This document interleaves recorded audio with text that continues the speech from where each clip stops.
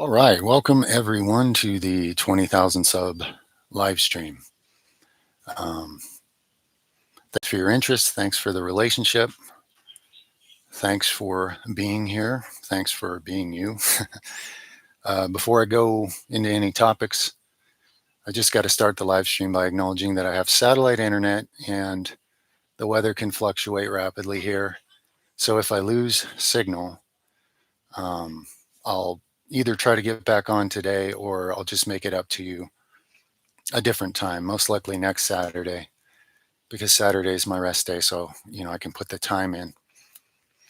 Um, all right. So, you guys gave me a lot of questions. Hello. People showing up. Awesome. You guys gave me a lot of topics you wanted for the live stream. I wrote down some. I'll try to get to a few here before people show up and ask a lot of live questions.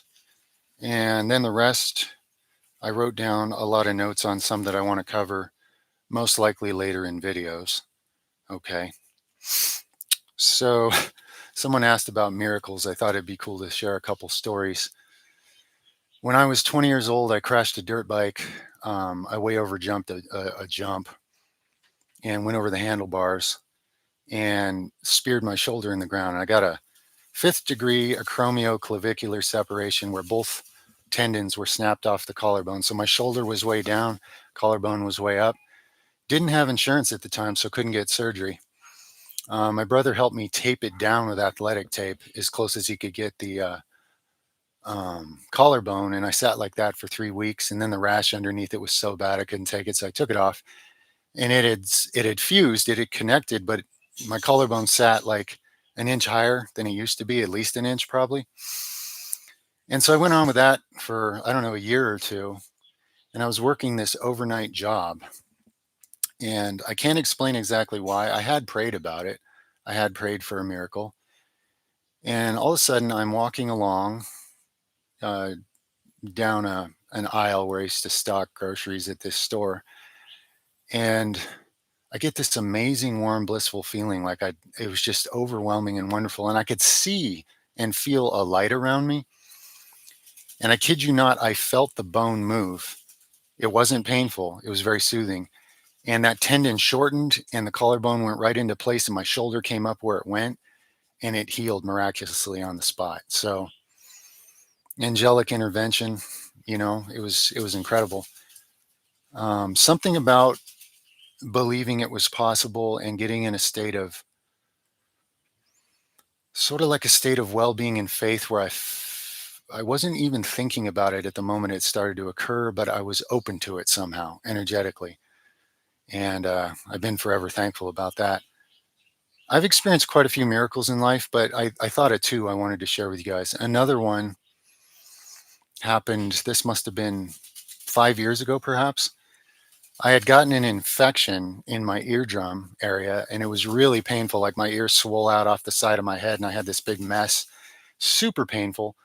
By the time it subsided, it had destroyed my eardrum. We had a little camera where I could look inside my ear attached to a phone, and the eardrum was gone. It was like a piece of broken skin dried out laying on the bottom of the canal. And I could hear and feel air going in there where it shouldn't. It made me think I could never go swimming. I'm probably going to get a brain infection. It was really disturbing. And I had a channel, a YouTube channel at the time with not that many subs. And I told people, let's pray together and let's act on a spiritual principle here that if you really believe God will heal this and you believe more than you doubt it'll occur. I did this in real time, testing the spiritual principle. And 3 days later, now, if you read about this, they say even small eardrum perforations don't always heal. Large ones require surgery. My whole eardrum was a rotten flap of a scab. It was gone. 3 days later, I woke up and something felt different. I couldn't hear that whistling air sound. It didn't feel the same. I looked in there with a camera and I recorded this and I uploaded it at the time. Unfortunately, that channel's gone and I've never been good at keeping records of my own content.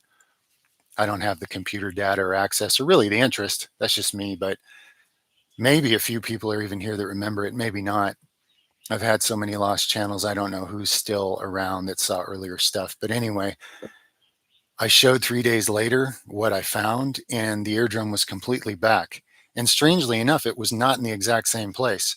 So my left eardrum is now slightly inward further than my right eardrum. It regenerated perfect and beautiful, and it must have done it quickly because at 2 days it wasn't there at all. I'd been checking each day, there was no change. And all of a sudden on day 3, completely new eardrum. And people were probably skeptical, but I know a few people were like, whoa, because they could tell I wasn't making any of this up or plan. I was pretty upset about the loss of the eardrum, but something inspired me to have faith and to share it with others. It was like an idea to help people see what faith can do. And I felt inspired to do it and take the risk that maybe I'm going to make a fool out of myself and this isn't going to work. But it did. And it was incredible, because that's considered medically impossible, like any good miracle. So those are two examples I wanted to share. Um, Another question I wrote that I wanted to get to in the live stream, if I could, is various people were asking about the real Yeshua versus like churches and where they went astray and what's wrong there and how the world's sitting under deception. And I know I allude to these things in a lot of videos, but just to kind of summarize the basics of it in one coherent message, hopefully. What happened was the Roman Empire, who tortured and murdered him, as well as the other Essenes, or the people that were living what they called the Way at the time, in their wording for it. Keep in mind that these people were also working miracles. Nobody was at his level, but they were working miracles. And the Roman Empire found where these people were living, tried to extract their magic by torture, which of course it doesn't work that way. And they ended up just killing them all. And they hijacked a spiritual movement and turned it into a religion, and then used it to torture and murder their way across a lot of the globe, forcing confession and a blood sacrifice, which is a pagan Roman concept. The false apostle Paul is the one who gave the false gospel that completely contradicts the real one. And I don't know if he was working for Rome or if that was just his delusions, but the Roman Empire saw the opportunity and used it to basically deceive the world. And the world's still under that spell to this day. Anytime you trust mass authority, the biggest authorities in the world, which the Roman Empire 2.0, the Vatican basically is, and then all its little offshoots and branches that all come from it and don't realize, um, you're trusting basically the biggest sinners in the world to teach you about God. And that should be the biggest red flag possible, the red flag of the Red Roman Empire itself in this case. So that's just to kind of summarize it. There are older writings that have been hidden. If you seek sincerely, you can find. I don't want to get those writings in trouble or disappear, so I almost don't want to bring too much attention to them. But you can see more accurate accounts of the gospel, things that were tweaked or taken out that Yeshua shared and showed. And it's much more beautiful when you find the real writings, and it'll confirm what some of you already know in your heart. So that's a quick summary and the basics of how the world fell under that spell and remains largely deceived to this day. And I'm not judging anyone, even the ones that do it on purpose. I mean, they're making their free will choice, and then there's a lot of people that just don't have any spiritual discernment, so they're just going to trust whatever authority says they know God better than you, etc. So it's if you study, even in the canonized Bible, if you study the red letters of what Yeshua said himself and what he did, and you ignore the rest, after a while you start to see and understand what he was saying, and you realize that he wanted you to become like it and do it. It's got nothing to do with covering yourself in innocent blood. That's pagan and insane. And his own dad did not torture and murder him because he can't stand his own creations. That's complete madness. So he gave his life, he came back to life, he showed many great miracles, and he taught the truth, and he lived the truth, and he asked that we do it too. And that's what it really comes down to. And there are older writings that go more into depth from things that they just took out of the canonized Bible.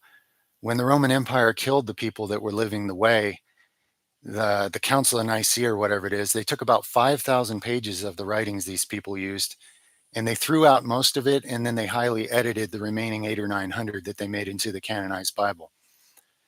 And they made it suit their agenda the best they could. So It's deeply deceptive, and that's the way this world is. You have to have discernment. You have to care enough to be honest about these things instead of just doing what some authority says that's literally just between you and knowing the creator within you, you know. So, okay, that's a summary on that. Um, let's see. Uh, the goal in parenting, I wanted to get to that one a little if I could, and I should probably do a video on this, but from my perception, I think about it like, okay, each person comes into this world from God. And then they come into this fallen world. It's deceitful and dark, and we're all automatically ignorant when we arrive here to some degree. But children, they come in innocent. They're full of joy. They don't understand evil. They don't have fear until they're hurt and it's taught to them. So they're already closer to the nature of God when they arrive. However, when you mature in the human world, you start using your logical talking brain and making decisions about what you're doing in life. So to me, the goal is to support and love your kids unconditionally, teach them things of practical value that can help them in life, and don't rely on some distorted education system. I mean, sure, you got to learn reading and writing and math, the basics, but outside of that, they're real teaching. You as a parent are in the best position to teach them. So things of pragmatic value, and even more importantly, things of spiritual value, real spiritual principles. Whatever you can understand and live yourself, that Yeshua said, if you can share that with your kids, you're doing them the greatest favor, because this life is going to be short and temporary anyway, and it's about bearing fruit in this creation to bring what you can of the kingdom of heaven here through whatever means God gave you. We're all different in our creativity. We're all different in our temperaments. You're not supposed to imitate somebody else's uh, spiritual gifts or whatever. You're supposed to be authentic. So if I can support my kids, share truth with them, be honest with them, not spoil them, but not be hard on them. There's a balance to things, and allow them to show me who they really are so I can help be supportive of that instead of what the world does, which is the opposite. The world will have you conform your kids to the world's image, and then they lose who they are. So, as usual, the spiritual wisdom is basically opposite of what worldly wisdom supposedly is. So, taking care of their health of mind, body, and spirit, and nurturing who they are really meant to be to the best of your ability, using real spiritual principles. To me, those are the big bulletin points of the opportunity you have being a parent. You know, um, Another one was how to help family members spiritually without getting shut out for it. Okay, it kind of depends what you're calling family. If you're like me and you're a dad and you have your own wife and kids, my wife and I are in a position to have a lot of influence on our kids while they're young before the world tries to disrupt it a bunch of different ways. So in that situation, you have a lot of ability to really benefit them spiritually if you're walking in truth yourself. Whereas other family members older than you or different relatives and stuff, you don't necessarily have that. In fact, Yeshua, he said that a prophet's never recognized at home. He didn't really do miracles in his hometown because the very people around him, they just saw him as like, who is this kid? He's weird and he's different, but why, they didn't have faith in him really. And it's not their fault. They just can't see him for what he is. So he had to move on and leave all that behind and go places where, with a fresh start, people could perceive something different and have faith. And then he could work a lot more miracles. And he also said, who are my mother and father and brothers and sisters? They are those who hear these things, understand these things, and do them. Again, he was telling us a simple spiritual principle. If the environment you're in, regardless of who you're related to or not, is not conducive to you really bearing fruit, which is also often the case, you have to find the fertile ground where whatever seeds God's given you to share can actually bear fruit if you want to bear fruit. And so, like he said, I don't come to bring an easy path. It's hard, it's narrow, and it's difficult. And the world will revile you. And the Son of Man has nowhere to lay his head. He said a lot of things. He said, I don't come to bring peace. It's not that he doesn't want to give you peace. And you'll receive God's peace if you make your temple a place of the living God. But the world will not give you peace for it. The world will fight you for it. Okay. So Um, and he said, this will divide families. A man's own family members will become his enemies if you actually follow me, guys. So this is true. So there's no guarantees at all. There's a lot of unsureness in life, and there's a lot of sacrifices, not because, he wanted sacrifice. He said, I go and learn what this means, Pharisees, who do blood sacrifice like pagans forever. I desire mercy, not sacrifice. That said, are you in a world like this? Are you going to have to make some sacrifices if your highest ideal is spiritual truth, wisdom, and love, and bringing the kingdom of heaven to this earth? Yes, it's inevitable because of the way this world is. There will be sacrifices, you know. So hopefully that helps. It helps me. He said all these things knowing that those who would follow him in what way they can are going to need to know these things. And then because of religion and people worshiping a book like an idol and all its awkward, confusing, positive and negative, and two different things calling themselves God, and one's basically what you would call the devil, and all this confusion, it makes it really hard to hear him or pay attention, just like everything in this world does. You know, big distractions and big obstructions. So the truth is, you really have to want it. You really have to want it. And then you're going to deal with plenty of discomfort of all sorts, and plenty of persecution in the world. But he said, rejoice, because you're building treasure in the real kingdom, not this temporary thing that everybody's going to lose anyway. So if you're going through rejection and struggle and loss, and people don't understand you, um, you're going to have to go where you have to go to make your fruit bearable, so it can bring some light into this world. And forgive those that don't understand you. Don't let them stop you, but don't hold any weight in your heart, because then you can't really bear fruit. So it's just all those amazing spiritual principles, and they're actually quite simple, but in a world that's done so much to make them hard to see or perceive, they're not easy. They're not easy to live in a world like this. And if they were easy, what would they be worth anyway? Like anything, really. Anybody that's ever worked hard for something and had some kind of success at it, you realize if it was easy, everybody would have it and it'd be worth nothing anyway, right? So the same applies there. Where does my religiousness come from? Well, if you hear what I just said, I'm religion to me is just a political weapon built by man. I'm not religious. Okay. I can't be religious and really bear fruit and follow the teachings of the one who I do understand, who lived the very highest standard of how to be one with God that anybody's ever seen on this planet by far. I can't follow him and follow religion. Can't do it. So I guess I'll leave it at there on these, and I'll start responding to you guys, and I'll make more of these into video topics later. Okay. A lot of good questions and requests there. Got to take my time with them as I can get to them and as it's meant to be.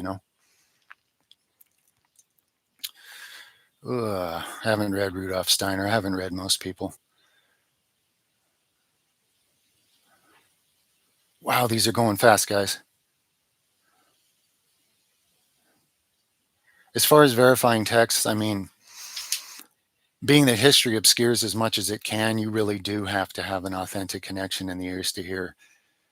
All the evidence is debatable, and actually, good scholarship will show you a lot of these truths, but there are very few good, honest scholars who don't let themselves be controlled by their training and manipulation of the authorities over them.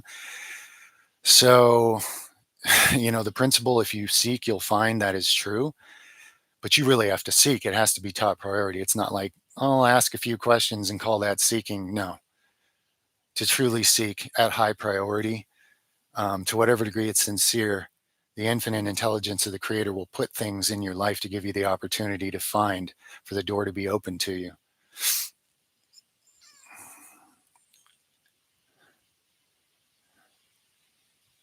All right.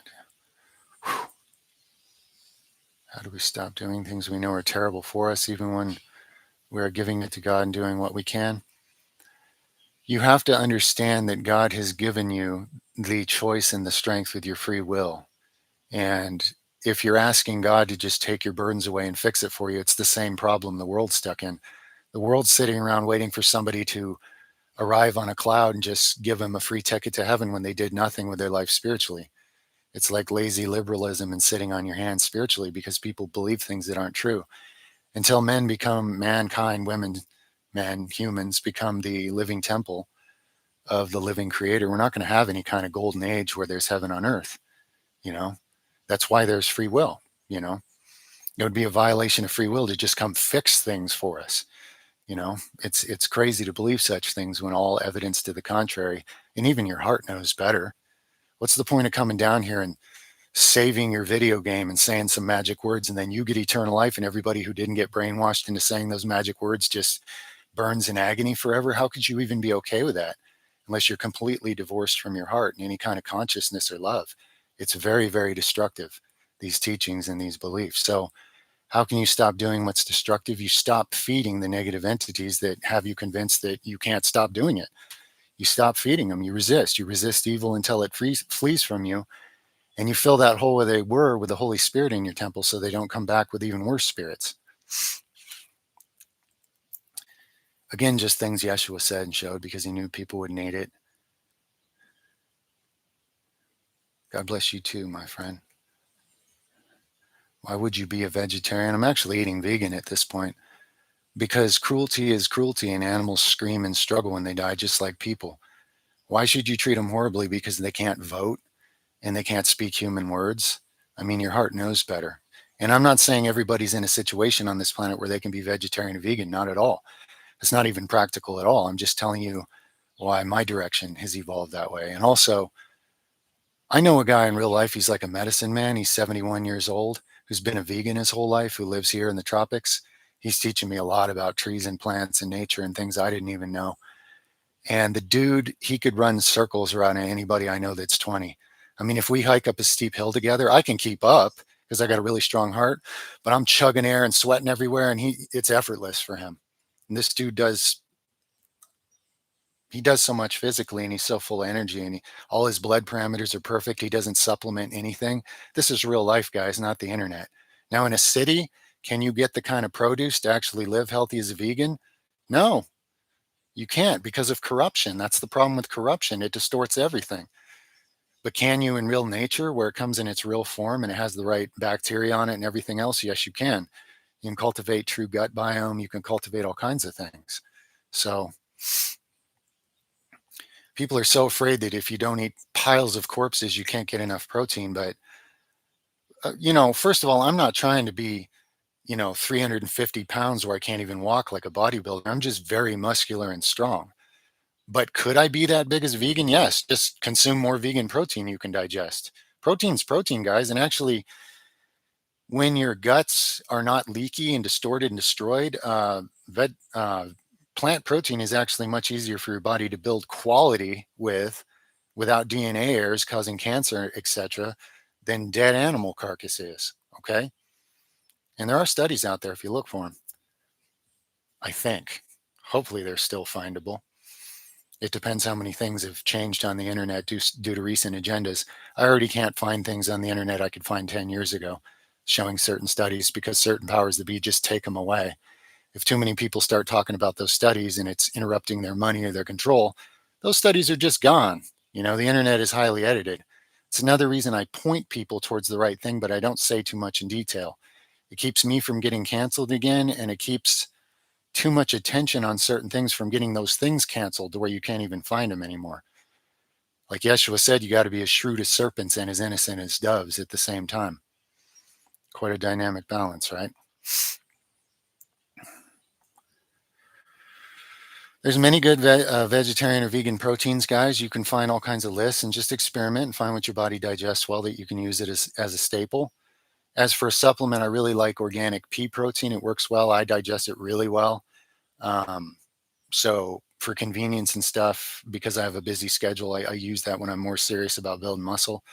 And it works for me. Some people are allergic to it. Some people don't digest it well, but I think most people do.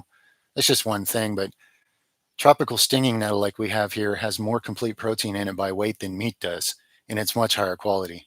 So we just steam it and we eat that, and it's wonderful. It's full of minerals. It's a blood cleaner and blood builder and all kinds of great nutrition in it, plus complete protein.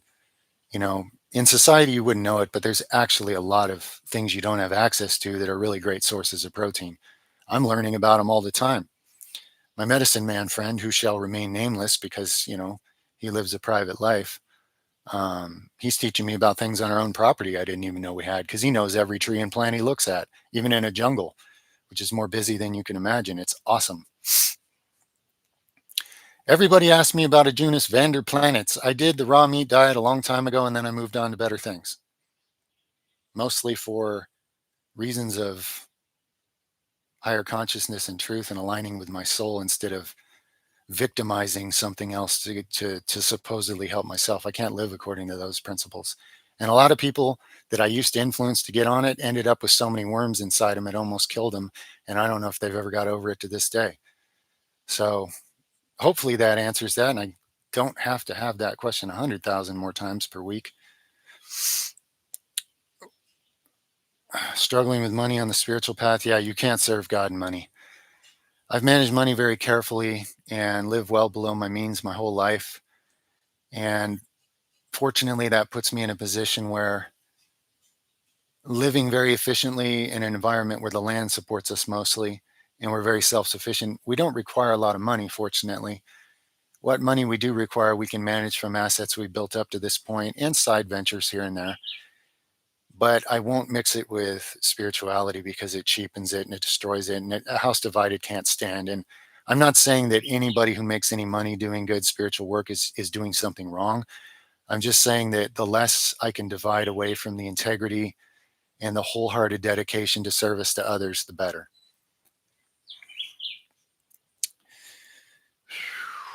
Yeah, eggs are definitely a good step compared to meat if they're like from healthy animals that get to have a real life instead of miserable things in a cage injected with toxic things to make them hurry up and grow and make a bunch of eggs and die. And it's just terrible slavery. Depends on where the eggs are coming from. But real eggs are healthy as animal foods go.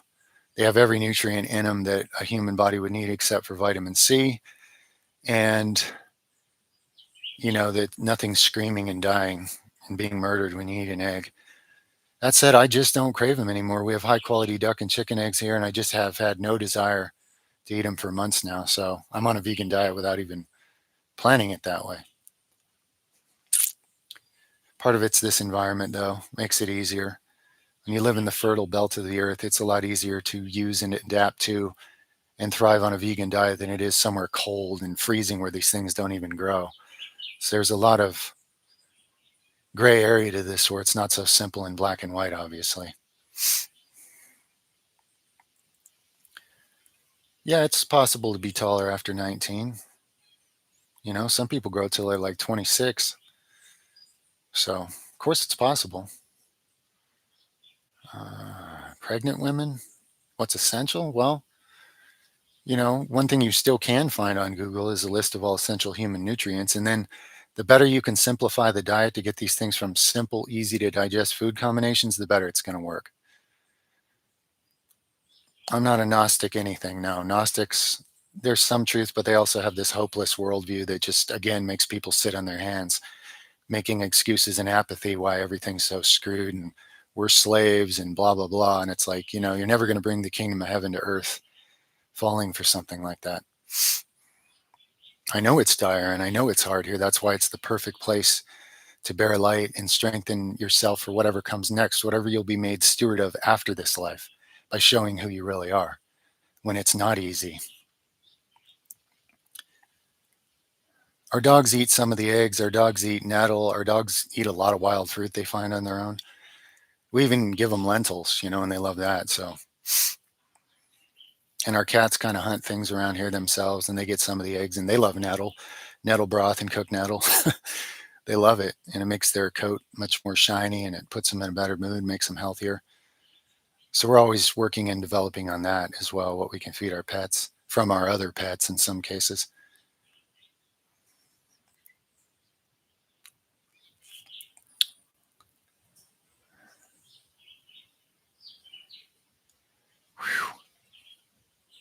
Choosing a life partner in marriage. Well, Marriage is a contract of the heart, not paper, not government documents. And what God has brought together, let no man try to separate.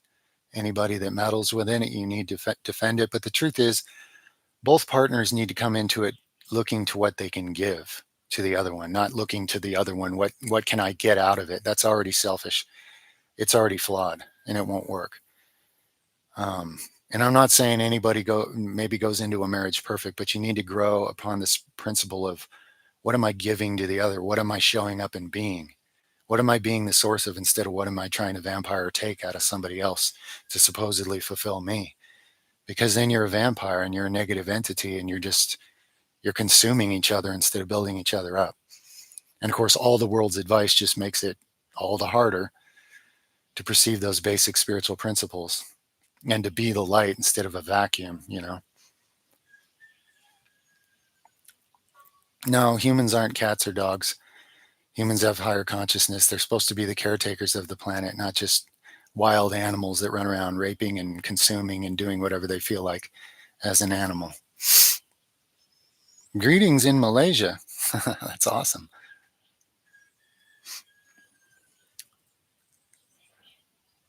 Industrial machines versus manual labor. Well, I use some combination of both. Few machines in my life, mostly manual labor. The land here is too dynamic. You'd actually kill yourself trying to use machines. You'd roll right off the mountain and never stop. It's happened to people around here. And that suits me perfectly because I have the endurance and the stamina and the grit and the physical training to be basically a machine physically. And our whole family's just gotten in way better shape working on really steep, challenging land, everything we do. So it's a blessing. But it's small scale. It's to support a family and work with nature. It's not to like wipe out a mountain and build some monocrop or something crazy, you know? So the path of organic versus machine is very different. Spreading the truth in one-to-one interactions without guiding away from the truth due to our own ignorance. You know, you're going to make mistakes. It's almost impossible. Meditate on the principles you do understand that Yeshua taught, that you're sure you understand, and don't try to use all the other ones that you don't yet understand. You'll find that if you can apply one spiritual principle he taught and showed properly, you can make a huge difference. Just work with that for now. You know, and if you are given by God the clarity on another one, then you can also live and use that one. Don't go into territory acting like you know things you don't, because you'll just regret it later, basically. I mean, that's my 3 cents. And if you do make mistakes, which everybody does, just use it as something to learn from and get more clear from. That's all you can do, and that's all you should do with a mistake, you know. Inflammation of joints is just full body inflammation. Your gut lining's damaged and you're eating food combinations that don't suit you, and your gut biome is messed up, and you need to rebuild your gut and your immune system from the inside with deep detox. I recommend my deep detox video, my gut rebuilding video, and anything else that you find that pairs with those well. And then very simple eating of simple things that cover all your basics and you keep it simple instead of the gluttony and insanity of just shoving all the foods from the four corners of the world in yourself, assuming that more is better, because it's not. Those are good bulletin points to start with. You can hone in on it a lot faster starting with those things. Yeah, I'm always getting stronger, even physically, you know. At twice the age I was considered super strong, like I'm still getting stronger. So I don't care about the world's definition of age or anything like that. I don't care about the system's definition of anything anymore. I'm I'm cooperating with and collaborating with the great living spirit of God the best I can. And you have to walk a different path to do it. And it's both wonderful and challenging at the same time, of course, but in totally different ways than the kind of challenges other people are dealing with who aren't doing so.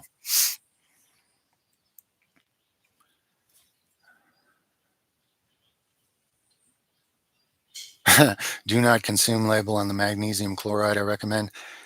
The only thing about it is you could get an upset stomach. It could be unpleasant. It tastes unpleasant. And those flakes are so big that if you don't crunch them up before you swallow them, I've done it, you can get one stuck right in your throat. And until it melts, that's very uncomfortable.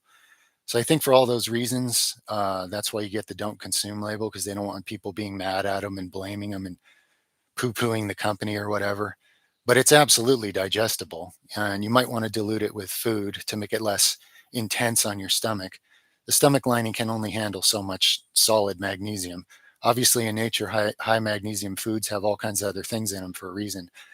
So when I consume it, I dilute it with food. I take a dose I can handle without upsetting my guts. And most of it I get is magnesium oil. That's why I recommend both avenues. So you can get more in total. And you can be soaking it outward from the inner pipe, and you can be soaking it inward from the outer filter at the same time. And somewhere they meet in the middle and saturate all your tissues with magnesium, which makes a huge beneficial difference.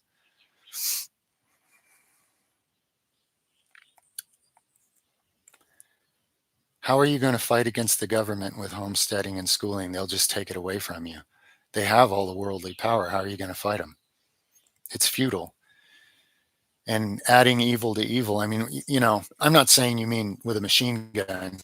So maybe evil to evil isn't the thing here, but just be real. Either you have to create a better way of life so there is a future with an alternative, or you can just fight like everybody else does and achieve nothing. And people are talking about fighting. Why? Having an opinion on the internet? If that was making any difference, they wouldn't let you do it anyway. It's not really a fight. There is no fight. It's a slaughter if you actually try to fight them. People always ask Yeshua, when are you going to free us from the Romans and make our chosen people the greatest on earth? And in their racist, selfish worldview, they didn't understand that's not what he came to free them from. He came to free them from spiritual slavery and ignorance, because this life is short, and then you deal with what you did with this life, and that's what matters. So the natural man doesn't understand spiritual things. He thinks they're foolishness.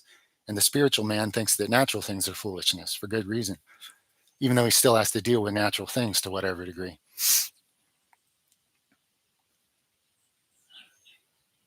My name, Bo. For those interested, you want to give me a name instead of having to type out Jungle Man or anything else, just B-O. Simplest thing.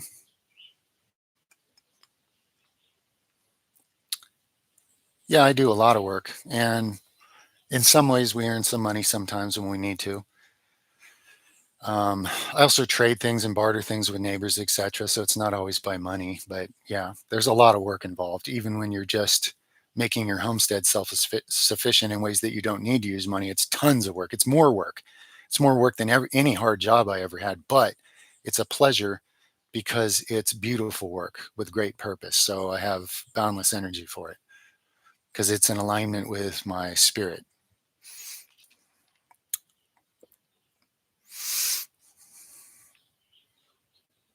I don't think it's a Danish name. It's actually an abbreviation for my longer name, but I like Bo better, to be honest with you. It's my new name, you could say. New chapter in life. Dedication to collaborating with God instead of any personal ambitions anymore. It's a totally different thing now. I train in the jungle. There is no gym, man. It's the jungle gym, and it's way better when you know how to use it. Gym people are only gym strong. Watch my connective tissue destruction video. They're very prone to injury because everything they do is on safe equipment that's balanced on flat surfaces and stuff. You come out here in the jungle and they get hurt doing the smallest of things, like severely injured. The jungle makes you train in a much more dynamic way if you can train at all. And it makes you smarter and more creative, learning how to use all kinds of shapes and sizes and objects around you to train different muscles. It's better for your mind and body.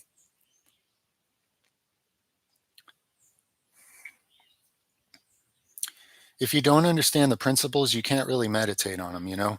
The idea is to ask for the eyes to see and the ears to hear, and then expect to be given some kind of guidance. Don't define what it's going to be. Don't expect to hear a voice or see an angel or necessarily get a sudden download. I mean, it could be any of those things, but it could be a million other things that come into your path to help you understand the principle. You have to be open hearted and open minded to how the Creator is going to show you. And the more awake and conscious and lucid you become, the more you realize you're being shown all the time. So it's the eyes to see and the ears to hear what you're asking for. Learning to be receptive instead of thinking you know already and blocking yourself from understanding.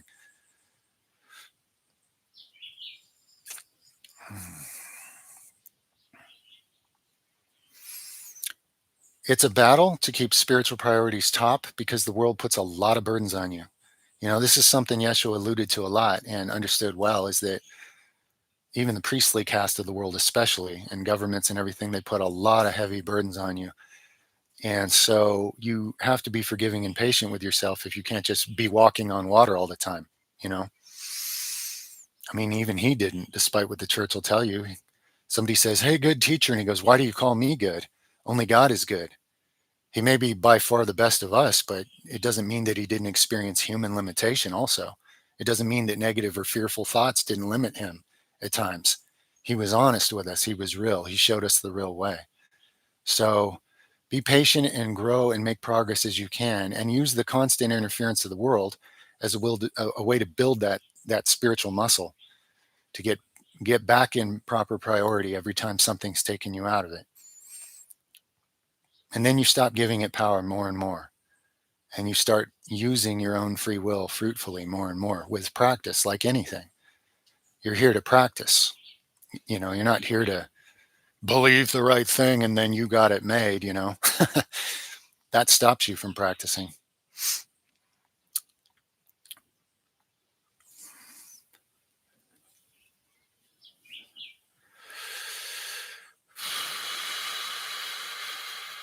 The worst feeling, it's hard to say. Fear can kill you. So can rage. So can hatred. Hatred will poison you and give you a lot of diseases. Somewhere between fear and hatred is probably the quickest way to poison yourself to death, or to a state of living death. That's why Palpatine's like, give in to your fear and strike me down, or give in to your hatred and become me, essentially. It's the way of the dark side. Hate me, get me. Because if you do, the evil spirits controlling that person, they just got massive hold of you. They don't care which human bodies get killed. They just want more control of more people to make the world a darker place. How did you come to God? Well, I never really left God when I came into the world, even if it seemed that way. And I had an NDE when I was 2 years old that gave me, see, I was so young, there was no words in it, guys. There was no words. I was in the presence of who I later identified to be the one they called Jesus. I call Yeshua, but there was no words because I wasn't conditioned to words yet. So what I got is in me all the time, helping me to kind of walk between two worlds more easily than most people can. The veil's more open for me, you could say. But that doesn't mean I haven't fallen deep into deceptions of this world. The difference was they hurt me and I'm more sensitive to them than other people because I'm still in touch with the higher truth. And therefore, when I give into the deceptions of this world, it hurts so bad it starts killing me faster than other people. And I can tell how wrong it is. So it's been a very interesting dynamic, you know, but I'm learning how to use that to my advantage. With faith and trust in a good God, the one I was in the presence of his kingdom, not the one you're told about, that's half good and half satanic and has everybody super confused. I totally understand why there's so many atheists. Most people that are sane wouldn't touch what religion teaches is God with a 10-foot pole. The sad part is throwing the baby out with the bathwater and assuming there's no creator just because the one they talk about in man's worst image is hideous. That's the sad part. You can thank religion for there being so many atheists, essentially.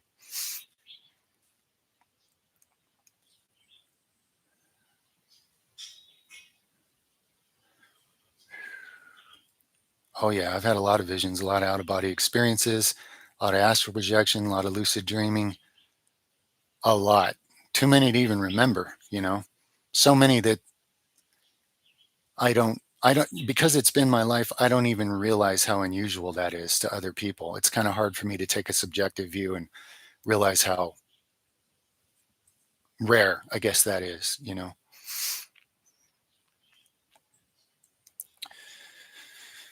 As far as toxic family members, I mean, in a practical sense, if you can get sovereignty of your own life and be responsible for yourself and carry your own weight, then you decide where to live and what kind of life to live, and forgive people.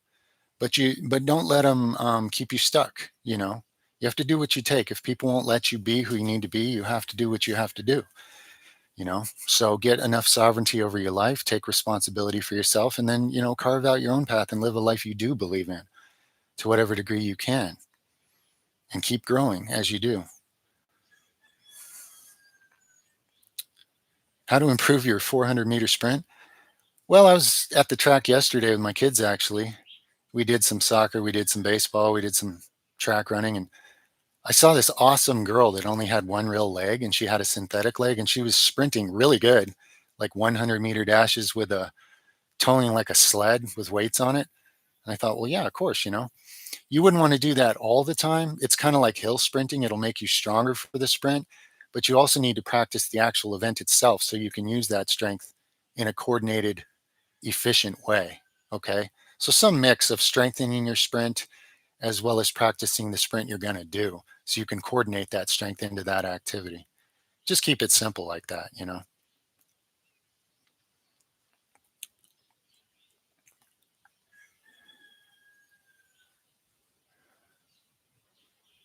I'm not going to get to where I can't physically work the land.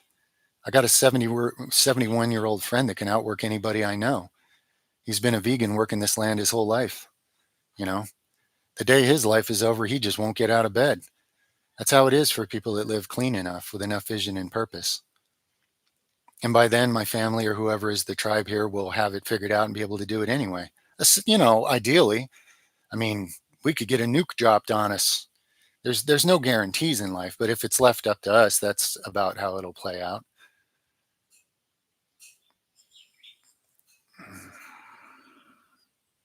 My kids were very receptive to it. When you're young and you have a chance for a new adventure and a new way of life, you have that childlike curiosity and open-mindedness and open-heartedness, and you're not all stuck in some identity or trap about how you think you have to live. And so they're very receptive. Plus, the city life we had was pretty limited, so it's not like they had a lot to give up, to be honest. Yeah, fixing gut lining will help with fat. A lot of what fat is toxin storage. And if you get the body clean enough, it'll start breaking that down to get the toxins out of it. And then all that fat you didn't know why you couldn't get rid of will start going away. It's a cleanser. The fat your body builds sometimes is to store toxins out of the bloodstream to protect its organs, because there's so many toxins in people's lives. I don't ever keep up with media. I never did, or news. You're just agreeing to be used as a battery for negativity when you watch those things. You're feeding the beast. If there's any massive world event, I'll figure it out one way or another. It'll be unavoidable because it'll be on every single. If I open my own channel, it'll be on the sidebar 500 times, so and so gets nuked by whatever. So if it's anything that big, I'm going to know about it anyway. But otherwise, why would I sit there and be programmed to hate these people and fear these people and pick sides in the next nasty humans violating humans and focus on every bad negative thing we can possibly look at around the world? People are addicted to outrage. If you try positive news, there's only going to be a few of us that watch it. People are addicted to outrage and they're feeding the beast and they're making it worse.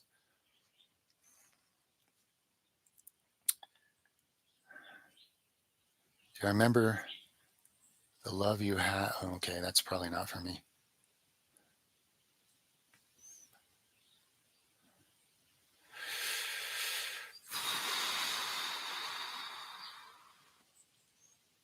"16-hour fast every day and muscle growth." It's easy. It's easy. I grow muscle just as well on intermittent fasting as I do eating frequently. This whole like, you got to have protein in this timing and that timing, guys. Huge protein companies need you taking their supplements constantly, so they skew the data to look like whatever they want. You're much healthier if you get in a groove with intermittent fasting. You'll live longer. What you do eat will be more efficient. I can do more with less calories now because my body's much more efficient and intelligent in how it uses it. Plus simple food combinations, etc., and a cleaner body that can take things into the cells much better than it used to. And a lot of times I'll do a heavy workout early in the day, not even eat till that night, and I still build muscle from it. Your body's not stupid. It doesn't go, well, unless I get proteins immediately, minutes after tearing up the muscle fiber, I'm never going to fix it. Your body doesn't work that way, not even close. Fasting is natural and healthy, and it should be part of people's lives, but Thanks to society's gluttony and industries and agendas, people think they need to be shoving things in their body all the time. It's just one more way to keep yourself distracted, sick, and stuck in low consciousness, basically. Yeah, fasting increases growth hormone a lot. Yeah. Which, of course, preserves muscle and makes some repairs to the other stuff while you're not digesting things.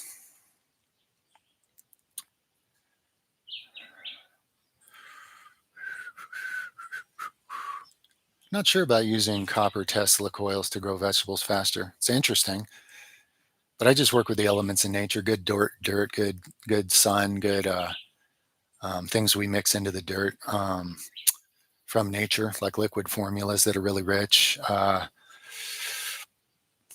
Just the basics. The down to earth basics work really, really well. But if you're in a situation where you don't have access to that, maybe some of these scientific boosters might be worth it, considering the context.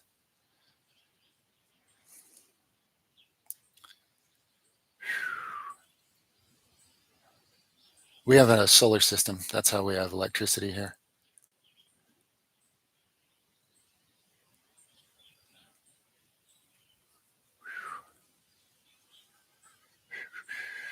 Have I ever used cannabis? Oh, yeah, yeah, yeah.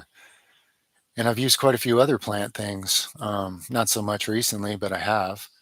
And I'll tell you this, it's just like fasting or abstaining from something or anything you do to change your consciousness. Your motives, your purity of intention, and what you're seeking has everything to do with whether it's going to be beneficial or not. And this only applies to God made plant medicine, not modern GMO abominations that kind of defy the laws of what God even created. Yeah, I don't know what you're going to get with those. You never know. It's a crapshoot. But natural things in their natural state, every seed bearing thing, every plant is there for a reason by higher intelligence, and it can be used wisely and it can be used foolishly, just like the internet or most things, you know.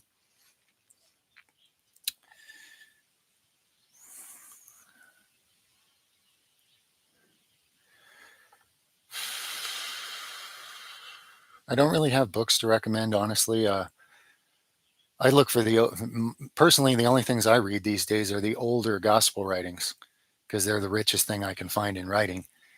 And in the past, I read a lot of naturopathic healing stuff, but most of it was online, different pages from different studies or parts of different books.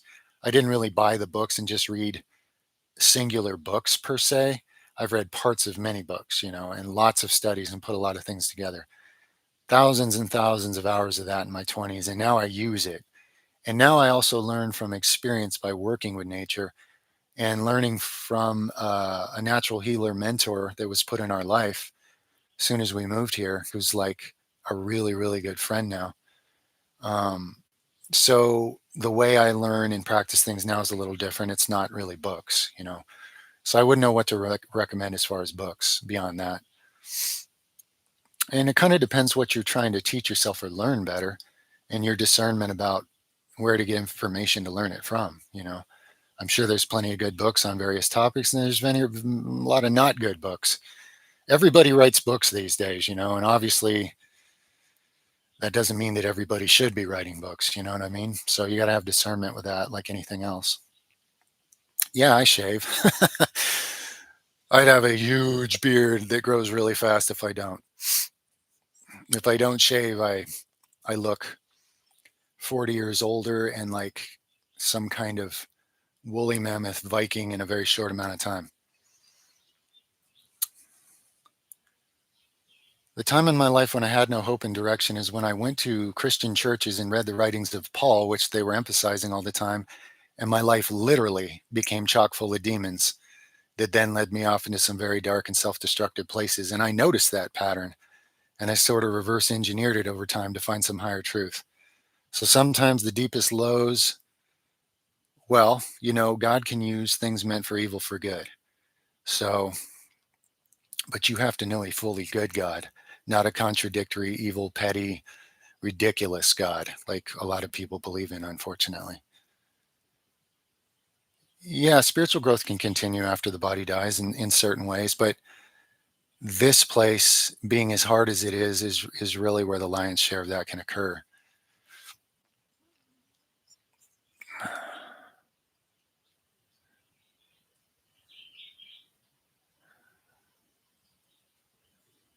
Um,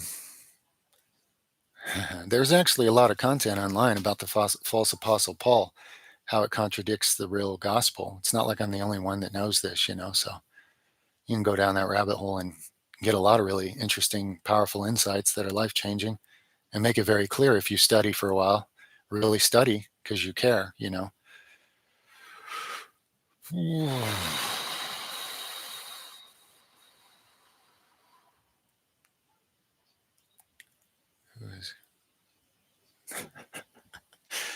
If you think the church is infallible or anything that men do is infallible, I don't know what to tell you. Good luck.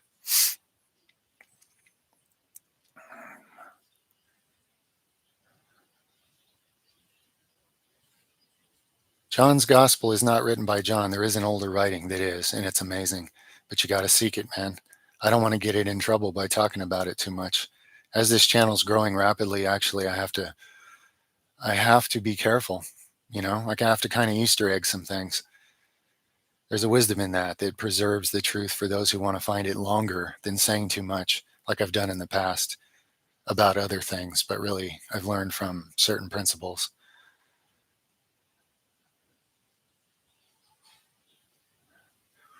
Man, these are going fast, guys. I'll try to see what I can. I'll just trust that I'll see what I need to. I don't know what those folds in the face even are, my friend. Whew, geez. Okay.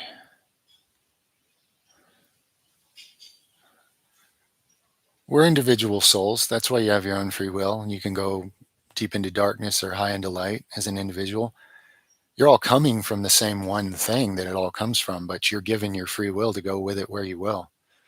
So we're simultaneously connected in oneness and uniquely individual. And people argue like you're going to burn in hell if you believe the wrong thing about that, but that's just ridiculous and ignorant.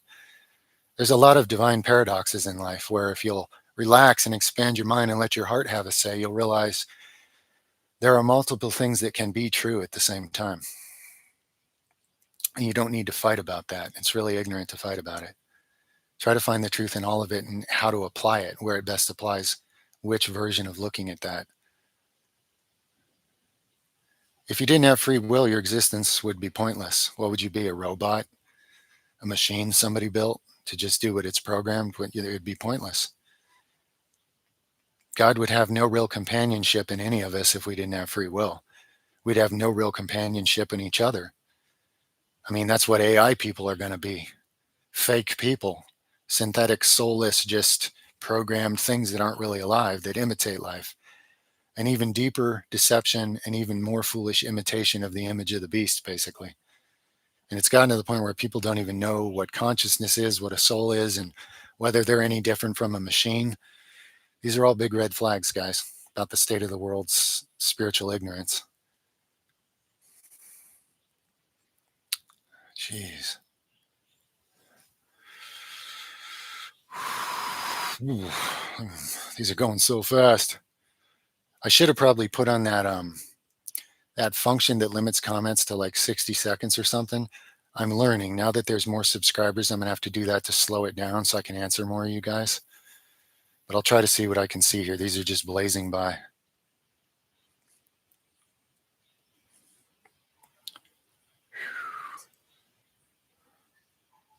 Whoa.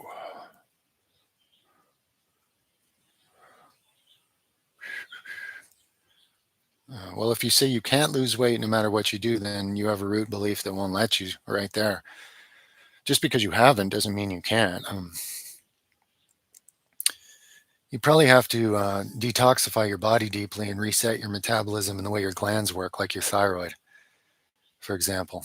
It's always, you got to go deeper and address the roots of things and the beliefs that are blocking you from even finding the physical practices necessary. You can. When you believe you can, you will. May not be easy, may not be quick, but again, nothing really great really ever is, at least not in this world.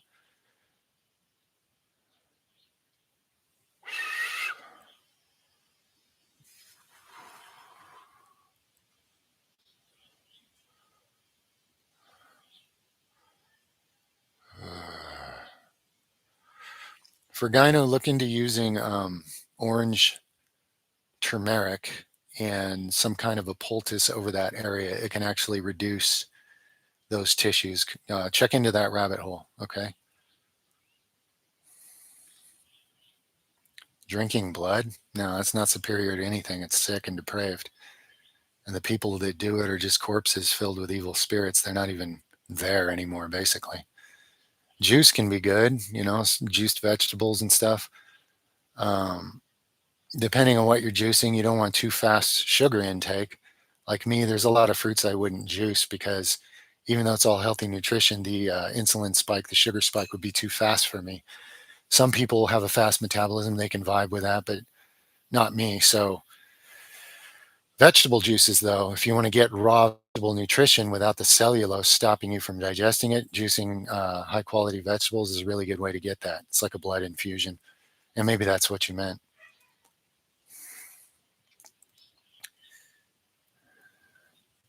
Yeah, it's possible to gain weight without eating lots of calories. I mean, people with slow metabolisms do it.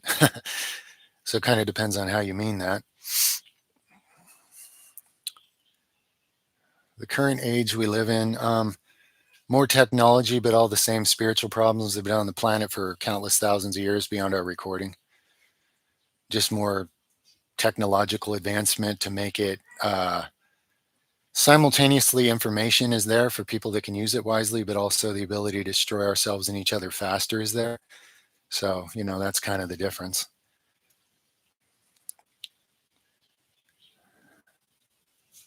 Uh, I'll use the slow down feature in the next chat. Um, I'm learning how to use this chat thing as we go. Had this many subscribers before, so I got to adjust, and that's what that function's for now that I'm looking at it, right? No, don't avoid technology. I mean, how are you going to do that? I think you should limit it. I think you should balance it to what's best and most fruitful in your life. But I'm using technology to be of service to you guys, even though I live in a jungle off grid. So I'm not anti technology. I'm not anti plant medicine. I'm not anti a lot of things. I'm just discernment and wise use of things versus demonizing this and villainizing that and fighting about what's good and bad. There's a lot of ignorance in all that. The responsibility is on you and I to have discernment in how we use things and how we avoid what we don't need.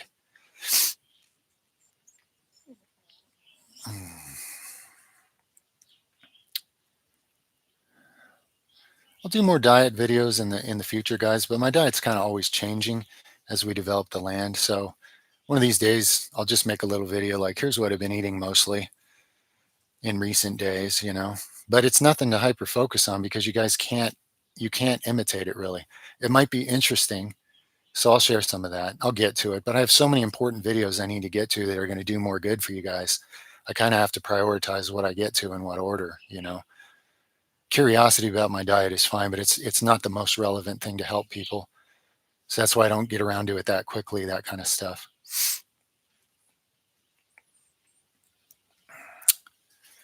Thoughts on fascia? I suppose I'll do a fascia video one of these days. What few thoughts I really have on it. A few things.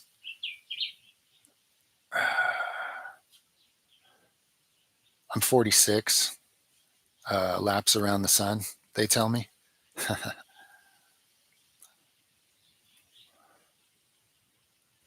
Well, when I consume cacao, I don't really measure it.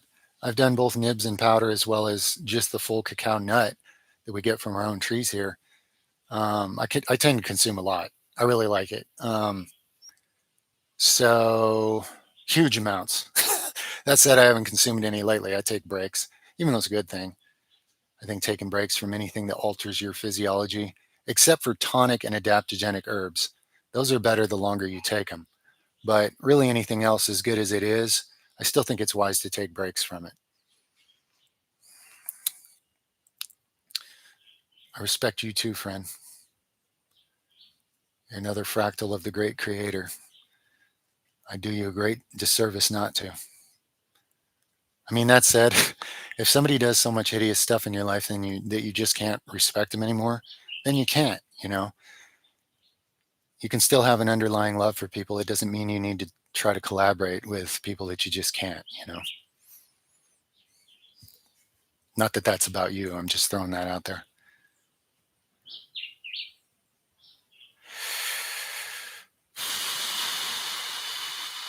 As far as moving off grid, I mean, it's a complicated topic. I don't know if you've watched my off grid video. I try to responsibly explain a lot of that without misleading people. Like I've seen a lot of off grid lifestyle, you know, influencers, I think, be a little irresponsible with the way they present it. So you can check that out if you haven't.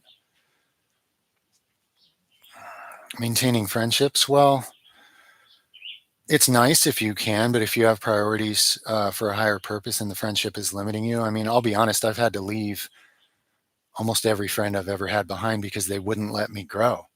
And I love them and all, but people get weirdly possessive and they want you to be what they want you to be.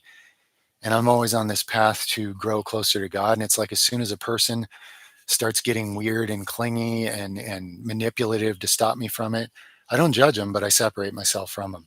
And if they make that hard, then it's like I have to be tough about it, because if I'm going to bear fruit and do more good for the collective and for God's creation, I can't let any individual stop me if that's really my priority. Some friends will grow with you, but those are rare.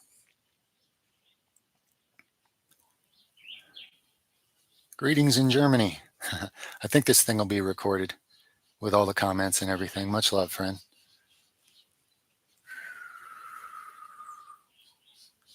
Is there a greater purpose than financial freedom? Oh, yes. Financial freedom gives you some pragmatic and control over the time in your life, but the purpose of this life is to cultivate the kingdom of heaven within yourself and within this world, so that where you go next, you're given greater stewardship, because who can be trusted, he or she who can be trusted with a little can also be trusted with much. And he or she who cannot be trusted with a little cannot be trusted with much. It's another true spiritual principle that Yeshua laid out for people.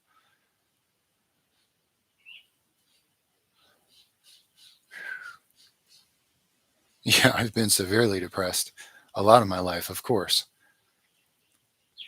Actually, after my ND, I think I'm more susceptible to depression in this world than most people.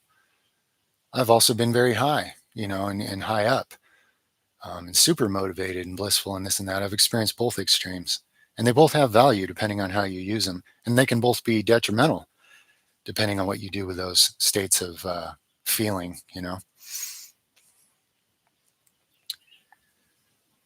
When I grew my hair back, it took about 2 years, like I shared in that video about it. I mean, I shared what I did in that video and what I make of it, the real meaning of it. There's other people that have grown back hair other ways. And, I just shared what I did and what worked for me and why I believe it worked for me, etc.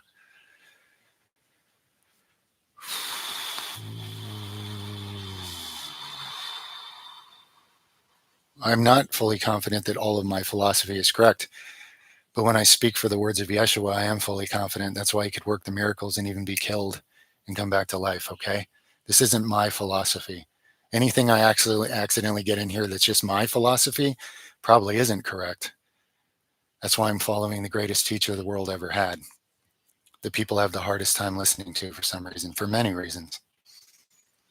It's not my philosophy. Gurus do have their own philosophy and their own spiritual ego, and they're stuck. And they want you following them and imitating them and believing in them. And that's all nonsense. It's upside down. I hope you don't even see me here. I hope you only hear and see what God shares with me that then can be shared and translated somehow to you. That's the purpose I'm serving. I don't have a name in this world. I don't have any credits in this world, and I don't want them. They would just get in the way.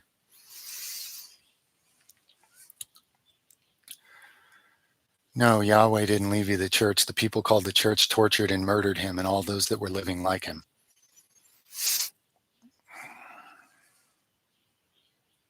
And then called themselves the church. Passed down great deception that the world's still under now.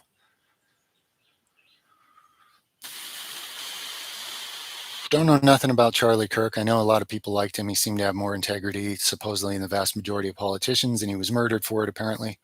That's sad. I don't do politics, guys. Politics are futile. They're within the beast system. The beast controls the system. If you have too much integrity, you'll just be killed. And politics are not going to fix the problem. The problems of this world are spiritual problems. Politics is a man-made game. It's illusionary. Well, when you say Native American philosophy, of course, all those different tribes have had a variety of philosophies, you know. Some of them had some great spiritual wisdom and they were wiped out and had it erased. My Native American ancestors were Allegheny, East Coast swamp Native Americans. And there's some interesting writings I found about the first people that discovered them. I found quite surprising things you don't hear about in history. But it varied. There were tribes that were just savage and wicked, and there were tribes that were, you know, relatively highly enlightened people with great spiritual healing and all kinds of stuff. Like anything, it varies, you know.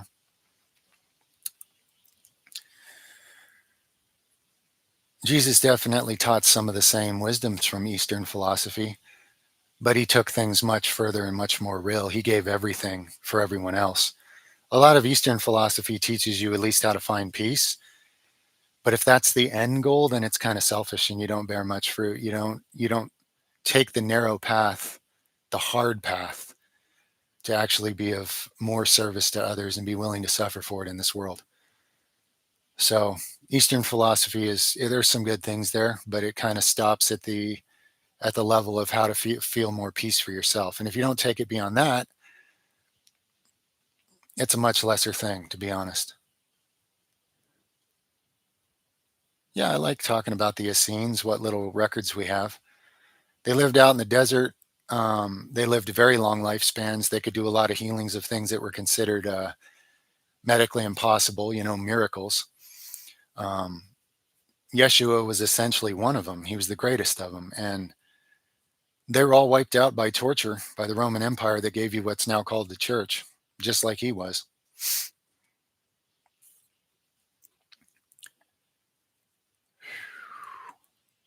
It's not my wisdom, friend. My worldly wisdom would just be, you know, man's. It's whatever of God's wisdom I can cooperate with. You know, there's no ownership here from me, that's for sure. People think they call me like the emperor, the king of this and that. And it's like, well, that's nice and all, but the truth is, he who's least among you in this world to be the greatest in the kingdom of heaven. So I'm doing my best to be of service, you know. I'm not saying I'm perfect at being humble and being of service, but I am growing. And the better I can cooperate with the will of the ultimate creator of all things, the more fruit I can bear to benefit his creation so that his real kingdom can start to saturate this fallen one. And we can all do that. We're all designed for it, but you have to, some people use the word surrender. Uh, I would say learn to actually cooperate with the creator. And sometimes you have to break yourself really bad a bunch of times before you're able to do that. That's the truth.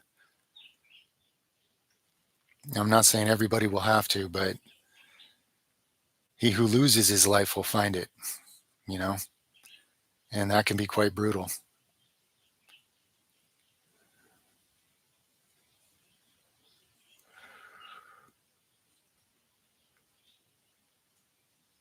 Yeah, today I'm fasting.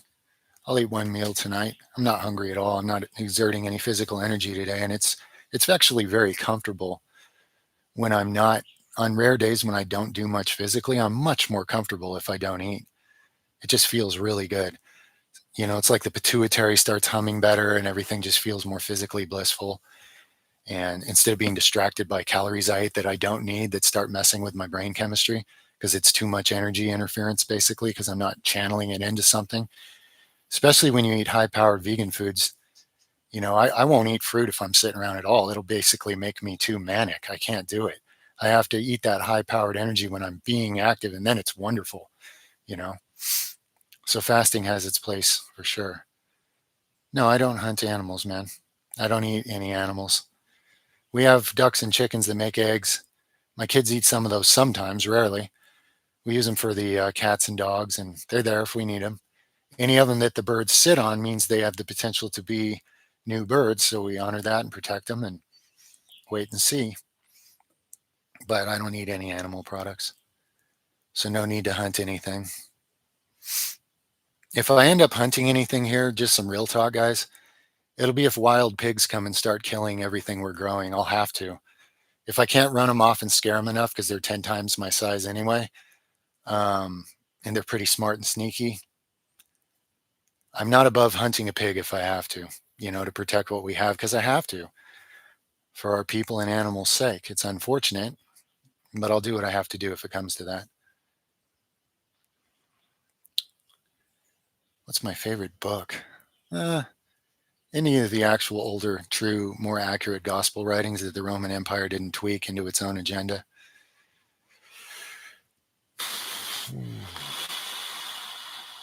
Zinc is in a lot of plants, friend.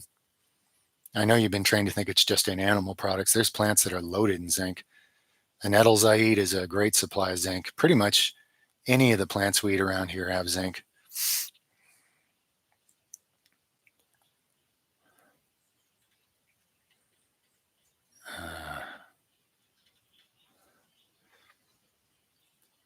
You're a vegan and had to take care of some squirrels. I understand. It's sad but true, man. Sometimes you have to weigh a situation and realize there's no exact ideal I can do here. I just have to do what I have to put it on the scales and do what I think is best, even if it's not ideal. We're in an unideal world, so it's going to happen sometimes for sure. If animals die from old age, what would I do with them? Well, probably nothing, and the jungle will do it for me. Unless I catch my dogs eating some rotten carcass, I'd probably, bury it somewhere so they don't make themselves sick,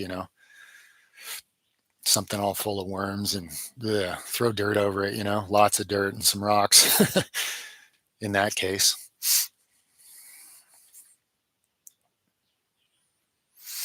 Hmm.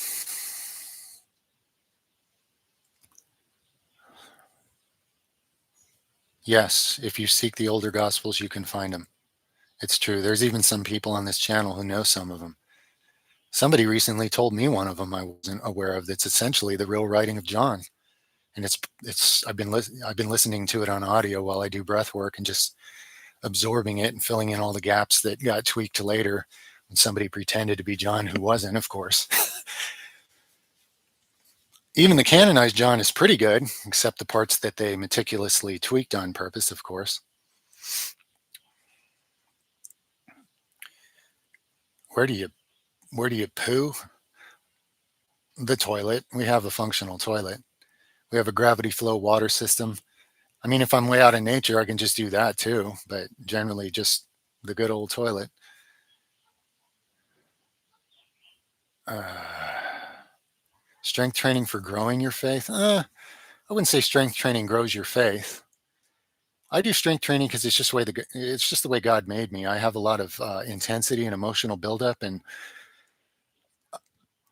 I could either let it sit there and be like stress hormones and distort my thinking and damage my body, or I can channel it into something that converts it into something constructive and makes me more physically capable for taking care of the land and dealing with whatever comes up in life. So it's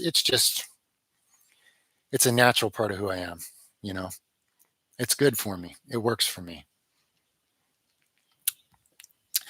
Have I ever taken performance enhancing drugs? A long time ago in my 20s, I took some things that were legal that I didn't really realize what I was taking for short periods of time until I started getting bad side effects and quit.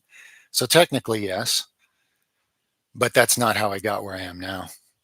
I lost whatever temporary puffiness I got on those things and heart palpitations and crazy brain chemistry and hair falling out in wads. I lost it anyway and had to learn how to slowly build something real.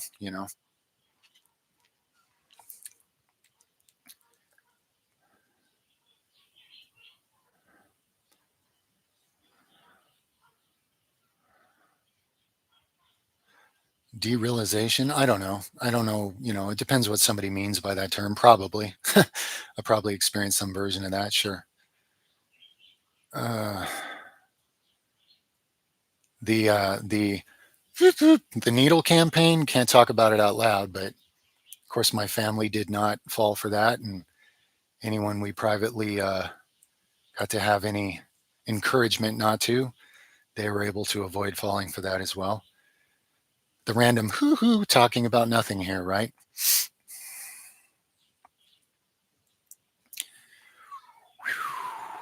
Uh, I don't know if you can help necessarily a family member stuck in a resentment loop. I mean, you can share truth and love and wisdom, but ultimately they have to they have to work that out between them and God. That's, they have their own free will.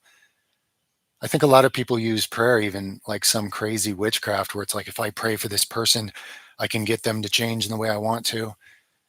And, I don't think that's really what it's for. I think you pray for the best interest of all involved according to God's wisdom, and you put your trust in that. And then you stop trying to control things yourself, because that's always the path to the dark side. Even if you think you mean well, it's not right. You know, it's ego. Bad eyesight. People keep asking me about various types of bad eyesight. And I like to tell them to look into traditional Chinese medicine and the liver eyesight meridian and see what you can learn and understand, and then form a plan of action there.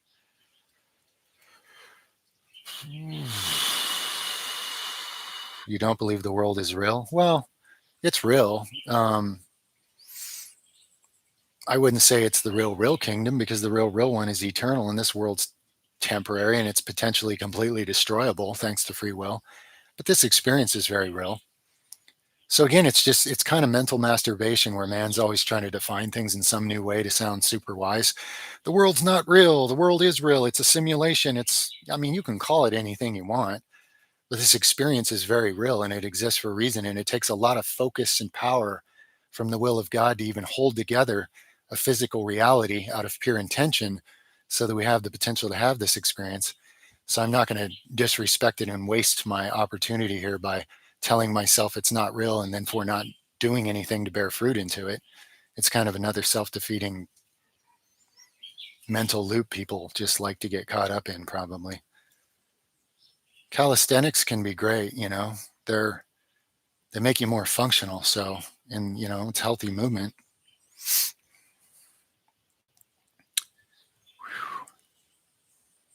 I haven't read Nietzsche. No, I don't even know how to pronounce it. I know who you're referencing. I haven't read it.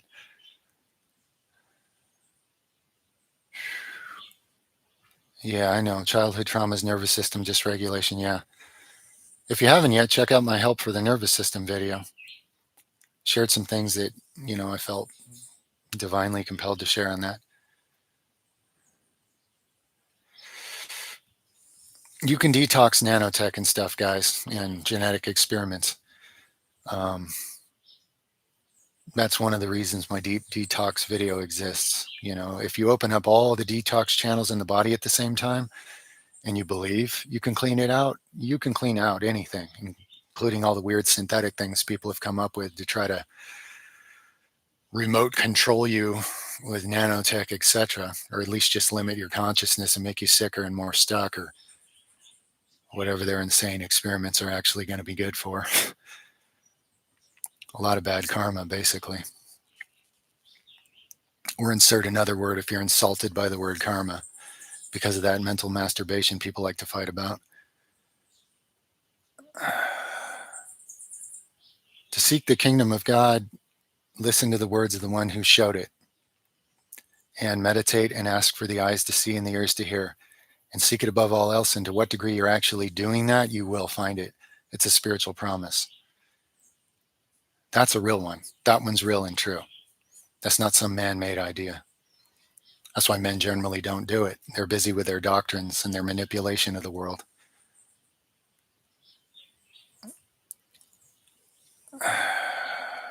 I'm not an expert on releasing fascia, to be honest. I loosen up my fascia around muscles by, when I have a pump, I stretch it deep, just to make it a little looser, so it's easier for the muscle to expand inside it. But I haven't had any severe fascia issues or anything, so I'm not someone who's had to learn a lot about what can be done about that. I've had a lot of health things in life that I've had to learn deeply about, but not that in particular.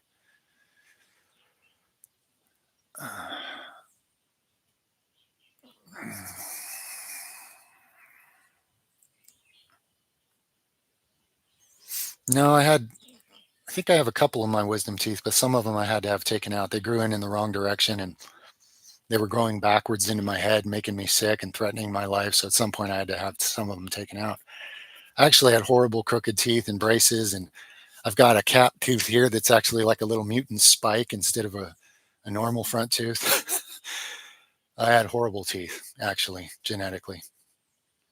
At this point, they're pretty good and they're regenerating even the enamel, but it was not always so.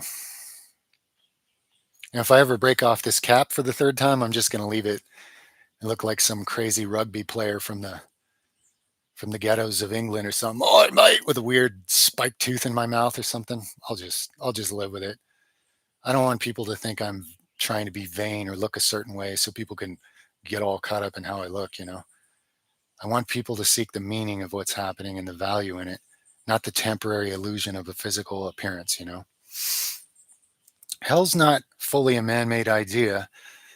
If you do honest research on all the NDEs in the world, you can discard the crazy Greek mythology, obvious Hollywood nonsense ones that like are done by AI and crap. But people that have a conviction, they're trying to share what they think they need to, and they're trying to make the best understanding of their own NDE.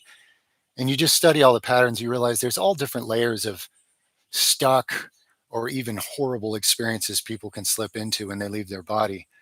But the thing is, any of them that have ever repented of what got them there or asked for help get it. God is not some sadistic freak that wants to torture dumb human beings for not being that wise in their life.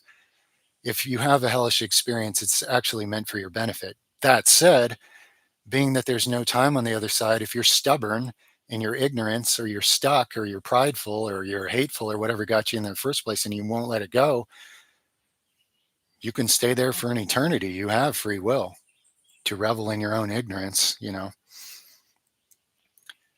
So, yeah, it's kind of like how far from the truth are you?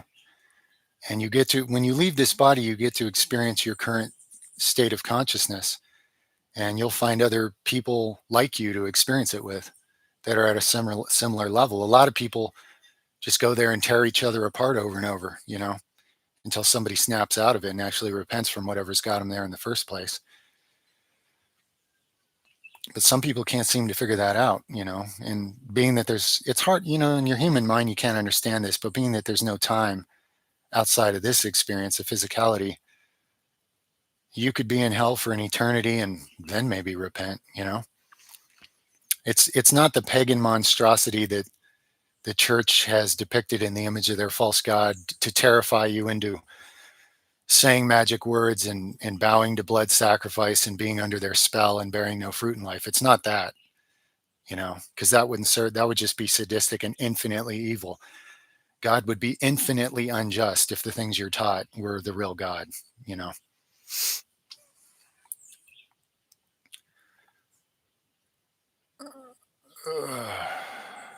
Dreams are symbolic. And if you don't know the symbolic language, just like a lot of people's out of body experiences, they don't understand how much of it is symbolic. And they try to make it fit whatever worldview they have when they come back. It's very difficult as a human not to do that. But there's a symbolic language that people conditioned to earth life don't understand. And it's a rare spiritual gift to be able to translate some of it accurately. Yeah, I believe I'm posting this and this is all recorded. I think I got the settings right.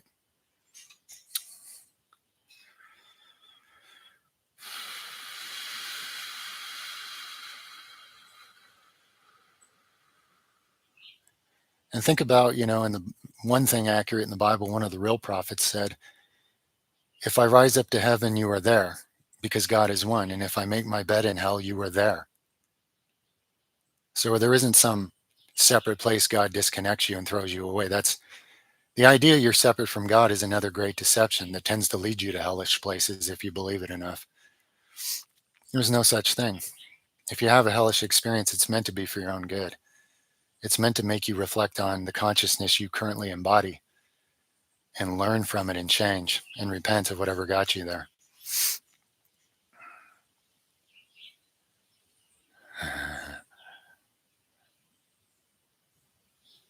He didn't invent Christianity. The people that murdered him invented what you call Christianity. Jesus isn't a religion. You have someone who came and showed you how a man can be one with God. And then you have an empire that created a political weapon called a religion and basically pillaged and raped and tortured their way across the world to get more control using it and call it Christianity. It is what it is, guys. You got to take a painfully honest look at it if you want to see it for what it is.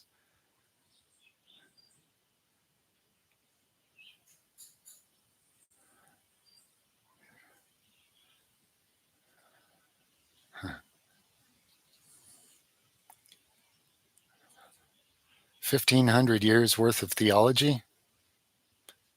I mean, people are coming up with new theology based on their belief system all the time.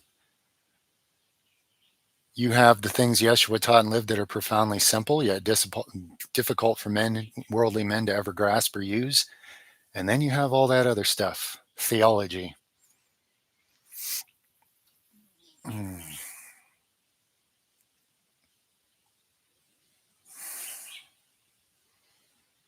I don't give, guys, I'm not going to try to break down each religion. There's well intentioned people in each one. But if you listen to Yeshua, what you realize is whether you have a religion or not, every person is going to be rewarded according to their deeds, period. It's that simple, you know? There's no religion that gets you special points with God. In fact, usually they get in the way, if anything. Religion is man.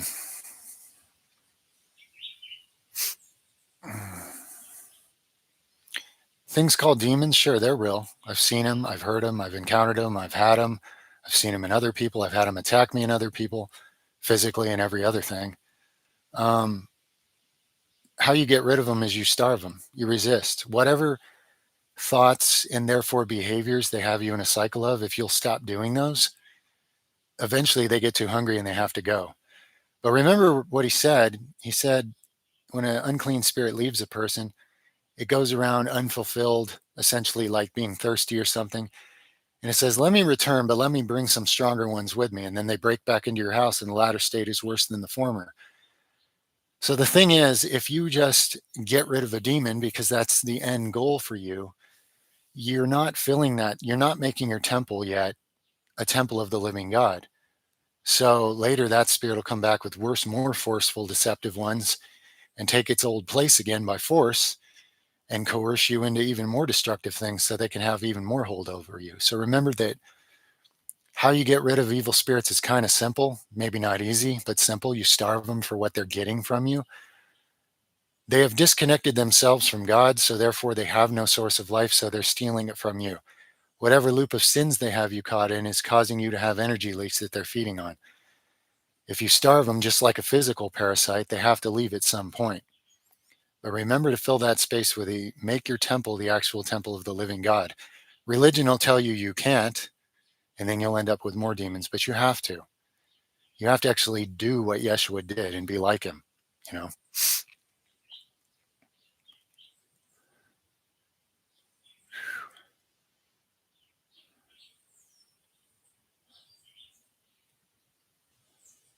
Yeah, you have to do what you have to survive in order to get to a place of thriving.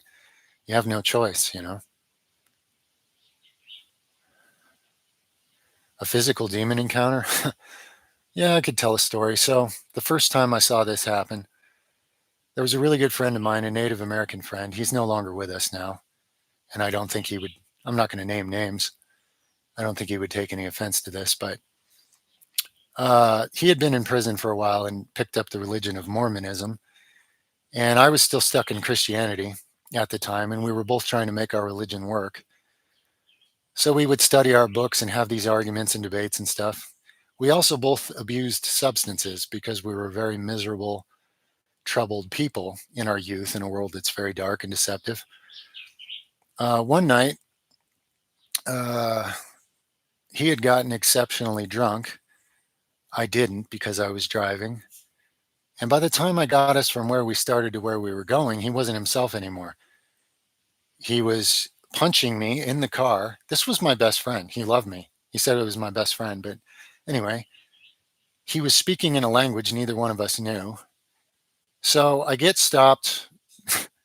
The car's all beat up, the mirrors knocked off, and all this stuff. And we go into this place we were living at the time. And I spent that entire night defending himself while he would charge me over and over and try to strangle me or attack me. And I would just throw him this way, throw him that way. His eyes were solid black, not the pupils, the whole thing. And I was sober. And he was talking to me in a language he didn't know. I don't know what it was to this day. It was something ancient sounding. And eventually, his physical vessel got so exhausted. I mean, I was already deeply into strength training. I was able to outlast him His body got so exhausted it collapsed. The next morning, he asked me what happened and he had no idea. He didn't remember anything from the time he got that drunk. And I explained it to him and he believed me because he had seen these same shadowy things. So it was very interesting. Um, and I've encountered the same types of beings. I encountered three different ones, distinct ones, in a girl I knew one time, and I had to hold her, like literally just hold her still for an entire night one time, so none of them hurt her. It was really weird, and her eyes were solid black. And she was not a mean person. She was a very nice person. I think she was a very insecure person that had been through a lot of trauma. So don't always assume that if someone has demons, it's because they're particularly wicked. It's not the way this works. Evil spirits can use any kind of trauma, fear. They can use a lot of things to get a lot of hold of a person. But it's not the person, it's other things interfering. And I'm not the only one that's seen the solid black eyes phenomenon. And I'm not the only one that's seen these same beings come out of a person and slither around and say things to you and condemn you for all these things. These evil spirits are more religious than people that hang out in churches. They really are. And they're very good at condemning you and bringing you very low. And when you're in their presence, you feel their energy, which is like fear and hatred amplified to a level that you didn't even know was possible. I mean, it's unbelievable. Most people are paralyzed in fear in their presence. I was at first too, and I eventually got strong enough I wasn't. But I had to improve my root philosophy about what God is and what life is, or you can't even move. They're so terrifying. Um, but it's deception. They're not as powerful as they want you to think they are. The light is always more powerful than the dark. So they need you to think you're horrible. And then they can do a lot of things to you. They need you to think you're separate from God. And then they can do a lot of terrible things to you.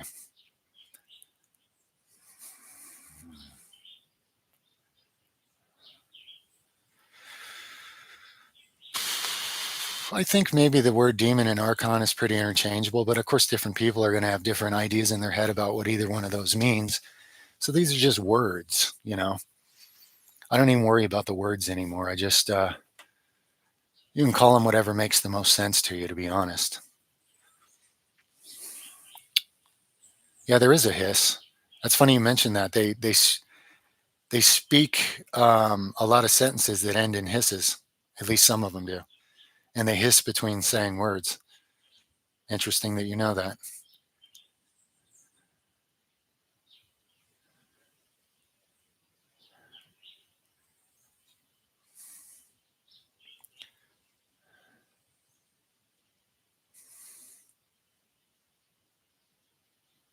I met with the one you call Jesus in an out of body experience when I was 2 years old. It's not possible for me to not believe in him. He changed everything about me for this life. I call him Yeshua. I try to be more accurate to his real name, but that's why I believe it's not because of a book I read. Oh, my friend used plenty of substances at the time. Yeah. He was very troubled, and I loved him and he loved me. He ended up dying at the age of 22. He got in a fight with a bunch of people outside a strip club, and one of them was a coward and stabbed him. And then they slashed his friend's tires so they couldn't drive him to the hospital fast enough, and he bled out on the way there. And he had called me that night, and I had missed the call. I might have been there. I didn't really like those places, but I might have been there and things would have been different. But I guess that wasn't meant to be what happened. We had a real falling out. And after like a year, he had called me that night and I had missed the call and he died that same night.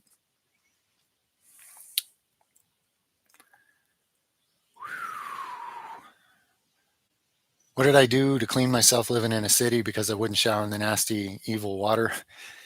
Dry brushing. I would just brush the top layer of my skin off and be cleaner than ever. And it was really nice. It stimulates the lymph system. I actually felt cleaner that way than I ever did from a water shower.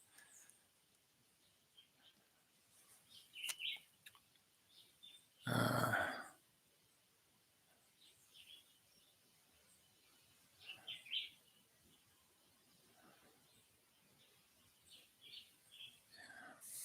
well, it's hard to know when you're outside your body and something's saying, stay here. Kind of depends on you, because positive entities will not interfere with your free will, but they do know your heart and they do know when you're asking for something, and you might still be scared of an experience you don't understand. Negative entities do not ask permission. They do anything they can to violate your free will. So, just like with humans, you will know them by their fruits. In that experience, maybe there was not enough fruits to know them by, but ultimately, what does an entity try to influence you? In what way? Does it align with the simple spiritual truths that Yeshua told people and showed them how to be one with God? Or is it some kind of distortion that makes that harder? You can know a thing by its fruits always. I do dry brush sometimes, yes. Reptilians are basically a symbolic understanding of the hardened hearts of low consciousness, barbaric, animalistic, negative entities on this planet that prey on others. So when people see a reptilian shapeshifter in a human, they mistakenly think it's an actual alien reptile person, when what it really is a part of their consciousness is catching a glimpse of a symbolic meaning of the type of consciousness that person really is. But you could make a mistake, and you could even project it on the wrong person based on what you believe. So I certainly don't recommend witch hunting anybody because you think you saw their eyes have slits or something. Don't do that. Don't trade evil for evil. Just understand that it's a symbolism. And like I said about the dream interpretation and even out of body experience interpretation thing, humans have lost their understanding of symbolic language. So they make a lot of incorrect assumptions and conclusions based on things they see they don't fully understand sometimes. Reptilian consciousness is real, but it's not really the Hollywood new age alien cult type reality that people believe it is. But that one's much more, outraging and terrifying and exciting. So of course it sells well. And people are missing the spiritual principle of what it means. The lower your consciousness has fallen, the greater the fall, the more the humans have reptilian DNA in them. And the less DNA strands you have connected of your higher potential, the more reptile you're like, the more cold hearted you become.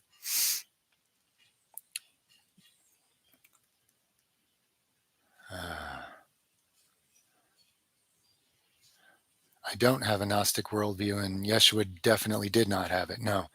He told you to bring God's kingdom here, not to believe that this is all screwed and you should try to find some escape. That's another handcuffing of spiritual principles so no one bears fruit. Are there true things in Gnosticism? Yes. But like all the other religions, it's mixing true with false, which does not work out well. Is Yeshua God? What did he say? Study carefully the things he said. I'm not going to argue with the church's misteachings, but listen to him about it for a while. Why do you call me good? Only God is good. But if you've seen me, you've seen the Father. You've seen God. Now, I understand that sounds very paradoxical. If you meditate on it and figure out what it means, you'll understand how it applies to you as well, potentially. But if you're brainwashed and you take it from the authorities, you're never going to figure that out. And you're going to live as if you're completely separate from God. And it's very unfortunate what that allows evil to do with your life. Yes, the world is absurdly corrupt. Yes. And has been for a very, very, very, very long time. That is not a new thing. Just because some people see certain things to make them think, see, it's the end of the world. People have always thought that. It's been in a very fallen state for a very long time.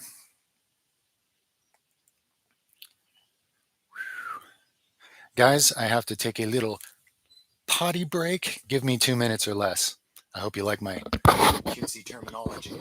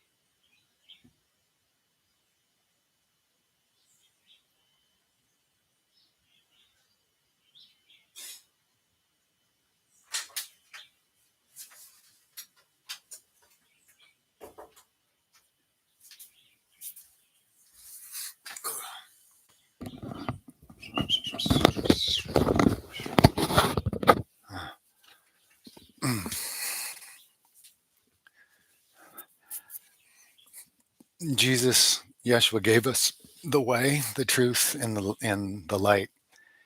He is not a satanic blood sacrifice because covering yourself in innocent blood somehow makes you righteous to an insane God. He was murdered because this world is ultimately unjust and upside down, and he also wanted to show that he could come back to life, the greatest miracle of all, to further legitimize that he showed you the way, the truth, and the light, and the way to be one with God. And he asked us to do it. He said, "Some of you will bear greater fruit than I." Now, why haven't we lived up to that? I don't mean to name too many names and get myself crucified. I don't think that's my purpose or destiny, but those with the eyes to see and ears to hear will figure out a lot of it. You have to want to.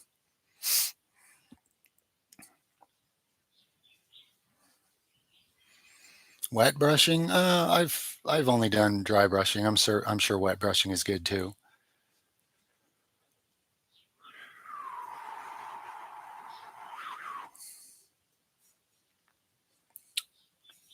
The Old Testament has some real prophets in it, and it has some false prophets in it, and it has some things about the real God in it, and it has some things about a totally false God in it.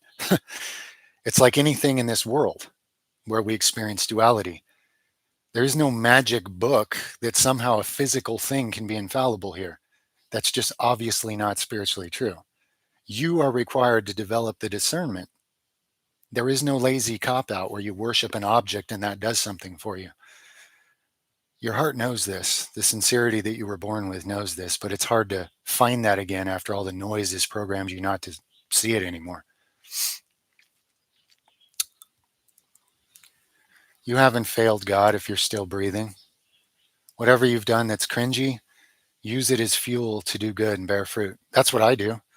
Guys, I cringe about a lot of things in my past, even sometimes in my present. You just have to use it to become more clear about what you're not and all the more clear about what you are.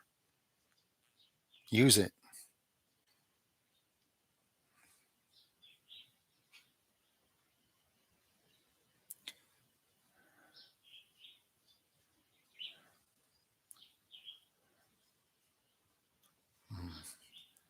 I'm happy to be of service in that way.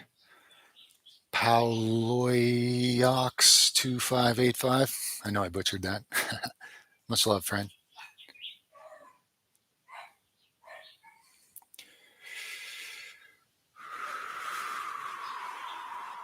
Blessed are those who hunger and thirst for righteousness, for they shall find it.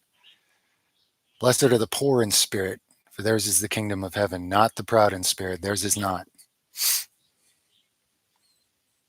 Blessed are the peacemakers that we call the children of God. They are the children of God.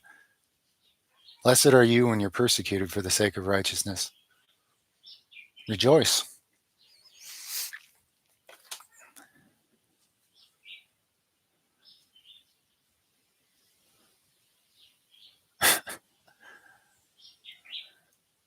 If you don't dream at all, it means you're so caught up in your earthly reality that you're not able to perceive experiences currently of a non-earthly nature.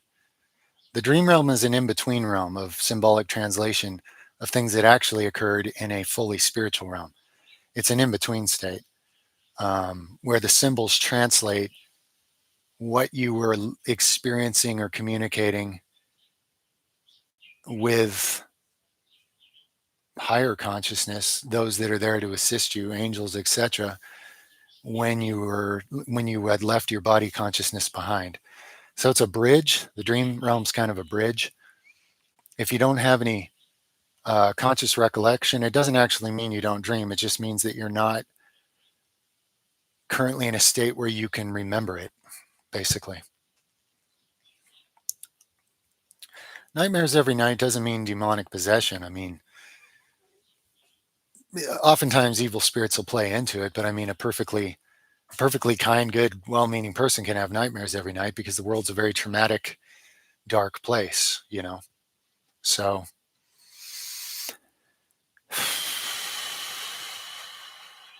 don't gaslight yourself too much on that, okay?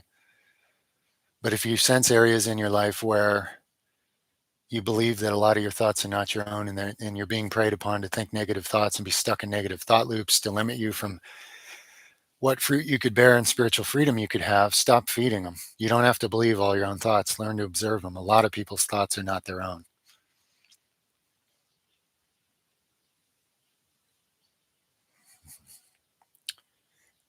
To dream about your animals being harmed a lot is actually your fears about your physical body and the way it's being damaged in this world.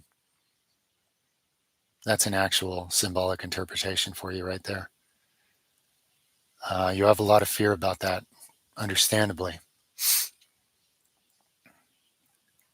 Paul contradicted Jesus Christ in every way possible and destroyed his gospel. So, no, his fake personal Jesus is no more accurate than Joseph Smith's fake personal Jesus that completely distorted the gospel as well. Why Christians will apply that obvious principle to one and not the other shows you something about the power of brainwashing.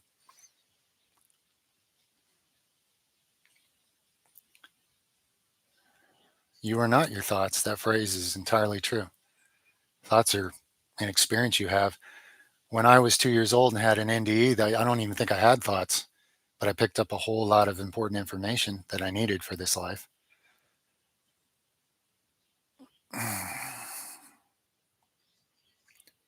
The Passion of the Christ is a film, from what I remember.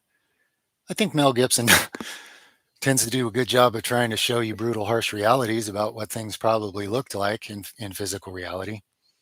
But I don't remember the underlying theology that might have been presented, and I doubt that it was. Well, I don't want to say because I just don't remember. I just remember the physical brutality of trying to show people the reality of what you face when you're abused in ultimate injustice in a world that's upside down. For being the very best and giving everything in love and forgiveness, you pay the highest price for being the most uncompromised and being the most one with God. So, as a director, Mel Gibson tends to get into the harsh physical realities of things, you know?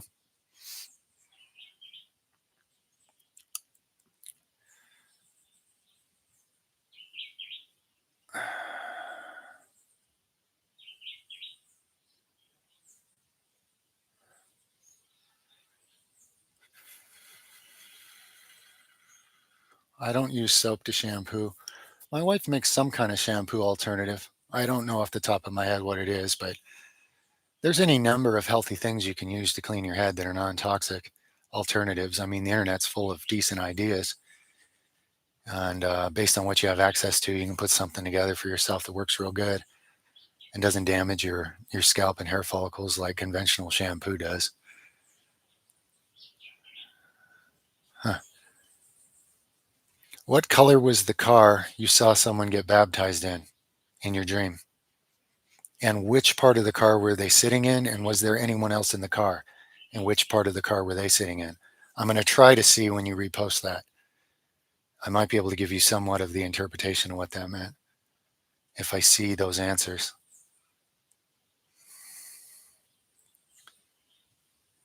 I suppose this development began either at birth or from my NDE. It began so young I can't, pinpoint it.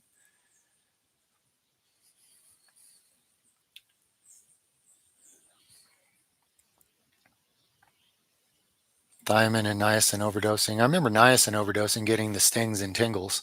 It was a little bit fun and weird. Not sure about thiamine. I mean, I'm sure some basic research can tell you enough about that. I don't see the point in overdosing anything really.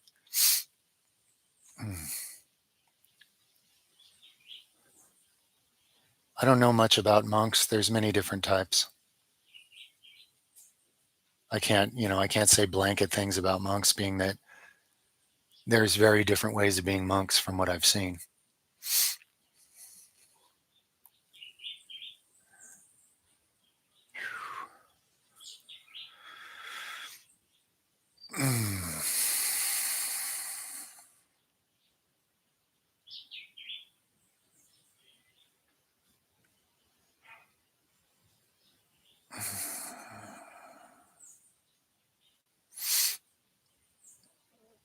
Is choosing your life before being born real? Probably yes and no. It's another paradox. Um, I do believe that you you view this opportunity from a much higher place of consciousness. You probably are given the understanding of many great potentials for it. And then you come here and you have to forget by the nature of what this experience is. So, but seeing the infinite wisdom of God, no matter how far you get off course, maybe some of the things you viewed as potentials are no longer possible, but there's other things that are. So there can be a lot of course correction and recalibrating new possibilities throughout your life. You're talking about an infinite loving intelligence that doesn't intervene, only helps to whatever degree you want that help. And that intelligence can come up with any number of amazing potentials out of any situation. Yeah, the soul is eternal, sure. Although I actually do believe it is possible for a soul to get so corrupt that it has to kind of be recycled in a sense to where that individual soul mission, that individual soul development might be over. Does the energy ever disappear? No, it's taken back into the source and probably restarted as a fresh soul. I honestly believe you can be corrupt enough that you are absolutely unwilling and incapable of repenting of it and changing. So I think there is an alternative possibility there, as rare as it may be.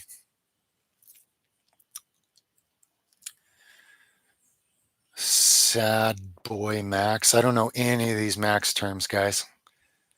That's new to my recent return to the internet. Do you this Max? Do you that Max? Have you heard of whatever Max? Or I don't even know the pop culture terms. So no, I haven't read or watched any of this stuff. I do my best to collab with God for the service of man rather than collab with man at the detriment of my relationship with God.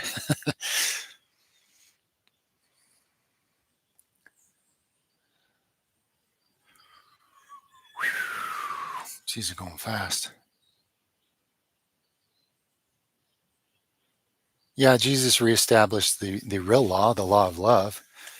He started listing the 10 commandments, but then he simplified it and condensed it to two. Love God with all you are, love your neighbor as yourself. That's the real law, not the 613 weird pay us to kill animal for you things that people had added to it. Man is always corrupting everything he's given, so he came to restore the real meaning of it that man had never fully understood in the first place and still doesn't. Maxing doing something fully intensively, yeah, that makes sense. I've done a lot of things fully intensively, so I suppose I've done some maxing for sure. Ah, geez, everyone gets streams. Yeah, yeah. Oh man, did I miss? Hey, baptism in a car person. I might have missed your response. If you're still there, please post it again.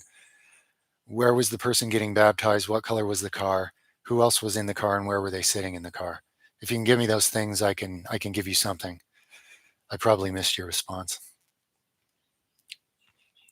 A lot of things going by here. No, I haven't read that book by George Carey. Truth maxing, sure, to the best of my abilities, to allow God to, share truth through me. Absolutely. The car guy did respond, and I missed it. Please post it again, my friend. Try not to miss it the second time. In fact, I'm looking for it on the screen so I can hopefully read it before it goes off the screen.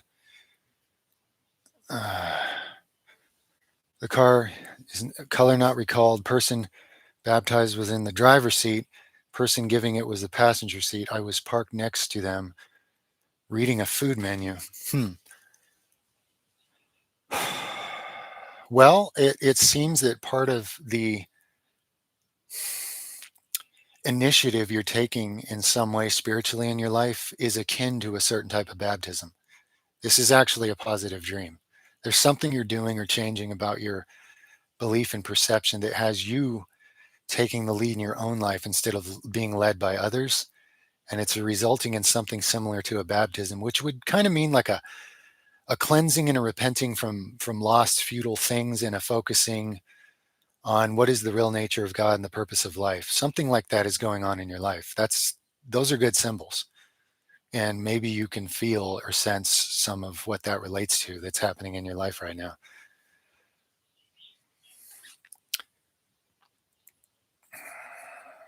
Lift maxing on the Moglog, yeah, for sure. That one's a real strainer, man.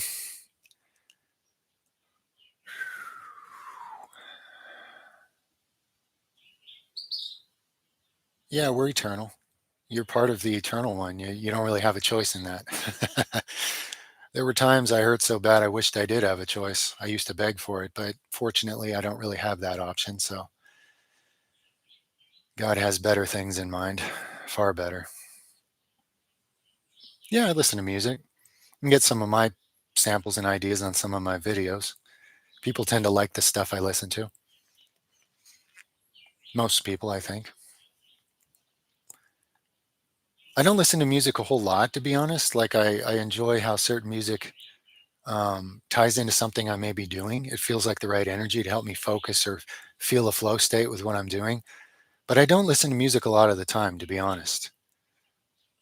I used to listen to a lot more music than I do now. I think I used to need it to kind of distract me from my mind driving me nuts. And now I'm actually better able to use my mind for more productive things. So I don't need music as a distraction from myself as much. That said, I certainly really like certain types of music. Yeah. Mm. Parasites, physical parasites, which kind of parallel non physical. There are many types that can live in a human body. Yeah, I love Johnny Apple Shreds. Johnny Apple Shreds. Um, Check out his channel, subscribe, say hi. Super friendly, super awesome guy to get to know, and super musically talented. Anyway, physical parasites, they influence your biology. They connect to your body and they actually inject messages to your brain to make you crave what feeds them and further diminishes you, just like spiritual parasites. They give you thought loops that cause you to be more trapped in a certain sin that makes you more dysfunctional, keeps you in lower consciousness so they can feed from your spiritual leaking energy. They're parallels of each other. So as you learn to take care of this temple, the ideal should be that so that this becomes the temple of the living God. And in that process, the same principles that help you get rid of the physical parasites by not feeding them what they thrive on to weaken you and to get more control of your life applies to the spiritual dimension, the even more important dimension of you, where you can start detoxing the spiritual principles that are doing the same thing at that level. The spiritual, you can start detoxing the spiritual parasites. I might have said that wrong. You know what I mean.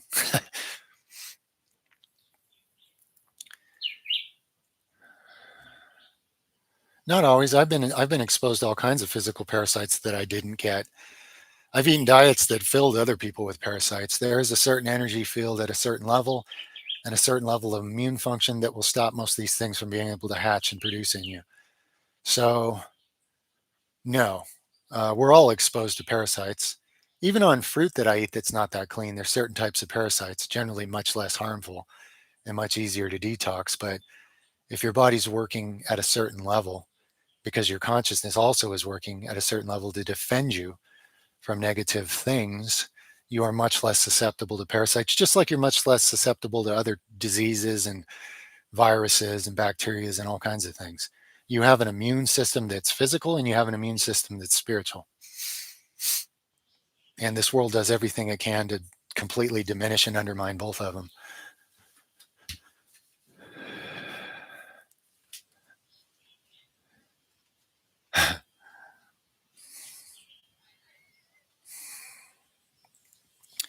Allergies can cause inflammation, but inflammation can come from other things as well. You have leaky gut, and there's things in your bloodstream that shouldn't be there from the things you eat that you can't digest right. And you got to repair your leaky gut and totally detoxify your lymphatic system and reset your body. There's things I can eat now that I'm not allergic to that I used to be because I cleaned out. I don't even consume those things, but I can because I cleaned out with deep cellular detox and rebuilt the gut lining and thereby the immune system with proper gut flora. And I'm not allergic to things I used to be. So you got to go deep and address the root issues. Astrology, debilitated planets, exalted planets. I have 6 retrograde planets at birth. The 7th went retrograde soon after birth. I have 9 squares, I think 3 oppositions. I only have like one good aspect, and I have all kinds of horrible aspects. A lot of people wouldn't have lived through that. And I have flatlined a few times, and life has been extra hard in some ways, but it's also for a purpose. People with a bunch of exalted planets probably have it so easy in life they don't grow spiritually unless they're wise enough to do so anyway. So just remember, everything's not what it seems. The spiritual wisdom behind a thing versus the physical so called wisdom are probably going to tell you two totally different stories about those things. A lot of things in my physical path, health, mental health, um, psychological, emotional, have been harder.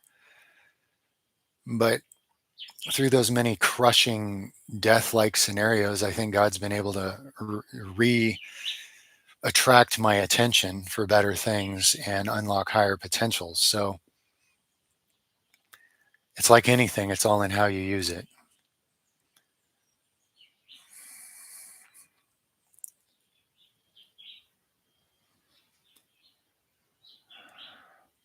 As far as hernias, I would look into people that have given testimonials they were able to heal it on their own. And if not, um, look for a decent surgery. I mean, it should be a very simple surgery if you can afford it or you have insurance. It shouldn't be a big deal. It's not a scary surgery or anything. And that would solve it pretty simply.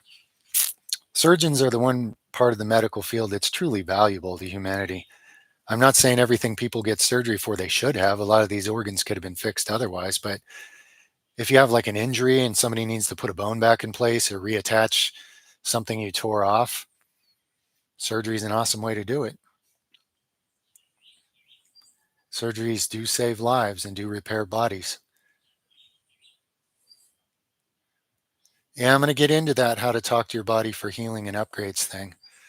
That's going to be a video topic coming one of these days soon, probably. The Epstein files, it just shows people that are oblivious and in denial the kinds of things that have been going on all along. You can read in the Old Testament of the Bible how they were burning babies alive and how God had never even thought of something so horrific, but apparently God's all about that kind of stuff. So who are these two different gods written all throughout the Old and New Testament? What's that about, right? This evil's always been there. And people act like it's something new. See, it's the end of the world. Take me out of here on a cloud. Come on. Come on. Personal selfish escapism is not the idea. The idea is to bear fruit and bring light into this world that needs it. Take some accountability and some responsibility for what you're even here for. Don't look for some kind of spiritual welfare escapism. That's very selfish and it doesn't bear any fruit.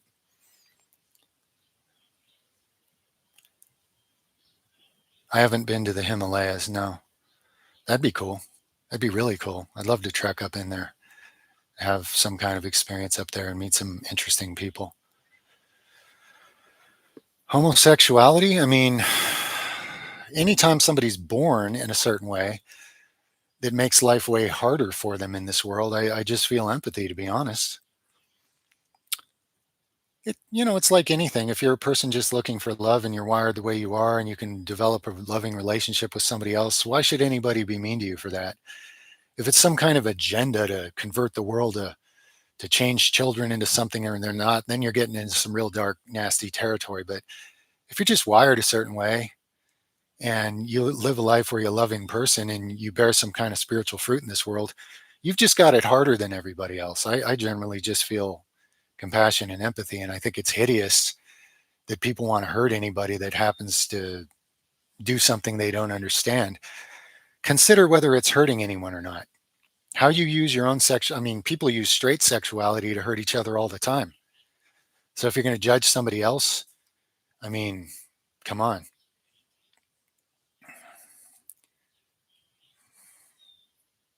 I mean, Paul, the false apostle, liked to bash on people for being effeminate or whatever, but Yeshua doesn't have anything, and even the older writings condemning anybody for that. So why in the world would I look for an excuse to pick on somebody just because they happen to be born different than me? I have some very unique traits mentally and personality wise, and sometimes they get me in a lot of trouble with people, but I'm just trying to use them for the betterment of humanity. So it's real easy to be misunderstood, and it's real easy for people to find excuses to take out their own darkness on somebody else. But that's just adding darkness to the world, you know? Be loving, be compassionate with people as much as you can until they make it literally impossible and move on somewhere where you can. I think playing guitar is awesome. I have a great ear for it, but I don't have the fingers for it. My giant Shrek fingers tend to hit like 6 notes at the same time. It's ridiculous. So my hands can't keep up with my mind or my ear, but I really admire good guitar players like my buddy Johnny Apple shreds. He amazes me. I'm almost jealous, but I won't bother being because we all have our things. And like he always says, comparison is the death of joy. It's really ignorant anyway. That's why thinking that if I was taller, I'd be better, or if I was this color, or if I had this kind of hair, that's really, really sad and unproductive. You're not your body. You're not even the temporary talents you have in this life. You're going to lose all those, just use them fruitfully while you have them, but don't invest in things that will die. Invest in what is eternal.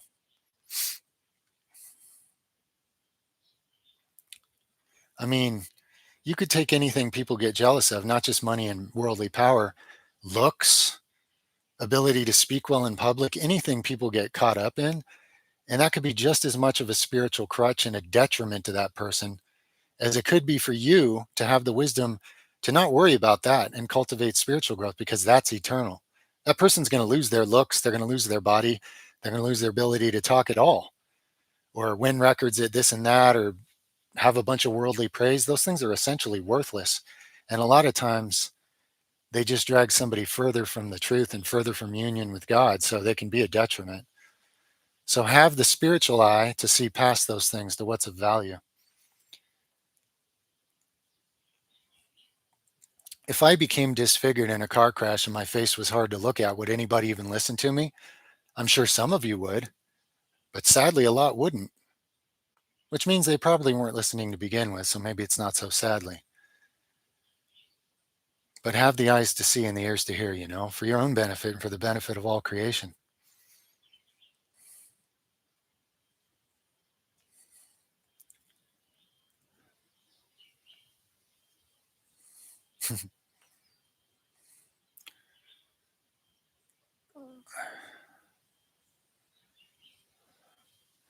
Just because I'm tall doesn't mean I'm better than anybody.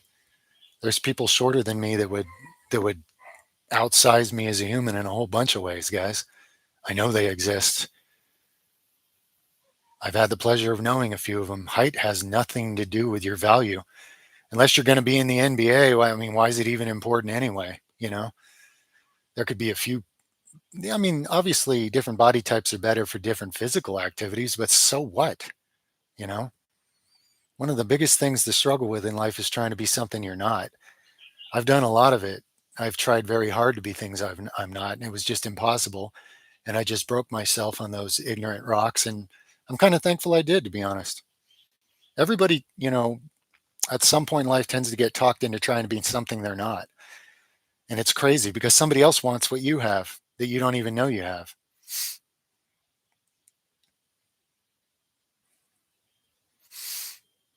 I'm 6'2", definitely tall as humans go.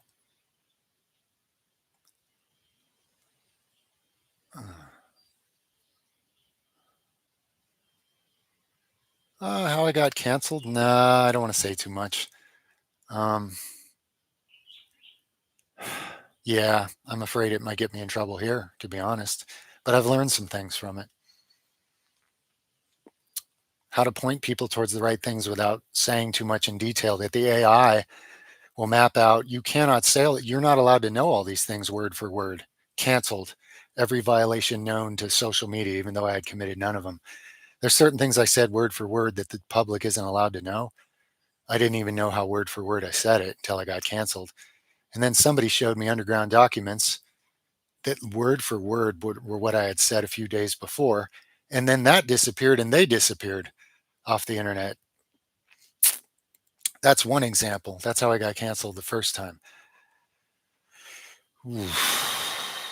I 10 years ago, I predicted what was coming. I told everybody what to avoid. I told everybody how it was being done. And I gave everybody the information to protect themselves. And I got canceled for that. And I watched countless people die and be harmed from the very things I had warned everybody about. So I learned you just can't do certain things without being silenced or worse, right on the spot. So you got to have the wisdom to decide, do I want to be martyred and then have my story rewritten into garbage anyway? Or would I like to be around longer and cultivate maybe a better way of life that people can't even see or interfere with, because that's going to be relevant to humanity for what future it will have?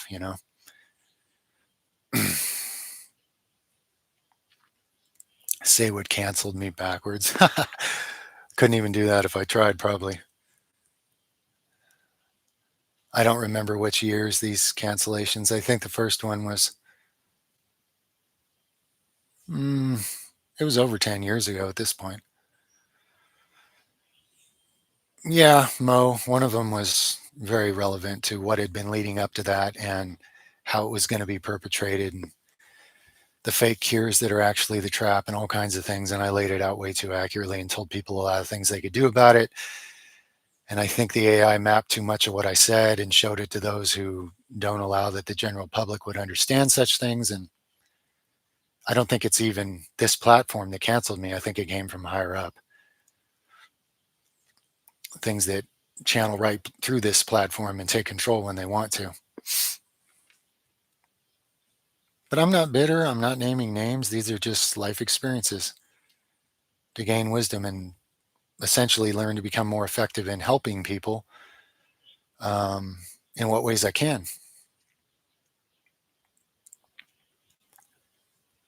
I hope to be your friend. I hope to be a good friend to you. And I'm glad it sounds that way and it feels that way.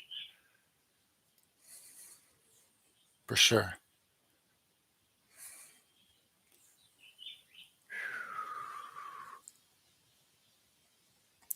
Bloodroot worked really well for all my moles.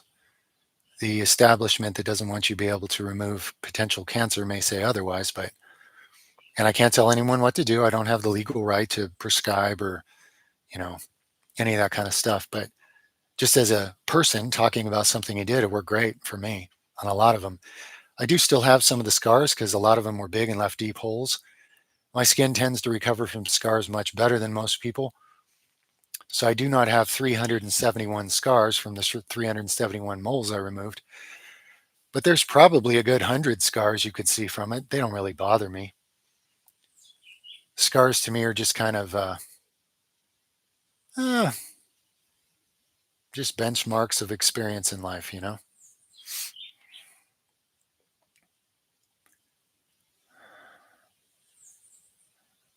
I don't really know much about Dungeons and Dragons. I never got familiar with that. I'm good. How are you? I love you, friend. Uh, how I removed the moles with Bloodroot. I would and remember to only do one the first time. At one point, I did many at once, and it was very brutal. But feel free to take your time so you can handle the unpleasantries of it without it being a big deal. So I would take a toothpick and scratch the mole because you want the sap to penetrate it quicker and stronger. So I just scratched the little top, not bloody or anything, but just kind of scratch the top layer of skin a bit.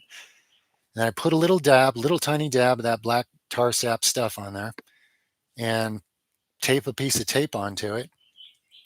And depending on which environment I lived in, when I lived in a very dry climate, it usually took 5 to 10 days for the mole to be totally detached to where I could just dig it out of the hole with a toothpick. If I tried to do it early, I had to tear it out, which was a little bit rough. And it always goes deep enough that you'll see the white fascia underneath, or at least it did to me. All layers of skin gone, hole about this deep on average, and you're looking at fascia, which is crazy. But if I waited long enough, 5 to 10 days, it comes out real easy. It's totally disconnected.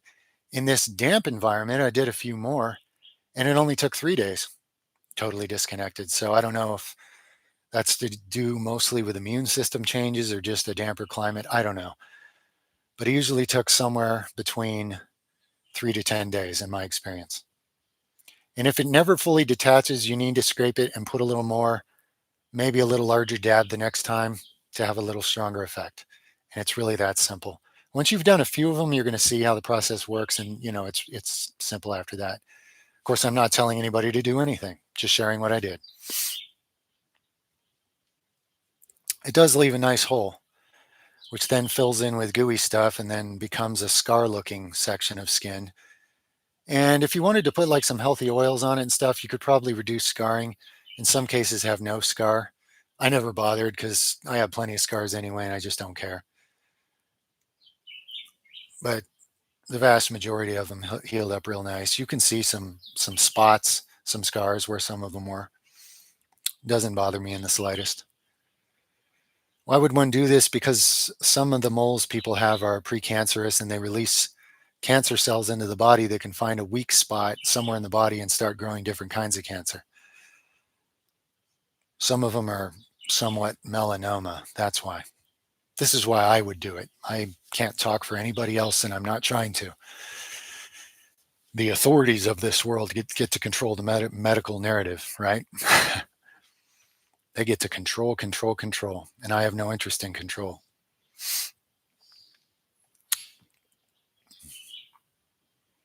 Some moles are cancerous in nature, many are not. I just removed all mine because I don't want to have potential landmines living in my body that aren't even part of my true DNA and shouldn't be there living off of me anyway. Yeah, I lived on a raw meat diet for 5 years, a long time ago. I did fine physically, but it didn't do anything for me consciously because it's not in alignment with who I am. And I'm doing much, much better now without any meat.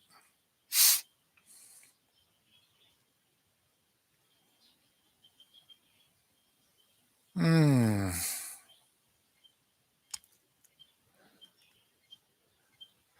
How do you know if a desire is from ego or your authentic self? Well,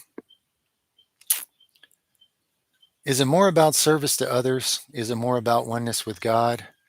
Or is it more about you trying to make yourself feel like you're more? Um, is it really rooted in a love for the betterment of all? Or is there selfishness in the root of it that's really for yourself? Okay. Um, it's not always easy to tell, but those are some of the basic, simple ways, things you got to look at carefully.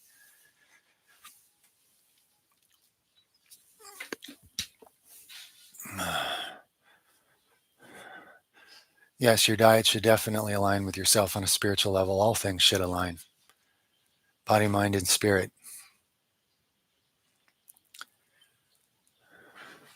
Why did God create the ego? Well, in order to have this experience where you live in duality and you experience being part light and dark, and you can make choices, you need an ego. If you didn't have an ego, you couldn't be having the human experience, and you couldn't be tempted, and you couldn't make mistakes, and you couldn't decide for yourself what's important to you. The eternal spiritual things are the temporary worldly gratifications and greeds and lusts and powers and ego gratifications that are all fleeting and temporary, but the consequences aren't.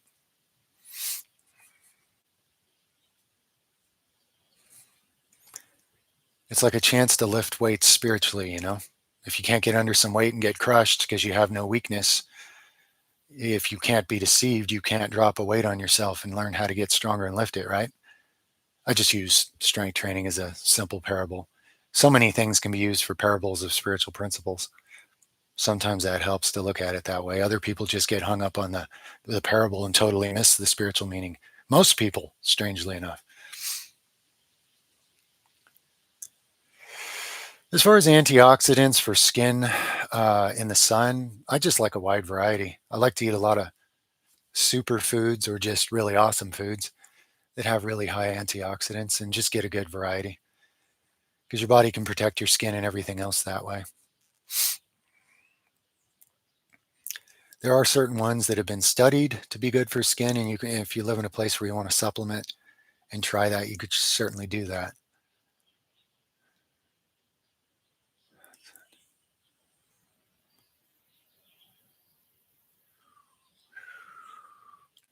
Alcohol abuse and overcoming addiction. Well, I can't speak for everybody's motives for like continuously abusing alcohol. Myself, what it always was a way to get away from feeling horrible emotionally and mentally. So, given the time to align with a higher purpose that I do believe in and find to be true, I find that now when I'm uncomfortable, it's actually for a good purpose. So I don't want to dilute that discomfort or get away from it. In the past, the terrible discomfort I was feeling was not even for a good purpose. It was just based on deception.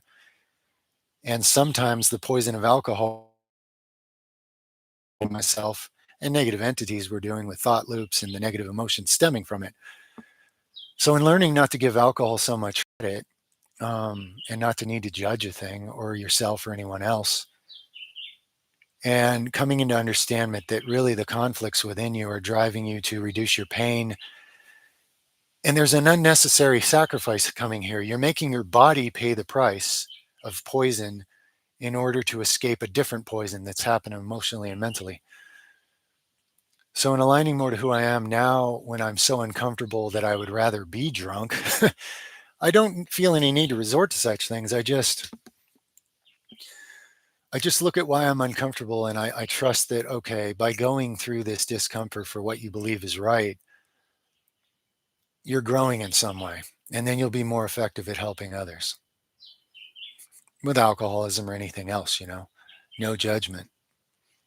Whatever the vices and whatever the traps, it's not God's will for people to remain stuck in their traps, deceived by darkness.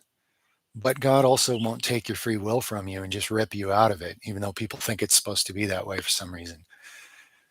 You can learn to trust a God that you actually believe is good, and you can't learn to trust a God that you've been taught hideous lies about. For me, that there was one of the biggest keys to not needing alcohol and other negative patterns.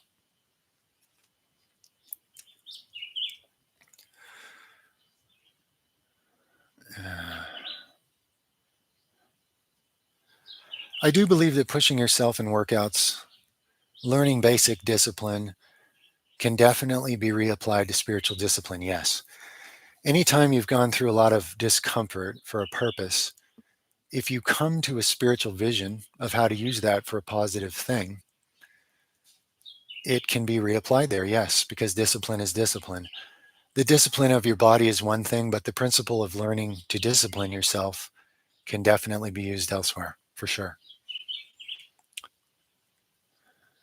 That being said, if you only ever discipline yourself for physical gains, like, you won't redirect it to anything more important. And those physical gains will all be lost one day. And then what was even the discipline worth? So there's always a discernment in the wisdom of how to use things that you are good at for a higher purpose if you open up to that. And if you rely on God in trust and love to show you a higher potential for what your life is really about. I don't have any kettlebells. I use things, buckets with rocks and kind of things hanging from ropes. They kind of work in sort of similar ways to kettlebells sometimes, but I've never actually owned any kettlebells. I've used them a little in gyms a long time ago.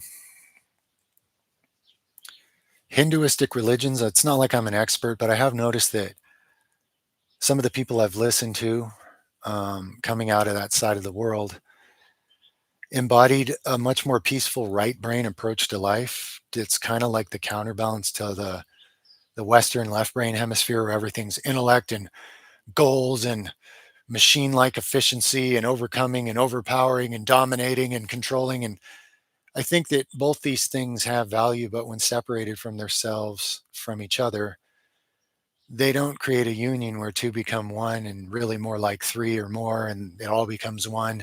And then all these things can be used more properly.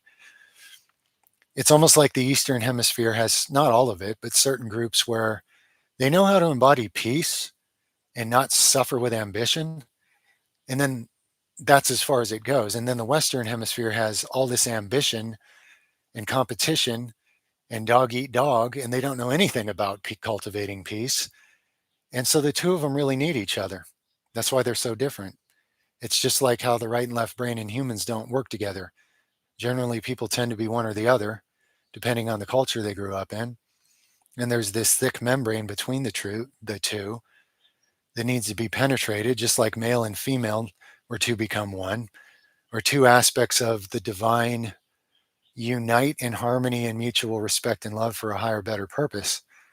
Then all the abusiveness of the Western Hemisphere goes out the door, and the discipline and efficiency can be used for positive things. And all that peace in the Eastern Hemisphere can be cultivated and used and kept in what you're doing, but then they can actually take productive action to make more of a difference in the world. These are divisions. Everything's divided and conquered, and it needs to be reassembled. But only the wisdom of the Creator that made all these aspects can put them together into a higher purpose. So, as an individual, you need to be in a state where that's more important to you than what your ego would like to get out of life. Because if you really dedicate your life to, say, following the principles of like Christ principles or the real Yeshua, you're not going to get out of life what your ego wants at all. You're going to get something much better, but it's not going to be ego.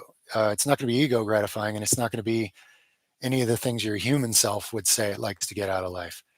You may get some of that along the way, but it's going to be very different things.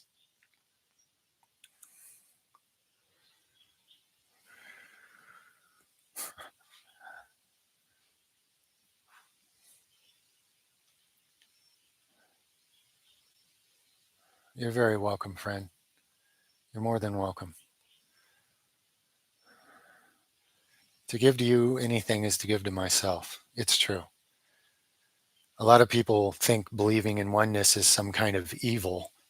And unfortunately, that just handcuffs them from being a good Samaritan, for understanding that whatever you do to someone else, you are doing to Yeshua, and you are doing it to God.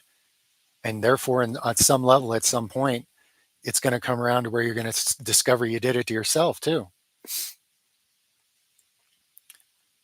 Yeah, I've had mystical experiences meditating, sure. Come out of body and suddenly know something I need to tell a friend.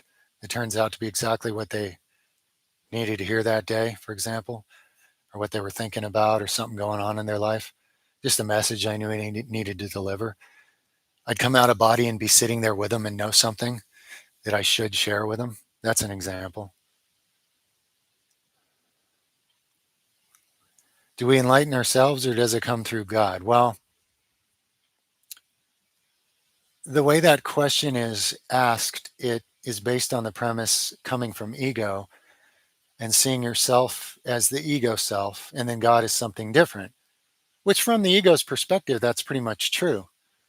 However, here's another one of these interesting paradoxes where if you become more enlightened, both things are happening. God is the infinite, all powerful creative force that all life comes from and is sustained by, that is expressing through and experiencing it all, is doing it.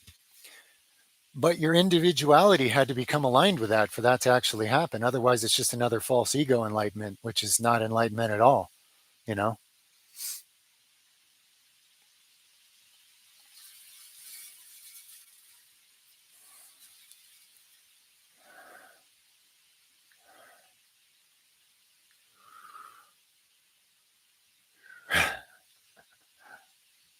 Everybody always says they're in the end times, man.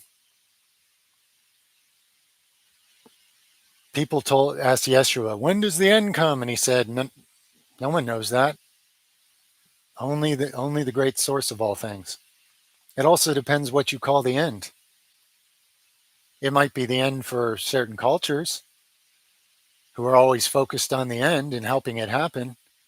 Does that mean it's the end of the earth and all humanity? No. There's things in the book of Revelations that already happened a long time ago, and people just don't have the spiritual eyes to see it. So everybody's forecasting and selling books and selling books and selling shows and selling watch time. It's the end, and here's the sign, and here's how you know, and I'm going to heaven, and everybody else is going to be punished by all these plagues. Ha ha ha ha. I wouldn't want that to be me. Ha ha ha ha ha. It's ridiculous, man. Certain cultures and empires are coming to an end, yeah. They're doing all the things to make it happen, including what they believe and teach each other about the end.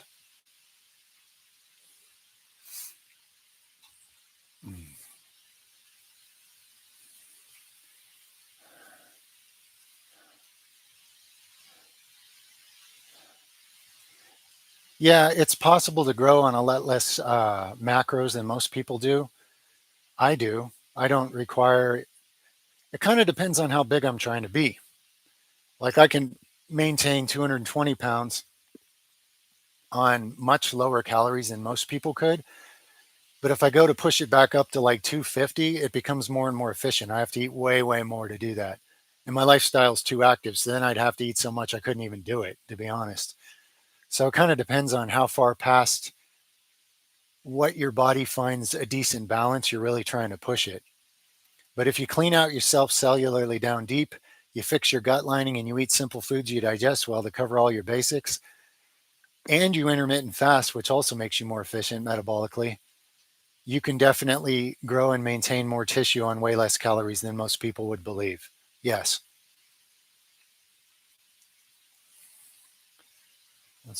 The day of the Lord should be every day. It should be the ever present now. And until it is, it's just going to be more hell on earth and well meaning people waiting for the Lord to fix everything while they're not being the willing part of the body of that happening and the temple of the living God, which is what is needed.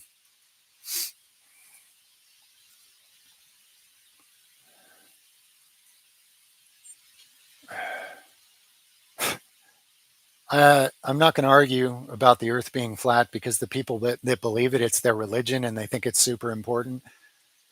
So it doesn't matter what I would say there. If you think you live on a flat earth or a round earth, how much fruit are you bearing? How much of the is the goodness of God expressing through you? Whether you're living in a cube or any other shape, it's irrelevant, actually. I mean, I know the answer, but who cares?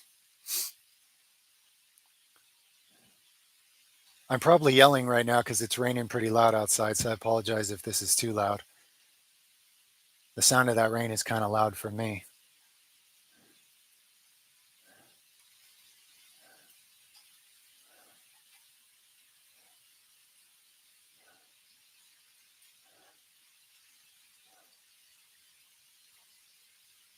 Karmic inclinations. Your body has a lot of built in animal like inclinations. How much do you give into the beast? How much is self gratification what you live for versus how much do you put the beast in subjugation to the creator, to the Holy Spirit, to the principles of Yeshua, to love and service to others before self?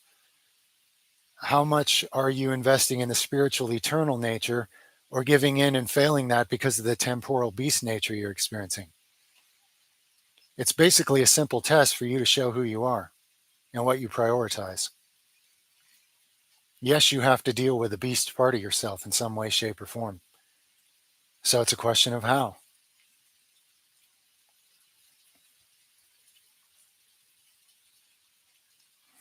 As far as false teachings and like karmic or the consequences, a person is guilty to the degree that they are aware that their teaching is false. Okay. There are people in this world that do as much evil as they can on purpose. And there's a whole bunch of just complacent people that just go along with authority and don't even know they're feeling it. Obviously, one of those is a lot more guilty than the other. This is why each person gets a life review and gets rewarded according to their own deeds, including thoughts, feelings, actions, non-actions, and everything else. And there is only one infinite intelligence wise enough to give people exactly what they need based on exactly what they did and chose.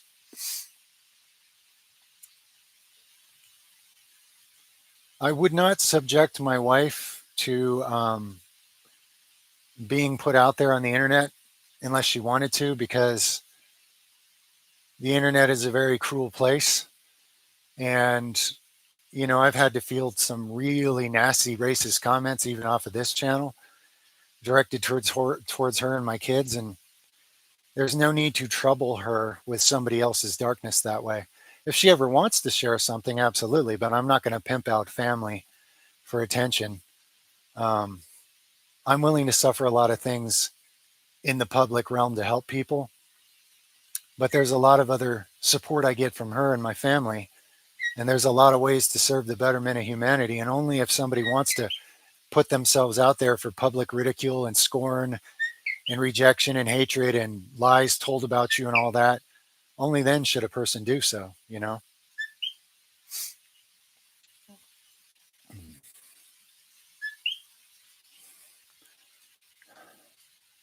Yeah, Alpha Carp, you could start with my video, The Antichrist Deception. It's right in front of your eyes. And especially use the links under the video. The video itself is super short, simple, childlike, but the links under it are a really good place to get into some of that for sure. And those particular people are just some of the many people that have figured this out quite well and can lay it out really well for you.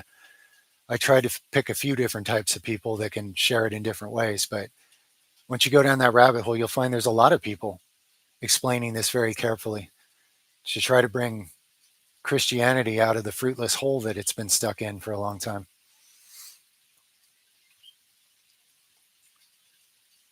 I don't always stay connected to myself during busy or stressful days, but even if I'm mentally chattering wrong and I'm being impatient and I'm making mistakes, I have such a good outline for what I'm already doing that even if I kick and struggle my way through it in a dumb mentality, I still get a lot done.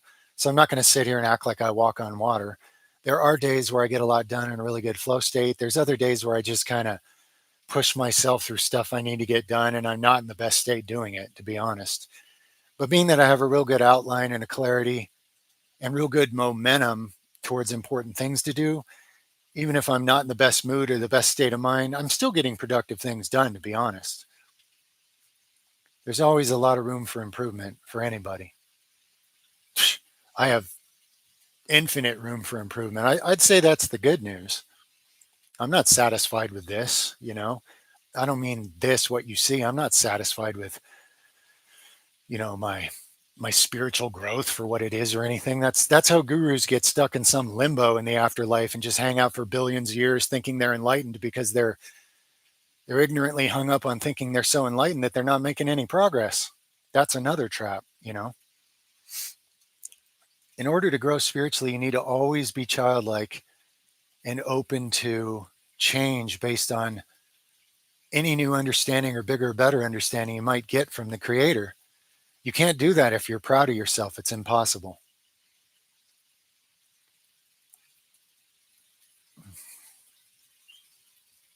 Yeah, service to others, genuine service, not going around helping others by telling them what they ought to do and what they ought to believe. That's not service to others. But anything that is of actual value to others is definitely one of the biggest possible aspects of how to grow spiritually.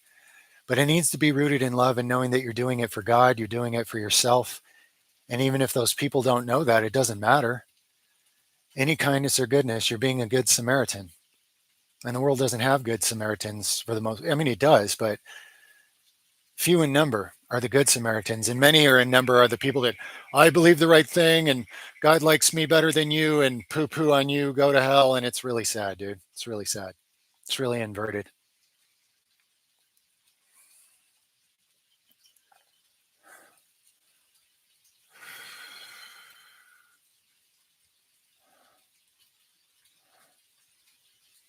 Um, Clear table, you can certainly do that if you're strong enough to do it.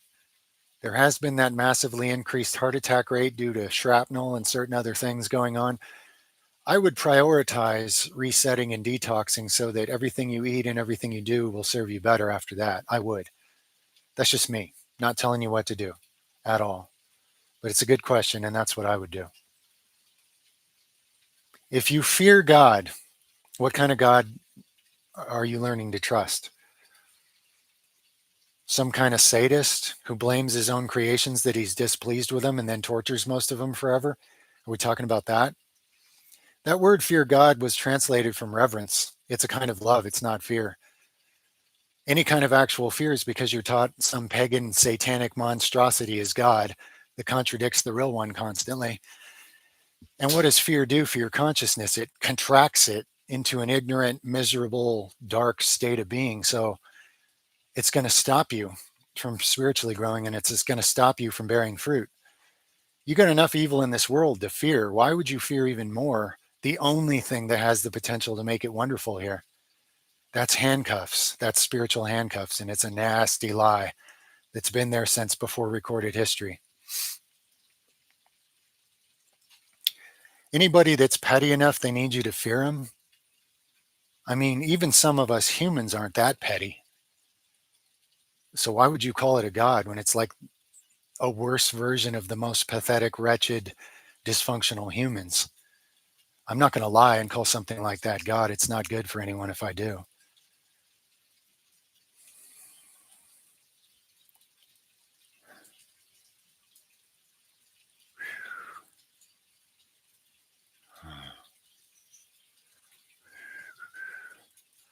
How do you connect to Creator and talk to Him? I would call it him, her, it. Male and female are just certain expressions of an infinitely awesome nature. But anyway, in whatever parlance of the times works, how would I connect? Your life is a prayer. It's a matter of coming to know that, and what you're believing and saying in your heart and mind really is your prayer. When you realize you're saying it to the infinite Creator, then it becomes more sincere. And really, what did Yeshua say? He said, pray in private.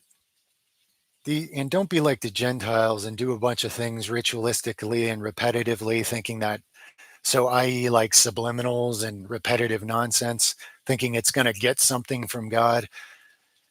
Do it in private where nobody knows. Speak the simple truth from your heart because your Creator already knows what you need before you even know to ask for it. My basic daily prayer with my family is thank you for the guidance, blessings, and protections. Thank you for quickening our spirit to perceive you more among us and around us. May we be a light unto this world and each other. And thank you for life more abundantly as you see fit to guide us into it. And that's it. Instead of, oh, please give me this or please change that person like that. I mean, you're treating God like a genie in a bottle at that point. That isn't God, you know? And then the other half of it is learning to listen. If you're going to ask for, like we do, or you're going to claim and give thanks for guidance, blessings, and protections, then it's on you to be open to perceiving them, how they're happening in your life. And that's the listening side. You're not necessarily listening with your ears for a voice. You're keeping your heart and mind open like a child to perceive however God chooses to show you those things. And it's always going to be shown to you in more ways than you're realizing. It's a matter of how many of them you can pick up on and perceive. And then you have more to work with because you can flow more accurately with what you're being given to flow with. That's probably the best I could describe it right now.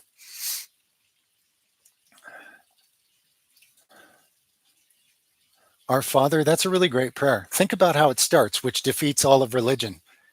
Our Father, not my Father and your Maker. Our Father. See, right there, religion's made everybody miss the first two words in the whole prayer. See how powerful the brainwashing is? Our Father who is in heaven. And then it goes on to say, thy kingdom come and thy will be done on earth as it is in heaven. And then you're taught to think you're waiting for God to do that. And he's showing you, be like me and do it. That's how that happens. Meet our basic daily needs so we don't have to be caught struggling and focusing on earthly things. Seek first the kingdom, and these other things will be added unto you in order to free you up so you can better seek the kingdom, better cultivate the kingdom, and better spread it in the earth. If people could meditate on what he's actually saying in that prayer, just like the Beatitudes or any of the red letters, really, and cut out all the noise you've been trained to not hear what he's saying and not perceive it, profoundly powerful and life-changing. There's enough in that one prayer to give you a life of bearing fruit instead of handcuffed in spiritual darkness.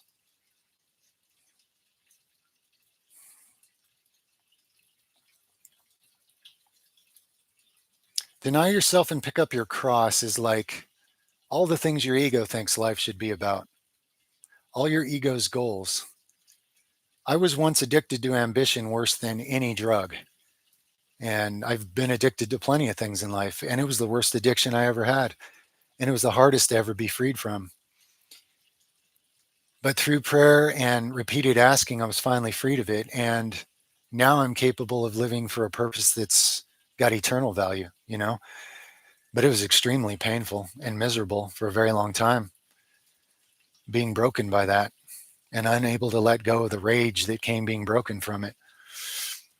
So, any form it comes in where you have to give up what you decided life is about or what you were taught life is about in order to make room to actually cooperate with love God with all your heart and all you are and love your neighbor as yourself, whatever that is, and however hard it is to break yourself and give it up. I mean, it was more painful than death. I wanted to never have been born. I've been through some of these ego deaths, some would call it. And in my case, and probably in most, that's what was required to actually finally give in to a greater purpose and actually want it more than all the futile things that, even if you do achieve everything you want, even if a man gains the whole world but loses his soul, it profits him nothing. It's just the simple truth. But it's not easy to tame your own ego. You really do need God's help. You really do. You can't do it yourself because you're trying to use ego to tame ego. You're just making it stronger. It's another trap.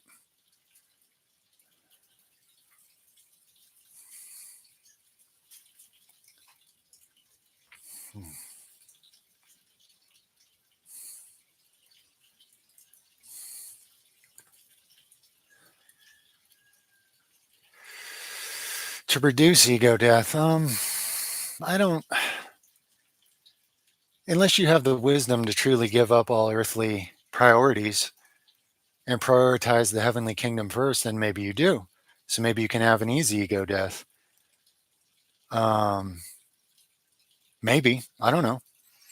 Otherwise, you're going to be given opportunities. If part of your soul, your spirit knows you want oneness with God and you want to live life for what it's really for, but your ego goes on doing its thing, you'll be given these opportunities like I was, where you smash yourself on the rocks of ego. And these are old stories from before anybody ever saw me online, but um, not to say I don't go through certain versions of it even now, but uh, in my case anyway, I was given the opportunity. I didn't recognize it, but I could tell that I'm being denied what I think life is about in a brutal way. And I used to like yell at God, what is this about? You know, and I'd get really irate and angry. So, of course, I couldn't listen or get anything from it. And when I finally got humble and calm and childlike about it, eventually I became free of those extreme addictions to achievement or whatever else. And and then this whole new relationship opened up that was so beautiful and so healing for myself and my family. It's like I wouldn't trade all the achievement in a thousand lifetimes for any of this, you know. Doesn't mean it's always an easy path. A lot of people and a lot of the world will be mean to you and not understand you for it, but it's the most valuable thing, you know. The kingdom of heaven is like discovering a pearl in a field and selling everything you have just to buy that patch of dirt so you can get that one pearl. You know, it seems small at first, so your ego's not interested because your ego wants big worldly things, and it doesn't realize in that one small pearl is something infinitely bigger. To touch on that with words, I guess.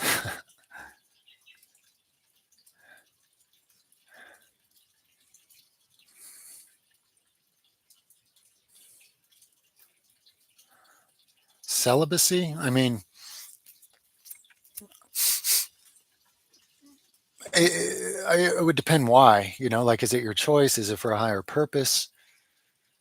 It certainly gives you the time and the focus away from lower activities, lower centers of energy to prioritize more important things. You know, um, but if you're someone who's really more meant to have a family at some point, there'll certainly come an end to it, I guess. You know, so it kind of depends on the context for sure.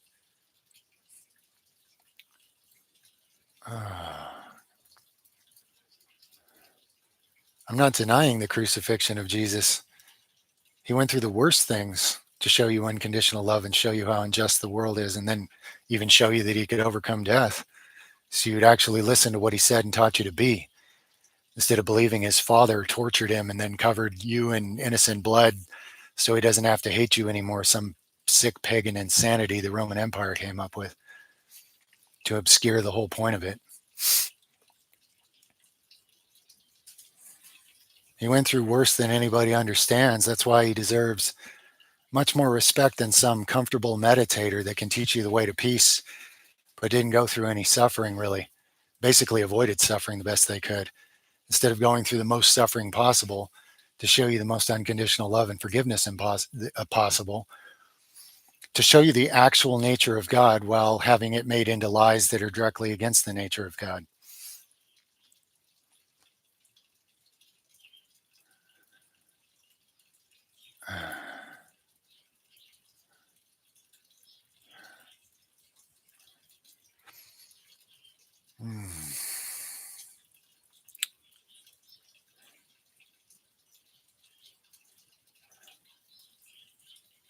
Yeah, well, it says Jesus holds judgment of mankind, but he himself, what did he say? He said, I don't judge you, nor does the Father judge you, but you have one who judges you.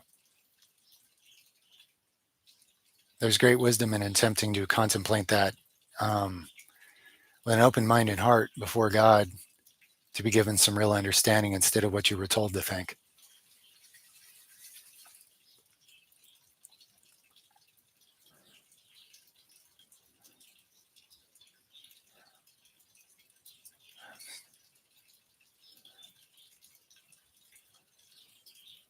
The demiurge, I think, is some kind of Gnostic concept, how you're all a bunch of helpless victims in physical reality.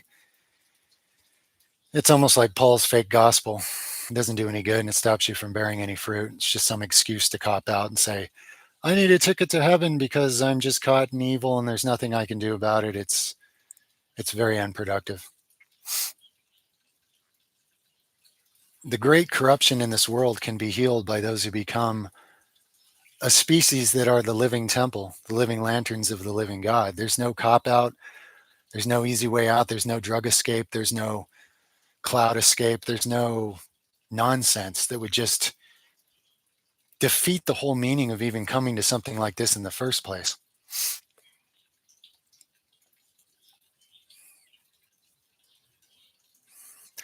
Can I explain the context of this channel and the things I'm talking about?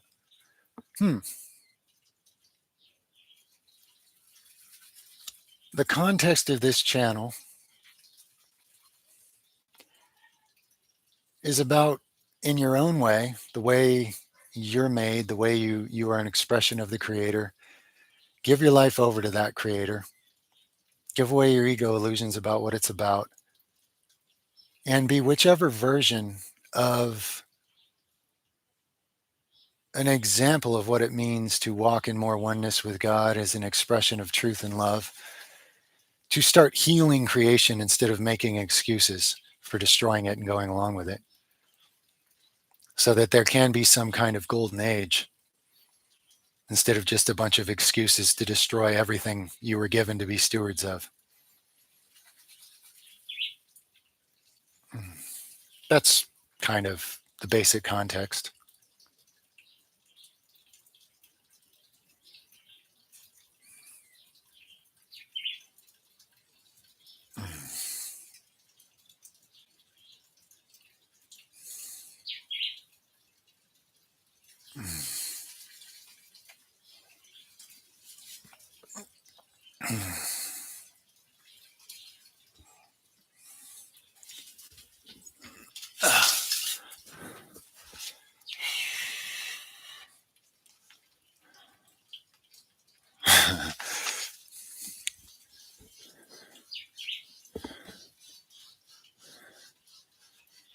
The only way to discern truth in a world of constant intermixing of truth and false is aligning your heart and mind and body the best you can, willingly, in highest priority, to the real God. And then patiently allowing yourself to grow like a child, to have more of the eyes to see and the ears to hear, and accepting responsibility for your own discernment of things instead of having some so-called authority tell you what to believe, which is outsourcing your own spirituality. It's burying your coin. If a rich man gives three people coins, he gives one 10, he gives one 5, he gives one 1, and he leaves on a vacation and he says, do something fruitful with these coins. And he returns one day, and the one that was given 10 coins or talents, you could even call this your God given talents, and the one with 10 managed to multiply it to 20, and the one with 5 managed to multiply it to, say, 10. And the person with one coin was like scared and gave up and buried their coin so they could give it back. This is a person who doesn't bear any spiritual fruit in their life. And when it's over, they just give it back. So then that talent, that spiritual potential is given to somebody who will use it. And they now have nothing.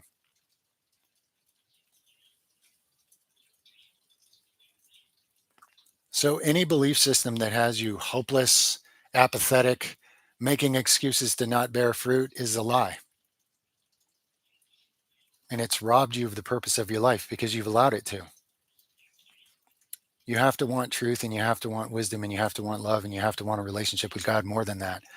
Or you're going to let something stop you. The world's filled with things designed to stop you. That's why it's a valid place to show that you're capable of being a steward over more of what creation and life and consciousness really is in whatever comes next for you. Or that you're not willing to be a good steward of even what you were given. So it'll have to be given to somebody else because you did nothing with it.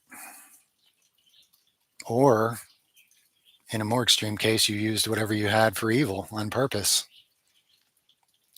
deeper into the darkness.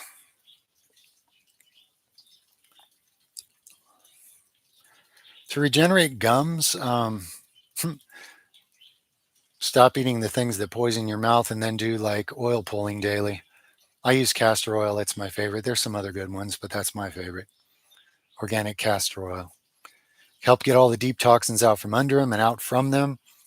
And it also feeds them nutrients that can be used for, cellular repair. And there's other formulas people have come up with that help with gum regeneration. It's certainly a good rabbit hole to look into.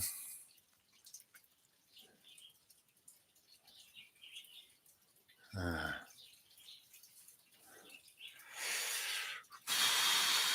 to release the need for outside approval, the only way I actually know is to prioritize the kingdom of heaven over the approval of men. That's the only way I actually know. The only good way. I mean, there are people that don't care about others' approval because they just have so much pride and superiority complex. They're just on their own ego trip, I suppose. But the only productive way I know to do that is to prioritize the things of God over the things of man.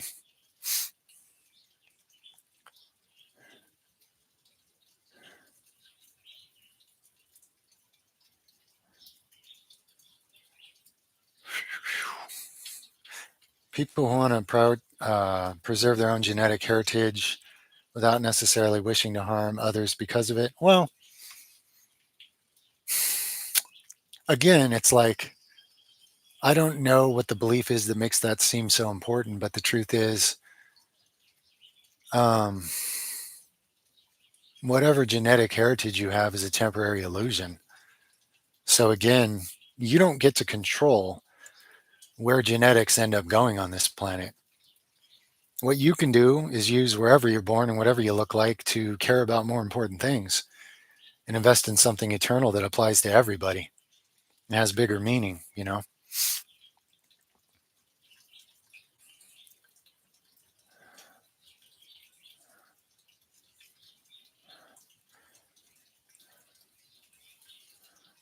Yeah, jujitsu is really cool.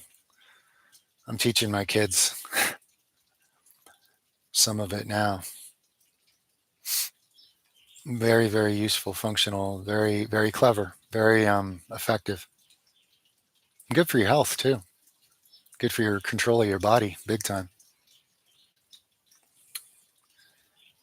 Thoughts on myopia? I kind of forgot what that is right now. I know Had some conversations about this. I'm just not remembering what it is right now.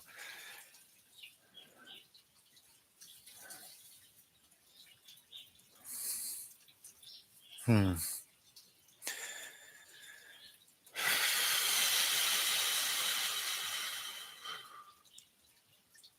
Yeah, I'm doing okay. Sure.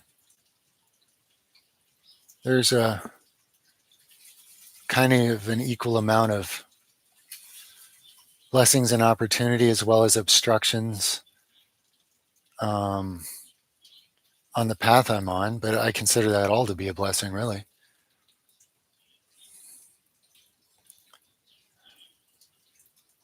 Membership for the channel? Well, I refuse to take any monetary gain for doing spiritual work, you know. I need it to be as powerful and as authentic as it can be for the sake of God's kingdom and earth and my service to others.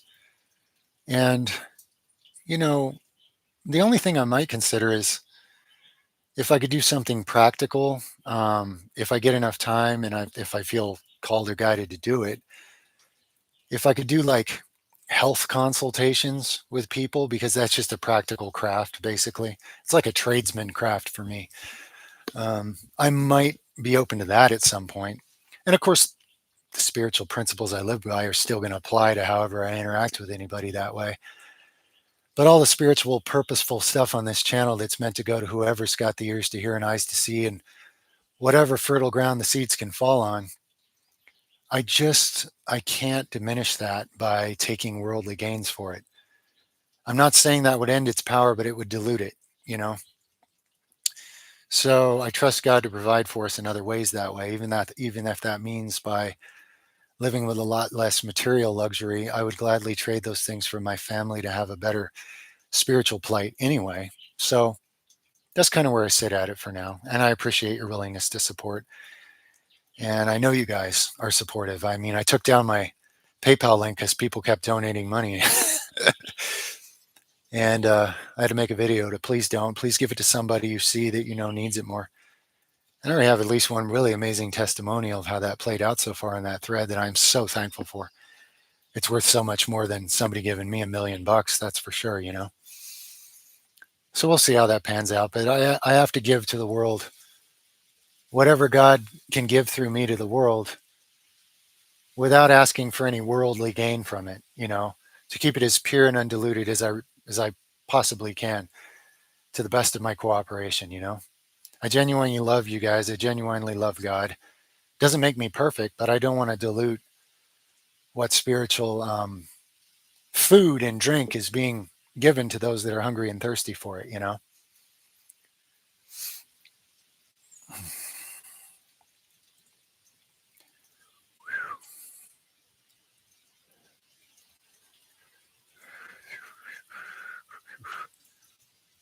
Uh,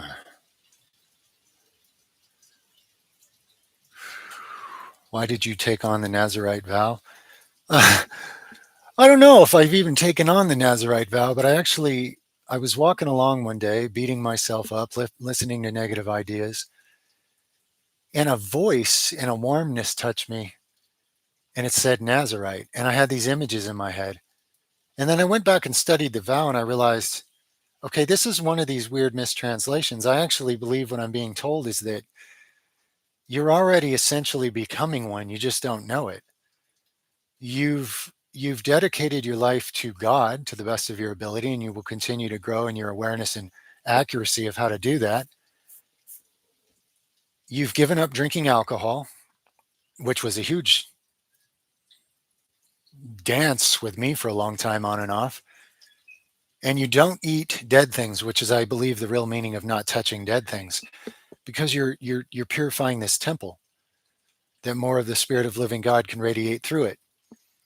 I mean, realistically, I have to bury a dead animal sometimes. I generally try not to actually touch them, but I don't think that's the meaning of that verse at all. Because I've done enough research on the older writings to realize that all the Essenes were vegetarians. All Yeshua and all his people, those words have been replaced in the Bible to make it about fish and wine and things that the Romans needed it to be about to condone their lifestyle. It's not accurate. So, in my own way, I was evolving into the Nazarite path And sometimes I experience supernatural feats of strength that were even beyond what I thought I was going to do and were surprisingly easy in some kind of flow state.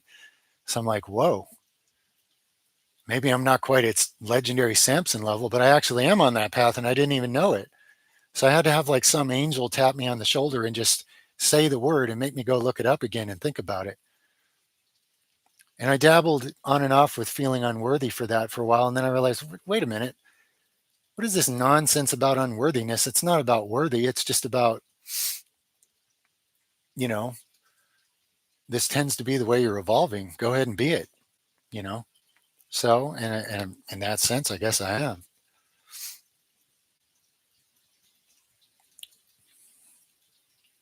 So I guess we'll see how that develops, right?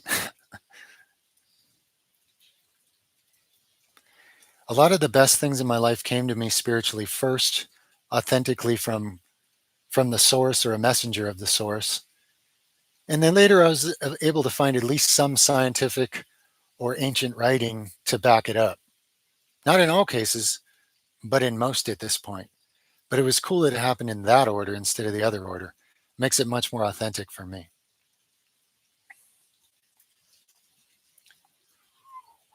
Yep, just that other one.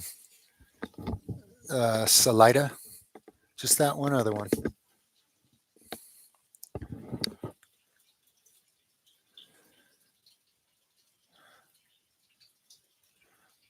I believe this stream will be saved. Those were the settings I believe I chose. Yeah. The last one worked, so I think this one will work. Uh, we read some books and more so play board games once in a while when the power's down and it's like storming outside. Sometimes we play some board games, family, and times like that.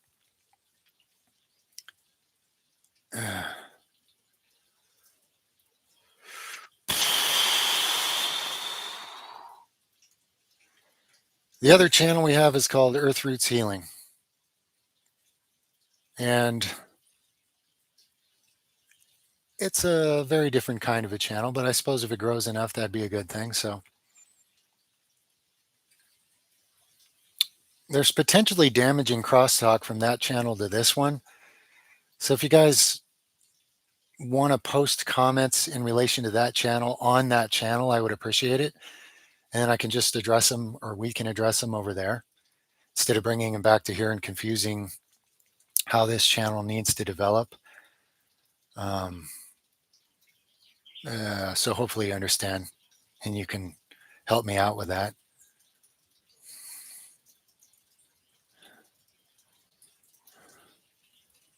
I do lose touch and pursue worldly things, not so much anymore.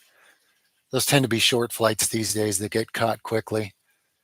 Um, for example, like if I worry about a new dent or a scratch that I got on a pickup truck that I ended up having to pay too much money for, and I'm like stressing, like, this thing I had to spend too much money on is getting beat up. And then I'm just like, dude, why? Why allow these things that moths and rust are going to destroy anyway even stress you? Do what you can to take care of the physical things you got to in life, and beyond that, don't waste any stress over it.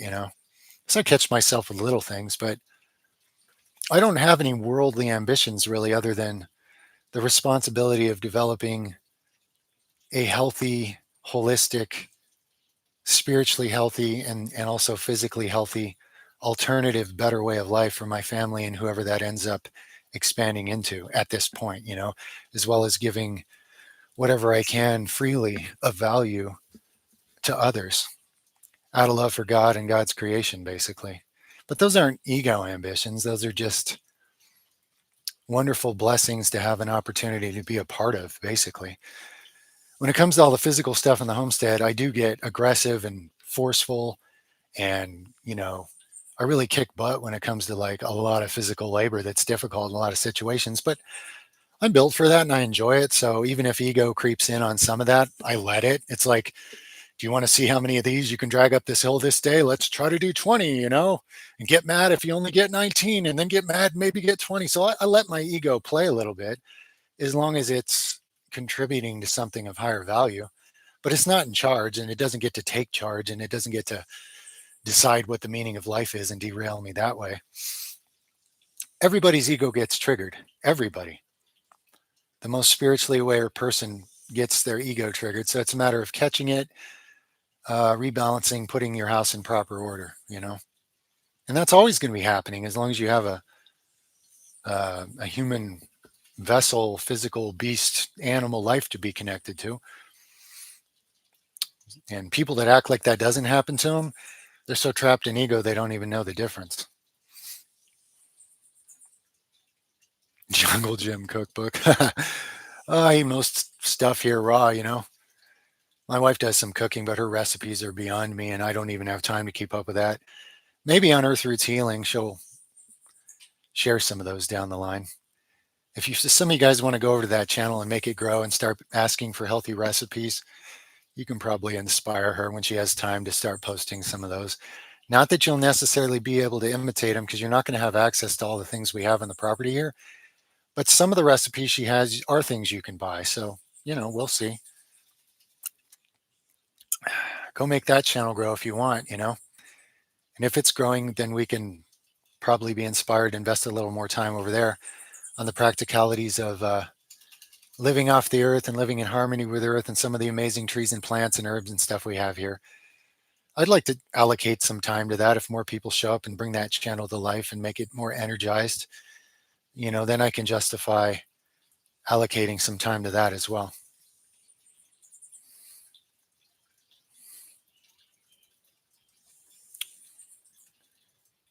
You do any hard grip training? Not like some gym process. I have to hold on to axes and machetes while hanging from trees to the point where, like, I'm hanging in a tree and I'm chopping with the other hand with a fat, heavy metal machete to where my arm is so pumped I can't hold on to either one anymore, and then I have to like grab with my legs, try to shake lactic acid out, and go back to hanging and chopping. So my lifestyle is extreme on my grip. Okay, but I don't do any like particular practices because that would be detracting from how much I can even handle the kind of stuff I have to do on a regular basis at this point.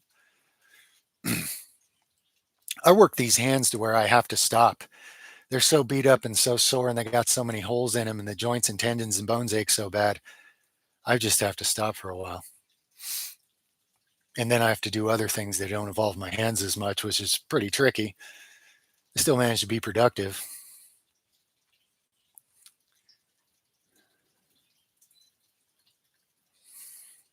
Well, it's not a cooking channel, but we have a kind of living in the tropics and developing our relationship to work with the land and that kind of thing. It's a channel called Earth Roots Healing on YouTube. But please, when you go to that channel, talk about things on that channel, only on that channel, not here. I have to kind of keep this channel safe in certain ways. Okay. That channel is different, more pragmatic and practical. So please, all the questions that channel brings up, post them on that channel, and we'll start being more active on that channel too. Okay. But keep the things that you hear on this channel to this channel because I have to operate and moderate these things differently. Okay. And keep the things that you hear and encounter on that channel to that channel, and we'll address each thing in each place. My friends, thank you.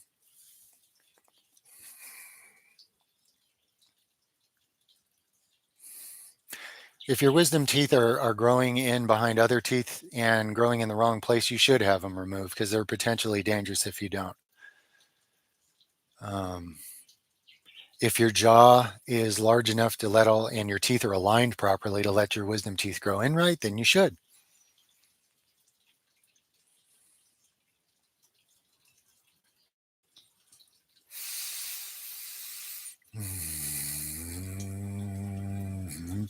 Well, you are forced to deal with earthly things.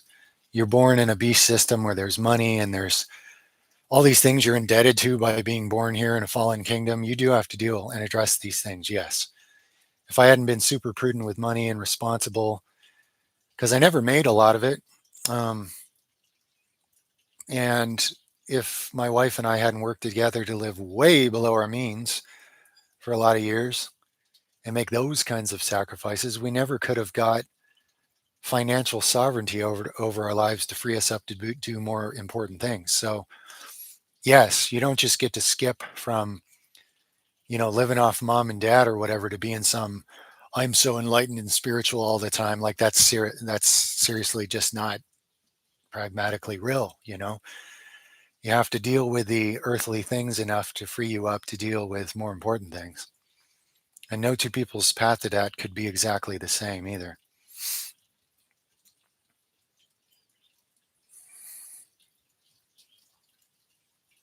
Well, before people had the ability to remove wisdom teeth, they came in crazy, or they came in right, or they didn't come in at all.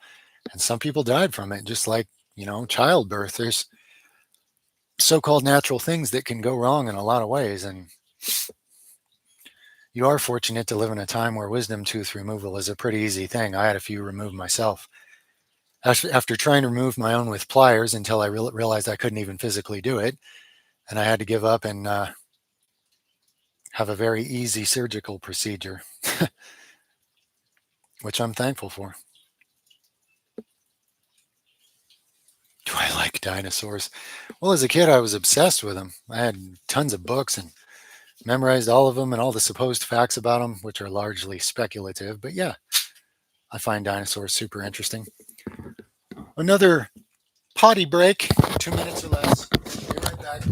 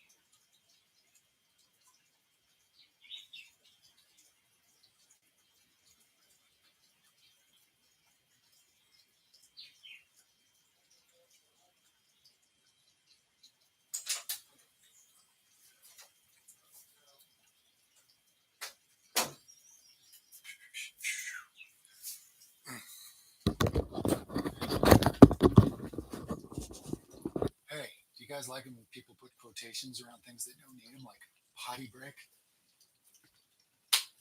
It's literally what I was doing. I just think I'm calling it funny, silly little cutesy names. So for some reason, I have to do this. It's goofy, right?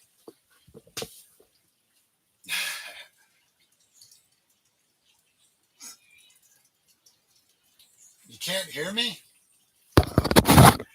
Is that better, guys? With my cheap little mic close to my face? Okay. All right. It does not have a range of that many inches. Good to know. All right.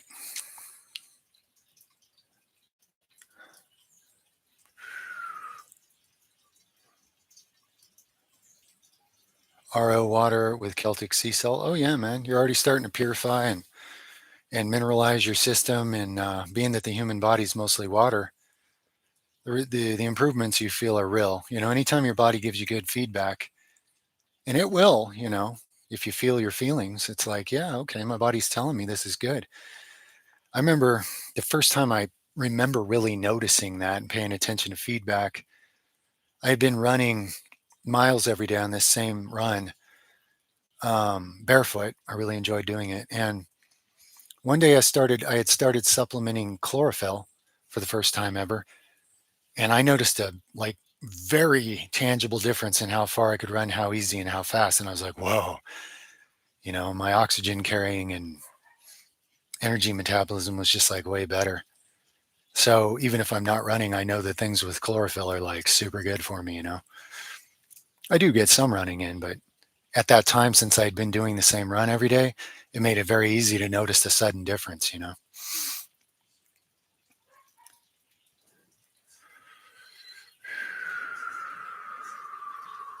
Tartarus, isn't that Tartaria? No, I'm not sure. I don't think I've heard of that.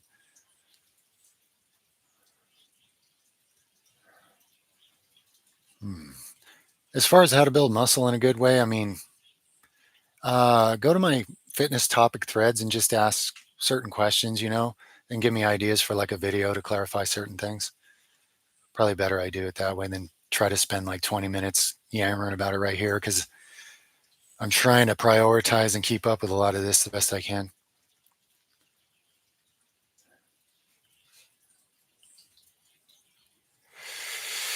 Oof.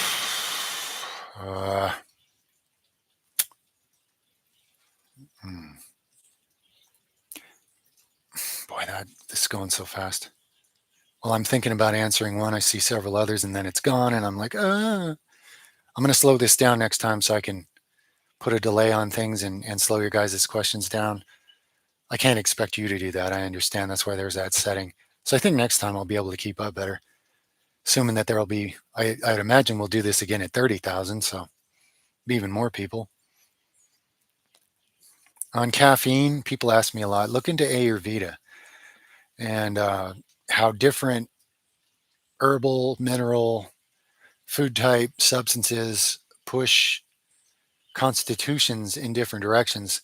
Some people can do pretty well using caffeine. It can even be a benefit to some in some situations, and others really shouldn't. So it's not a black and white thing. It's not super simple like don't do it or everybody should do it. It's definitely not like that. It's like a lot of things. Kind of depends on the person and the situation and the source of caffeine. I mean, I think popping caffeine pills is pretty unnatural, but there are some pretty good plant substances in the world with caffeine in them. And if they're in a healthy form, they can be good for certain people. Definitely, anything could be overdone, even for somebody it's good for. Capitalism versus the teachings of Christ. Well, like he would say, give me a coin. Whose image is this?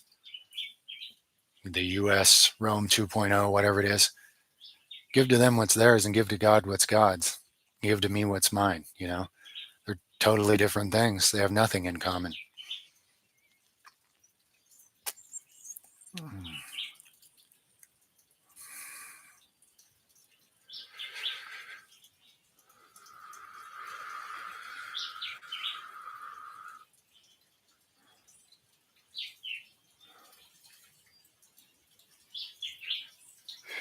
Yeah, I've played around with qigong a little.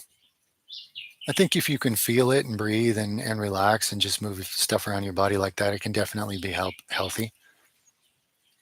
It's like a lot of practices. It kind of depends on the person, what they're thinking, what they're expecting, what the purpose is. But there's something to it for real. And I'm sure some people benefit quite a bit. There's a lot of people that are so stagnant, they just need to like do something to get some oxygen and blood and open up their body and move things around, get the lymph system moving and stuff. I mean, those are just pragmatic physical things it could help a lot of people with.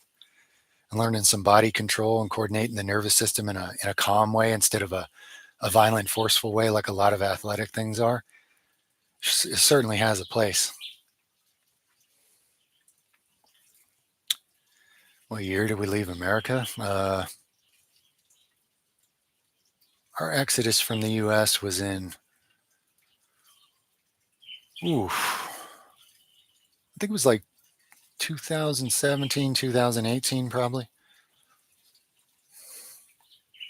Yes, I did battle with lust, and I did make some wrong choices, regrettably. But at this point, it makes me all the more clear on the dangers of it and the misconceptions of it. And hopefully, I can be of use to others, along those lines.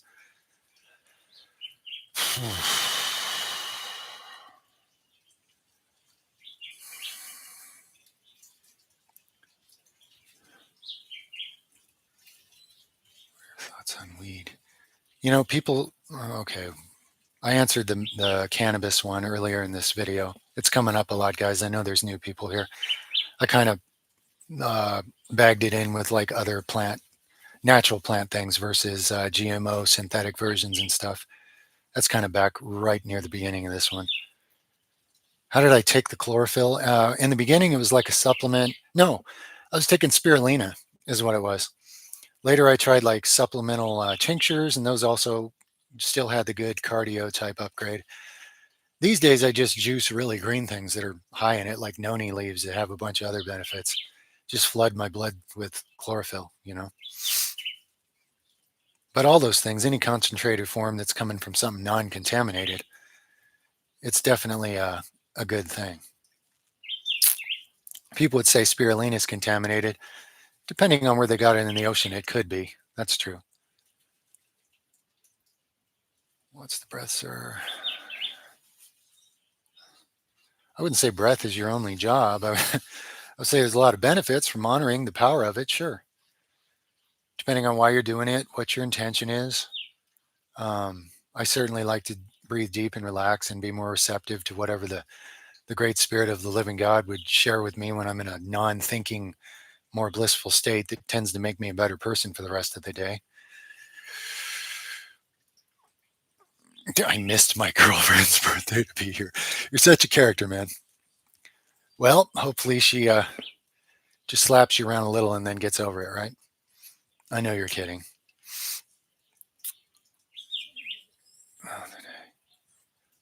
I don't focus on breathing throughout the day because I need to get busy and do practical things of value. I'm not going to be a lot of service to others if all I do is think about my own breathing all day. Up to the point where it helps set me up for a better day, I think it's quite productive. But if it's just me focusing on my own breathing all day, now I'm self obsessed and living in ego again, and I'm not really being of service to creation or God or anything at that point. It's like any good thing, it can be overdone.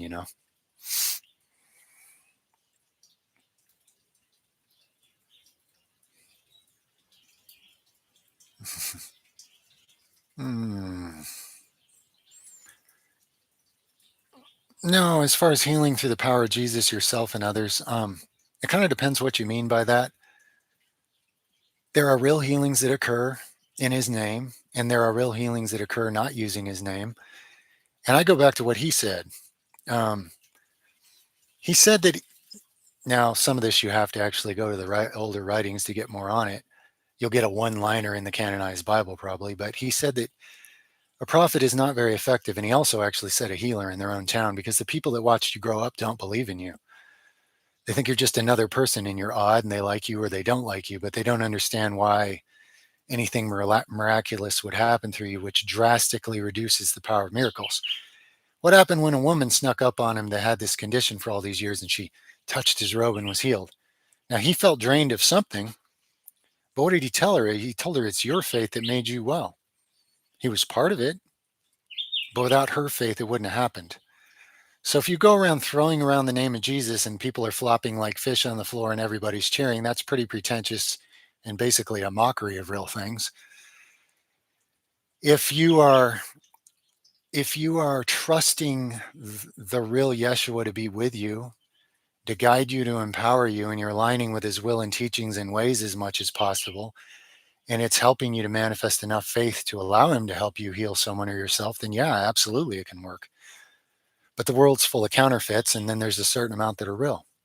And then there's people that never heard his name that are using some of the same principles and experiencing real healing.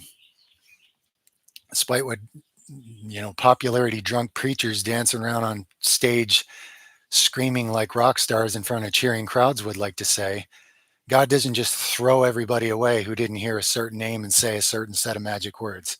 That's not how life works. That's ridiculously hard of heart and evil to even spread ideas like that.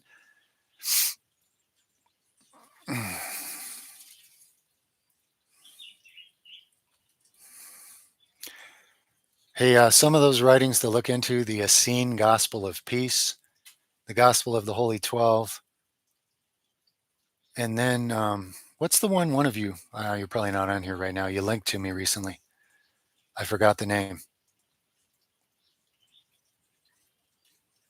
Um, it's basically the real book of John. Maybe somebody can link that one. I haven't memorized the name. I've been listening to it. and meditating on it. It's really good. Just ask around on the threads too after this. You'll get my attention sooner or later, and I'll link that one too if nobody else does. But I don't want to talk about them too much because they're likely to get further demonized and removed from the public view from the powers that be, that they had to be hidden from for thousands of years to even be available now to begin with. I don't want to be the guy that messes that all up. You know what I'm saying? Probably better we just talk about those things on the threads where I can just write it to one person paying attention, maybe a few others do. Hopefully this live stream isn't popular enough to make a problem with that, but I got to stop talking about these things openly. Due to past experience, I understand that when you share things that really are likely to change things, you are being watched and there is great resistance. Do I play music? In the past, I did some keyboard, I did some drums, I did some guitar, I did some bass, I did some vocals, I did my own mixing, I made some music. I definitely have a musical spirit and a musical ear. I was not a master of any of those things, but I put together some really good sounding things regardless, if I do say so. The few friends I ever burned a copy of certain CDs for certainly liked it a lot. But I don't have any instruments currently. If I ever have spare money, I'd like to get my younger son a really good synthesizer and maybe a mixer and show him some things to get him going on it.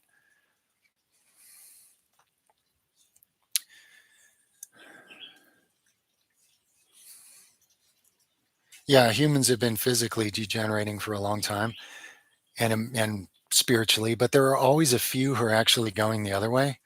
So it's never hopeless. There just needs to be more who are willing to be responsible, who are willing to take it on, who are willing to embody, who are willing to purify themselves physically, mentally, and emotionally, and hunger for thirst for righteousness, and make place for the living God to be within their temple, to make a difference, to bear fruit, and to bring the kingdom into this world. There's always hope because it's never dead.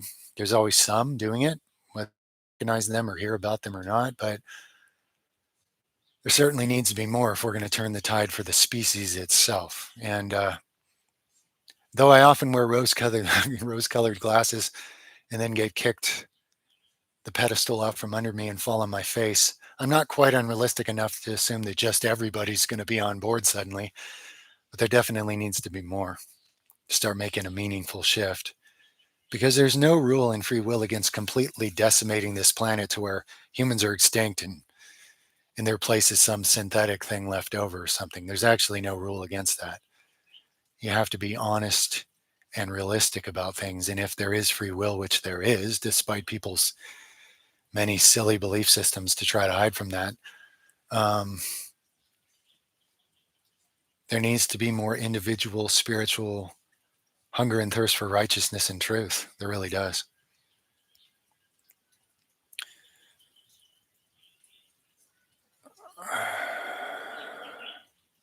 How many trees can I bench press? Well, anywhere from one to many, depending on the trees, I guess. If you ask me what do I bench, I'll just say whatever I want because that sounds super macho and cool, right? On one hand, it's kind of true. It's simply,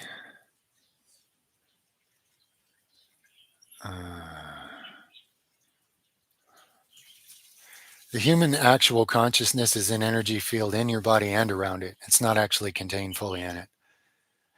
Just for the metaphysics, for whatever that's worth to you. Jesus lifted logs. Well, for whatever time he was doing carpentry, uh, growing up at home, I imagine he lifted quite a few logs. Yeah. He had to lift logs and shave them into boards and all kinds of stuff back then. The real Essenes could walk 20 miles every day, eat nothing but plants, do all kinds of physical labor, and live to an average of 120 years, even under harsh conditions, which is one of the things that drove Romans to be really jealous and weird and torture them and try to torture their secrets out of them. And marvel at how much some of the old ones could handle more torture than any young man they'd ever seen before they finally died. If you really want to look into, seek and find some of the older writings about stuff like that. Ugh. But yeah, Yeshua and the people around him were incredibly physically fit people. That's just part of having a good temple. So more of the spirit can work through it. Doesn't mean you have to bench press a lot necessarily, but some of them probably could. I mean, overall physical vitality was very high in that group.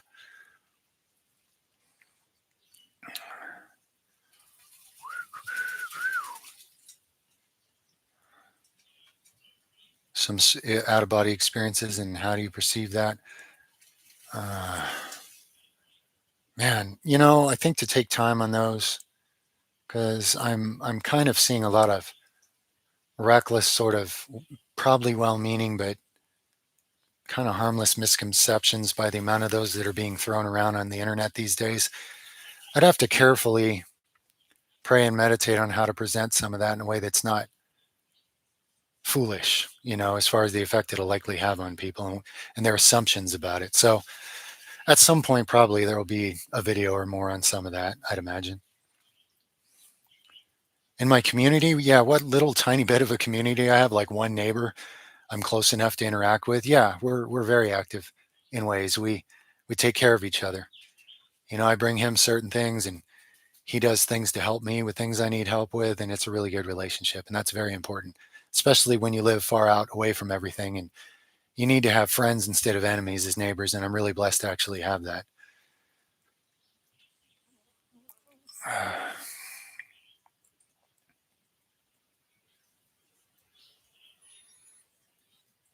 Yeah, I've had broken bones and not gone to a doctor. Um, this is a small one, but you can see this sunken knuckle here compared to the other one, right? So this is not where it used to be. That's a brawler's fracture from stages in life I'm not even going to talk about, because this channel ain't about me and a bunch of wannabe tough guys and where that goes if I start telling those stories. Never serves a good purpose. But yeah, and I've broken my toe a couple times. I've cracked some things, but I've never put any serious bones so far out of place that it would have been a serious. I mean, other than the fifth degree acromioclavicular separation I described at the beginning of this live stream under a discussion about miracle healings. That was actually a double tendon ripped off. That wasn't actually the bone broke, but my collarbone was up here. My shoulder sank down to there, so it's pretty crazy. I've torn a lot more tendons and ligaments and cartilage than I have broken bones. That's for sure, and they're harder to heal. It's actually a more serious thing.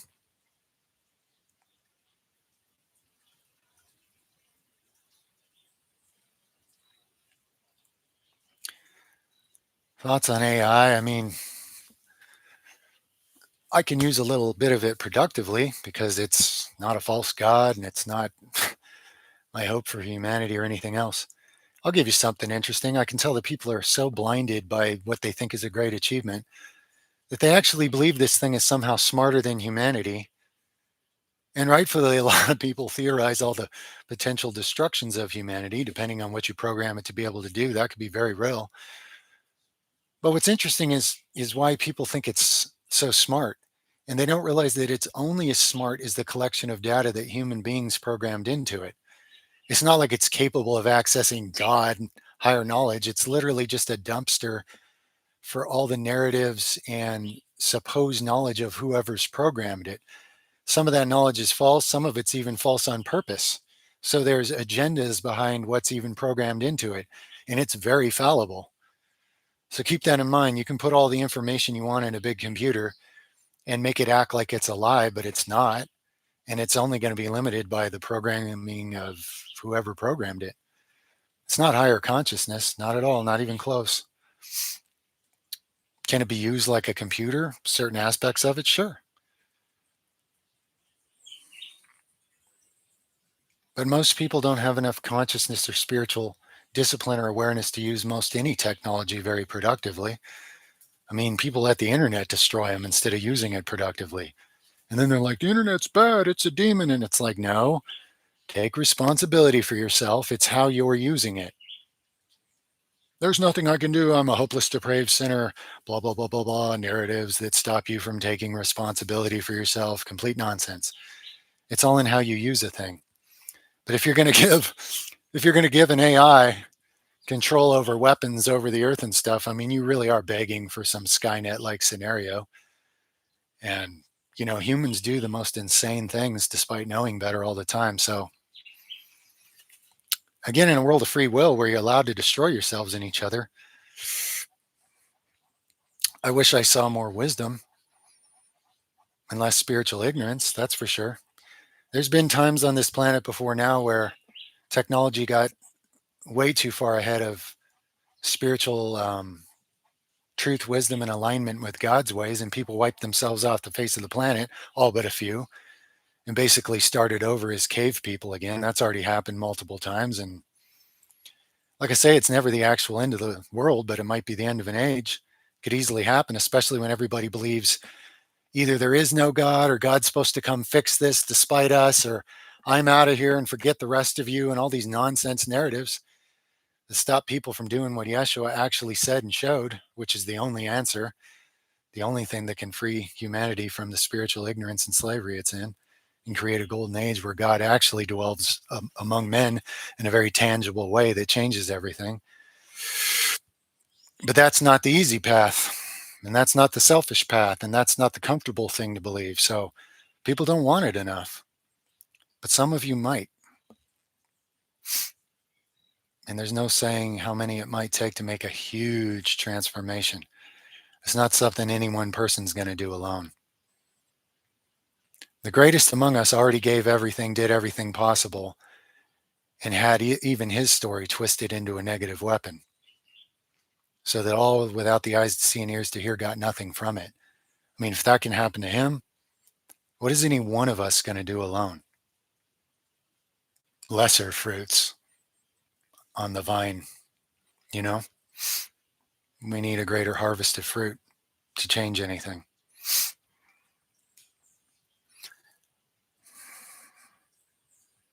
No, I know nothing about Neville Goddard except some of his videos or content or something about him shows on my sidebar next to my videos sometimes. Must be certain things he said that I say, I guess, I would assume. Man can't take care of this planet or even make basic daily decisions that are just and fair. If he thinks he's going to go conquer and live on Mars, go right ahead. Good luck with that,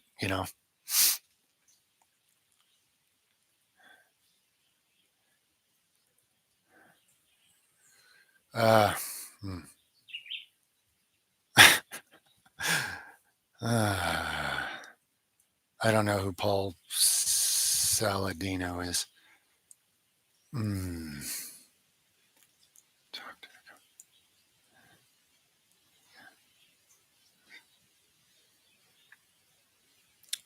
I didn't really have skin tags, or I would have used Bloodroot on them. Sure. Certainly give it a try. I would have.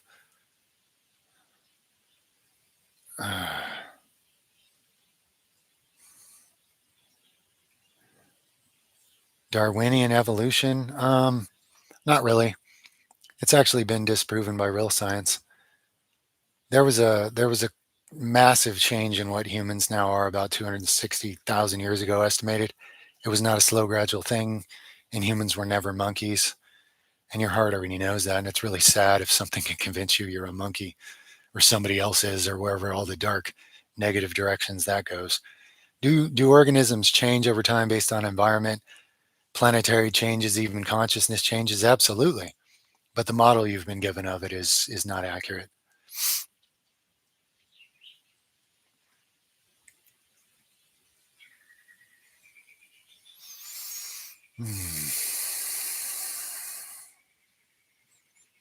Just because a human organism has a lot of similar DNA to a certain animal, I guarantee you could find pig-like DNA and rat-like DNA in certain humans and lion-like DNA, a lot of things if you really wanted to. It doesn't mean the human came from that animal. It just means this earth vessel, by intelligent design, because of what you need to be able to do as a human, has a lot of things similar to a primate. But you're not a primate. You're not your physical flesh to begin with. And this vessel is designed for higher consciousness than other animals. Not truly high consciousness. It's kind of a middle ground where you can be really stupid and ignorant, and you can be really wise comparatively. But you're very limited here as far as how much consciousness you can actually contain as a human. And the test is to see if you'll use what you do have wisely. Again, if you can turn 5 talents into 10, you'll be given much more in what is to come. If you take your one talent and bury it and just be an animal instead or something, you're going to have what little you were given taken away from you and given to someone who will use it as a good steward of actual creation in this world and the next.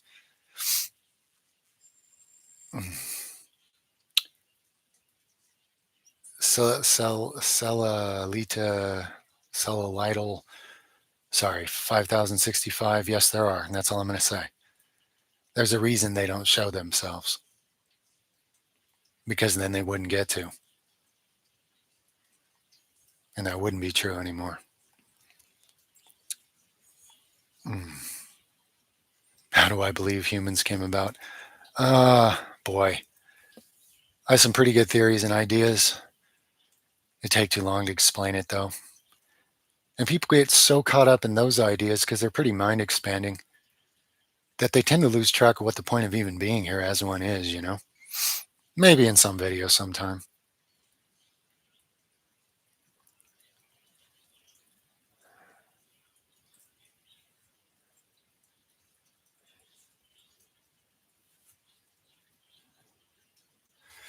Yeah, I don't think there's always been real prophets who warn about real things, but it doesn't mean they're really listened to. And false prophets tend to be listened to a lot more because they say things that the ego wants to hear. Like, you're going to get a free ticket out of here. And then all the bad people, whatever you prescribe that to be, they're all going to get hurt by God a lot until they're good. Nonsense.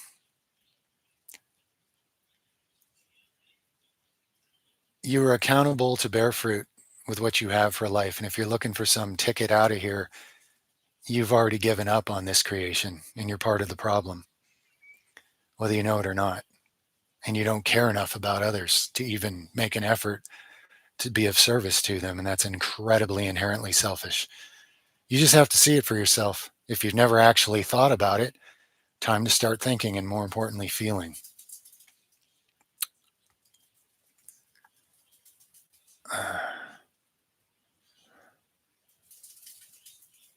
Yeah, that falling into the beast system on purpose because it seems too hard not to be.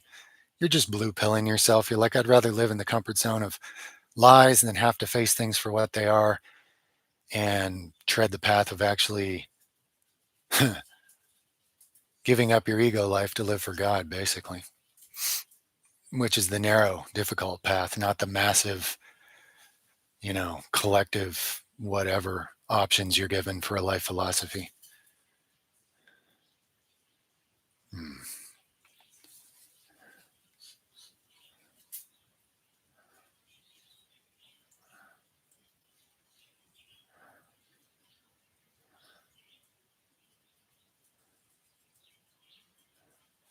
How could something that loves you let babies die? Again, the baby lives forever anyway, but how does anything come here to die? I mean, everything dies because this is a temporary situation for you to show what you are now. If that baby didn't get a chance, it's because of the corruption of the fallen man. We live in free will. It's the same reason that waiting for somebody to come fix all this from a cloud because we didn't, we are wasting our free will. We've all copped out and allowed the extreme ambition of darkness and evil to just rule everything. So anything you're doing that's just, well, it makes me comfortable. I'm not addressing the issues or making any difference, but at least I'm comfortable. It's selfish and it's a lie. And as long as humanity won't pick up the yoke, pick up their cross and follow and bring fruit into this world, none of that's going to change unless the planet goes completely extinct from the level of corruption that people tolerate and go along with or avoid doing anything about because of their own discomfort.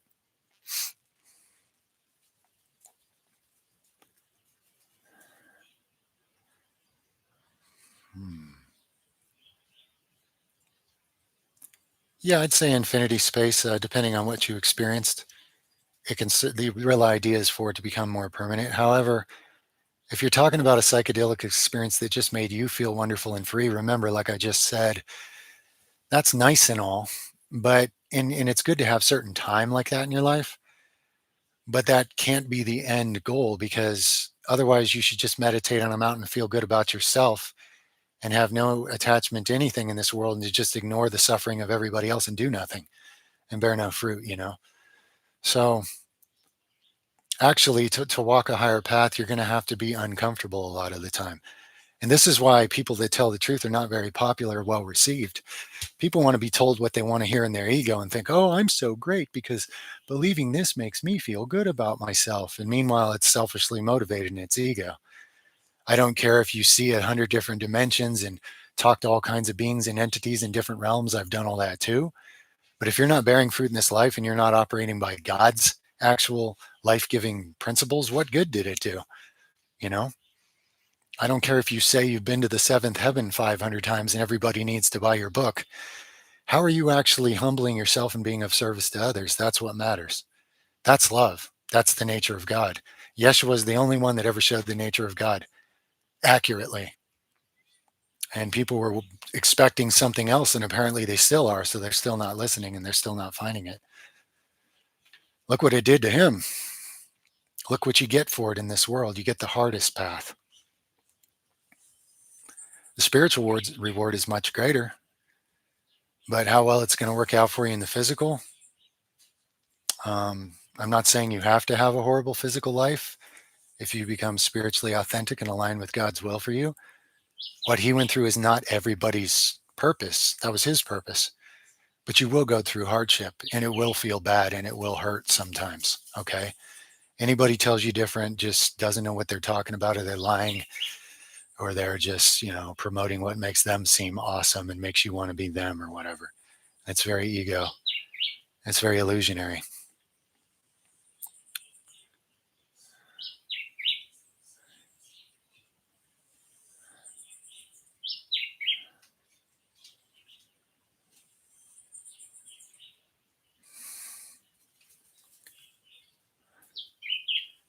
No, my hair guide is exactly what I did. It was that simple, man. There's nothing else I can say without just adding something to it to complicate it. As far as 5-AR reductase or whatever, there's a lot of herbs you could fuse into an oil, or essential oils that you could fuse into the oils I used to add that effect. You can look into that rabbit hole if you want to power it up more. You could add magnesium, dissolve it into the oil you're going to put on your scalp to stimulate the follicles more. So what I did could be added to, but there's nothing more comprehensive to tell you. I just told you exactly, literally what I did and why I perceive it to have worked for me.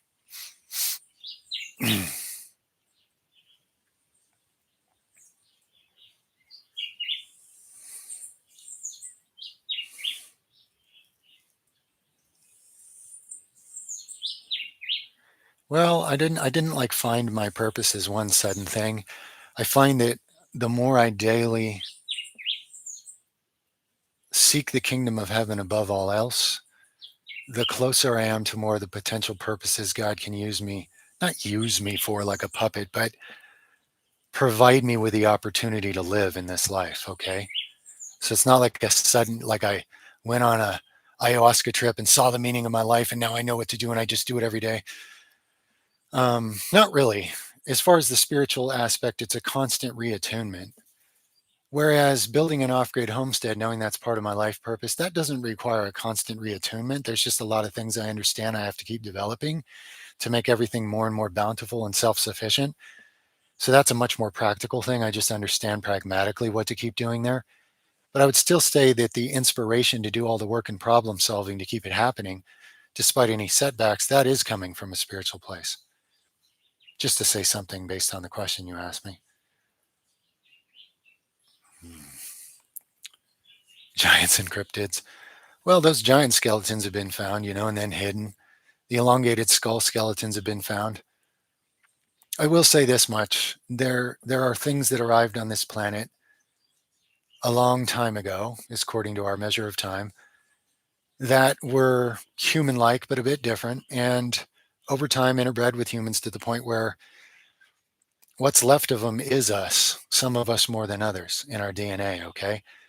Now, the selfish, ridiculous, corrupted, demon-possessed elites that dominate the planet are very proud of that part of their heritage, and they like to have all kinds of weird fantasies about how that makes them a whole better species than you. but it doesn't. And it basically just corrupted and confused human beings. So, whatever and however they were just as corruptible as us. And they actually led the way into that corruption. It doesn't make us any less responsible for where we're at right now. And pointing fingers means nothing. And it's a useless practice. And most of you have some of that DNA in you anyway, if not all. And it's just a different part of the beast you wrestle with, you know. But it can all be subjugated into higher consciousness, into God's ways. There's nothing exists in the entire universe that isn't part of the same creator.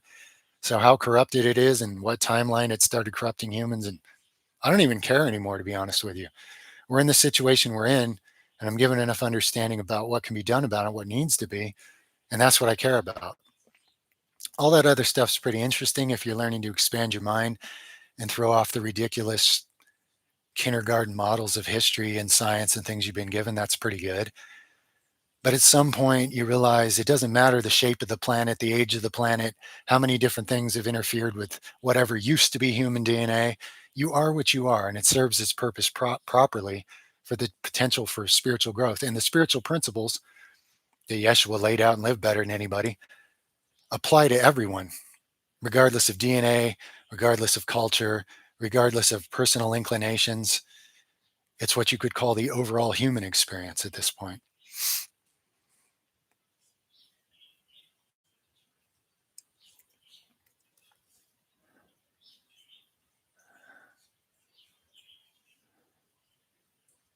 Is it good to consume castor oil? It can certainly be part of certain cleanses.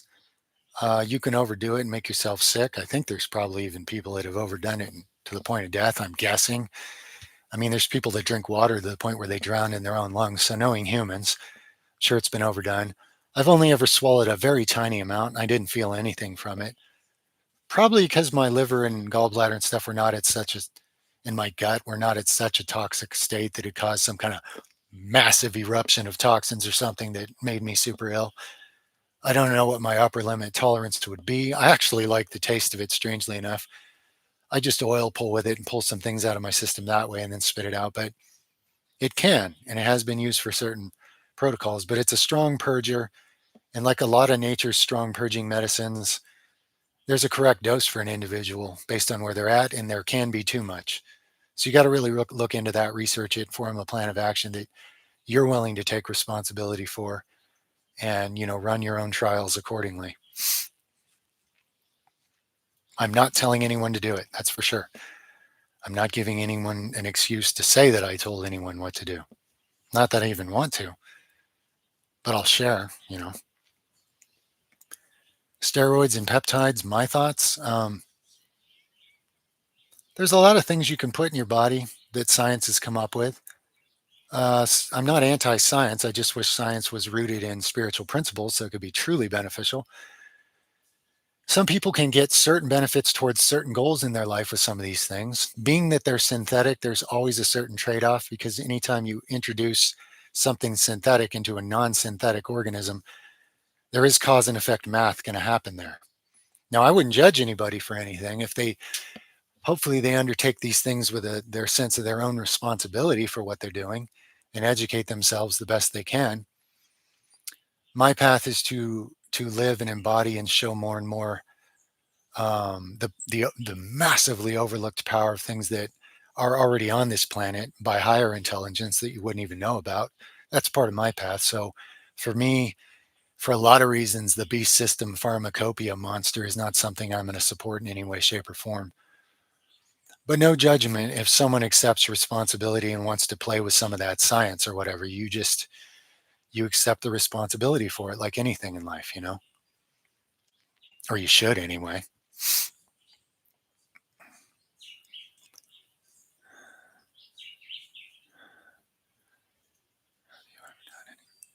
Aloe vera, yeah, we grow aloe vera. We use it for various things. It's an amazing plant. Yeah,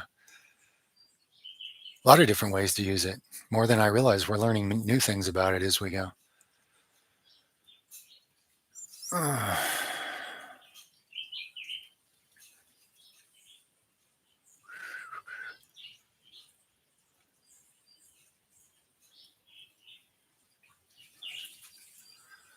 Yeah, that physiognomy or whatever study of faces and judging people according. I will say that generally, when people look at you in a very suspicious way, you know that it's just simple to understand they have a very devious mind. So you may not want to make yourself vulnerable to some of the consequences of that. But when you start judging and categorizing people's value based on what animal they look most like or whatever, you're getting off into madness, ego, and more division, and more of the very kind of problems people already have. So I think it's one more weird distraction for people to get caught way up in and judge a book way too much by its cover. I tend to see people and pick up on things that go past what their superficial features look like. And there are people that have resting mean face that are actually some of the greatest people you'll ever meet. So you can't make a science out of people's face and start categorizing, judging people. It's essentially just some new form of racism to get caught up with, and it's equally ignorant. So I wouldn't put any stock in it personally.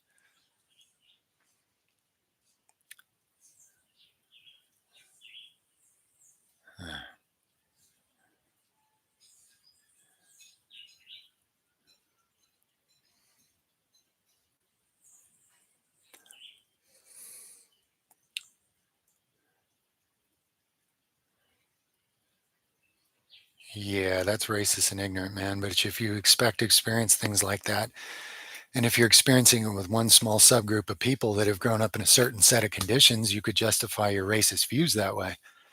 But it's only because you want to. If you got to know more people in more places in the world, if you ever get that privilege, you'll find that a person's racial genetics don't have anything to do with what kind of consciousness they actually are as a person. It's just the world pigeonholes people into certain patterns that they're born into. And then once they believe it themselves, they make the mistake of living it out. And everybody's equally susceptible to that.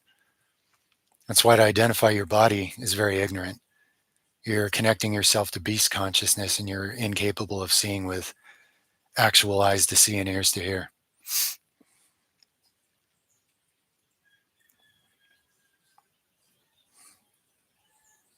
Are some people not really people? There is the rare occasional thing where someone's truly lost their soul and that's not what's running the body anymore. And there is now most likely quite a few more than you would be told synthetic people. I've watched the patterns of this world. And by the time people figure out something is going on, it's already been going on for a very long time. So there are things that pass for people that aren't, sure. But it's really, really foolish to assume that you can point out who's who and start witch hunts. Do not witch hunt people. Do not trade evil for evil. Okay? Because you're just being evil when you do that. You're just being the thing you supposedly have a problem with. And it's a trap. That said, use discernment and wisdom best you can in all situations. But look for the highest good in all and for all in any action or outcome you take. People may disagree with what you do and say it wasn't for the best of all involved, but if it's truly your intention and you pray about and ask for help and guidance, at some point you have to do what you believe is best. And a lot of situations you cannot do something ideal. You have to put it on the scales and decide which action, which path will most likely do I actually believe will result in more good than the other one, because I've been put in a situation where no choice I make is going to be ideal. That's real. Life doesn't make it so easy that it's always the great thing or the awful thing, of course not.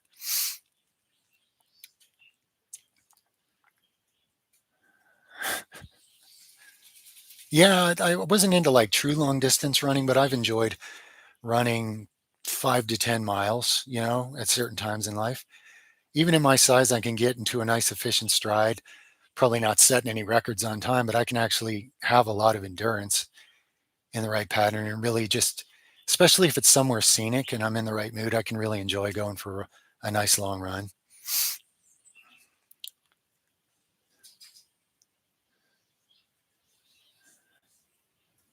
Hmm. If you want to learn and embody Christ's principles, start with the things in the red letters in the Bible. If anything rings true to you in your heart and you see the real meaning in it, practice living that one principle for a while. And if you do successfully, it'll actually open up your eyes and ears to another principle you'll be able to see. And then hang around on this channel and look for links to older writings. They're even more accurate gospels as you grow into it. And you'll fall in love with the power of understanding one spiritual principle that's true and being able to use it in the constant many situations that'll come up in your life that'll give you a chance to use it. That's my honest advice. But if you're not sure you understand it, I mean, you can try, but you'll know when you know. Then it'll get really clear and you'll understand how beautiful and amazing and obviously true it really is, and how strange it is that the world can't see it until they can. So good on you that you want to. And if you can learn to even use one, that's you're already off and flying basically. That's takeoff. You're starting to get somewhere now. And it leads to even better things.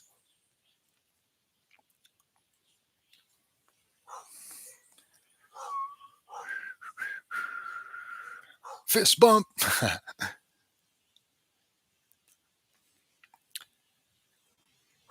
The chlorophyll contamination. I was talking about how spirulina comes from the ocean, and there's been so much pollution dumped in the ocean that depending on where it was pulled out of the ocean, it could potentially have some toxins in it. Sad fact of humans just complacently destroying the planet, thinking, well, it's hopeless. It's the end of the world. It's not my fault. It's somebody else's fault. Somebody give me a ticket to heaven and I'll just continue to participate in destroying everything we were given stewardship of to show what kind of stewards we are. So we can be assigned what comes next after this based on what choices we made there. Christianity is a religion, my friend. The difference to me is the real spiritual principles, best identified and lived and shown miraculously by Yeshua himself, versus all religion, which is man's politics that just further and further dilute and distort it away from what it really is. And it doesn't take them long to completely distort it and invert it.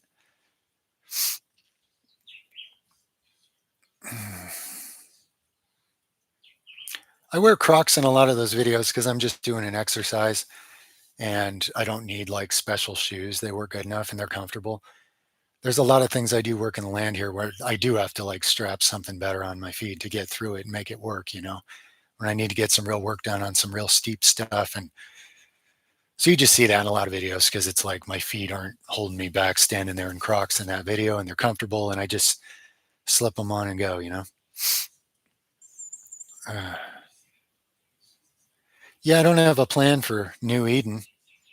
It's an ideal that could come into reality if more, and there are more people out there creating it in their own way by divine guidance. And I'm just doing my piece of it day by day and following God's spirit within me that tells me it's not in vain. But there's many uncertainties in life, and based on the free will of others, I mean, people might nuke and poison this planet with all kinds of weird weapons to the point where nothing's livable anymore. But at least we were working on a tangible future in the meantime, because all of this is temporary either way. We should be taking care of this creation, even if it's the lowest, hardest version of it. So you're never wasting your time when you're taking care of creation in some loving, caring way, because you're deciding who you are. And you'll be given greater things to be steward of, because he or she who is faithful in a little will be faithful in much, and he or she who is not faithful in a little will not be faithful in much. Simple, true spiritual principle about how creation works and what to do with this life and what not to.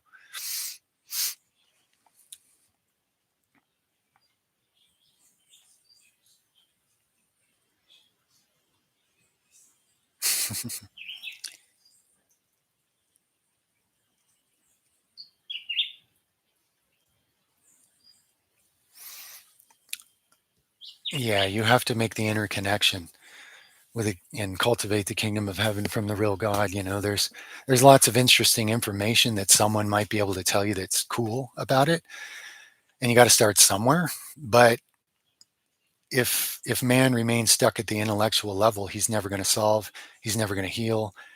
He's never going to grow spiritually. It's like putting it in an AI computer. What's the difference? That's not really where the life comes from. That's just thought streams. And people have been trained to be so over identified with their thoughts because your thoughts can be controlled and influenced by other things. And then they get to control your life. because you're not making that higher connection to what you really are and letting that flow through you.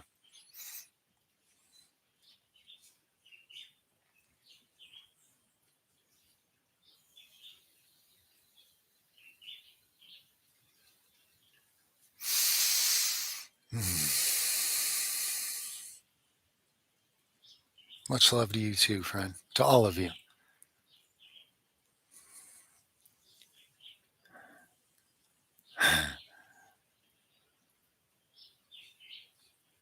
Pay attention for a while, Thunder. You'll find I'm not reciting religion at all.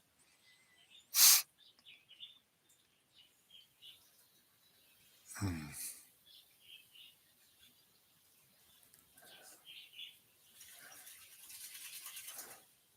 No, I don't believe in the concept of soulmates. It's ridiculous.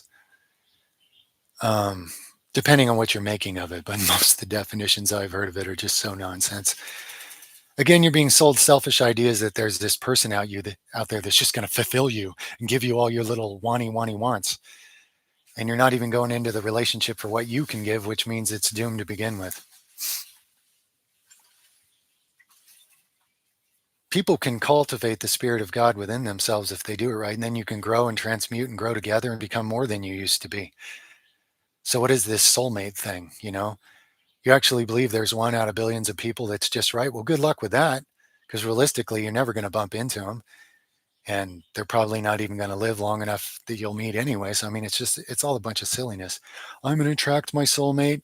And I've watched all these people attract and then lose their so-called soulmate and make a bunch of excuses for that. Don't waste your time on nonsense, guys. Be the source of love.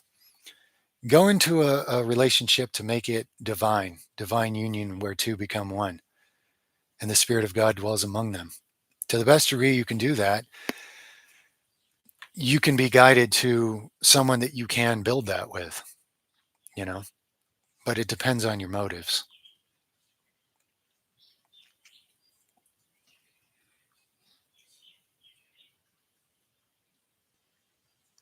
Yeah, Yeshua said he was one with God and the Son of God and also the Son of Man. He made that point constantly.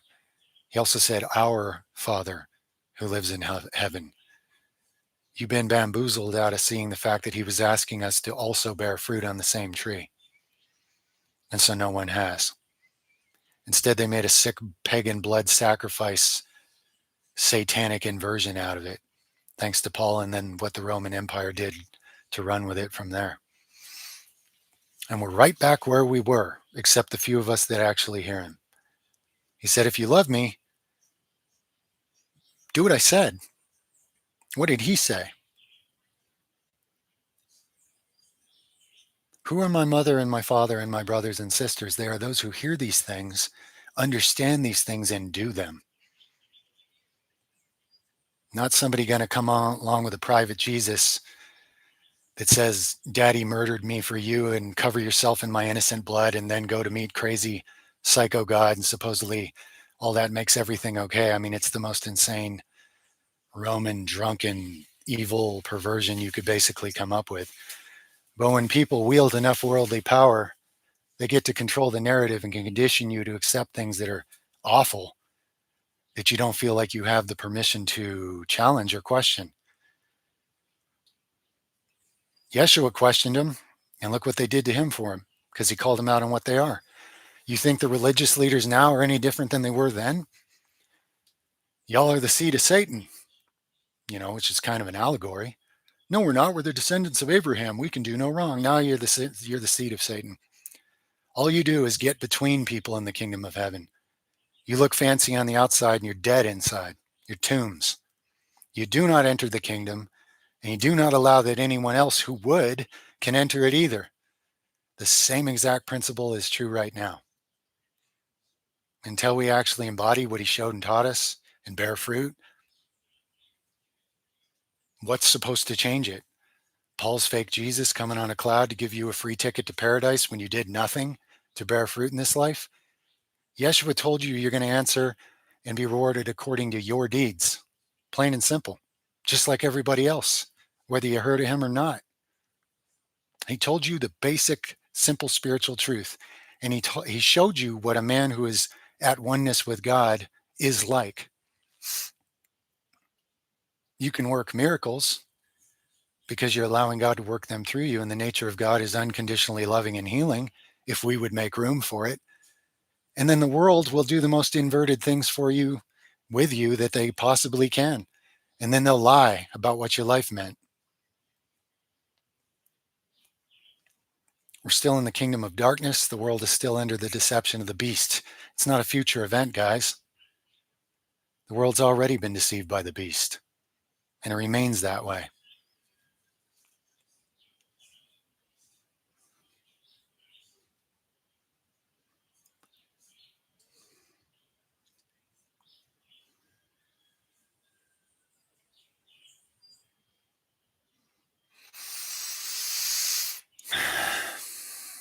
He did rise again, yes.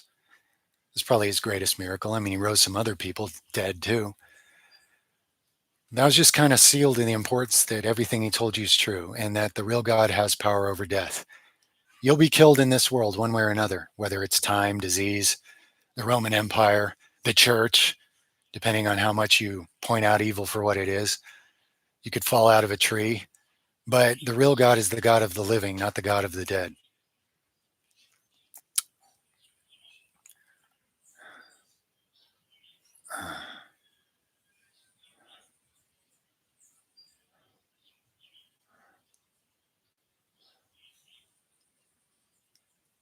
Indeed, TCHWIAK. Big time. There's even proof of it for people go looking and just find that hard to believe, even though everything else in this life shows you that principle. There's nothing that man doesn't distort that he gets his hands on. Come on. What planet do people want to imagine they're on, you know? How much denial? Some guy did ashwagandha and lost his mind. If you happen to be prone towards hyperthyroidism, don't use ashwagandha. Most people are prone towards hypothyroidism, so it's a benefit to them. But ashwagandha is not an actual adaptogenic tonic herb that just anybody can take. Really good for you if you got slow thyroid. Really dangerous for you if you got fast thyroid, which some people do. It's totally the wrong thing for that person. And a thyroid storm and hyperthyroidism can make you have all kinds of massive mental glitches, make you go nuts, you know. Hopefully he can balance it back out and slow it down, whoever that is. But that's why. That's how that herb works. That's one of the things that herb does. Speeds up the thyroid.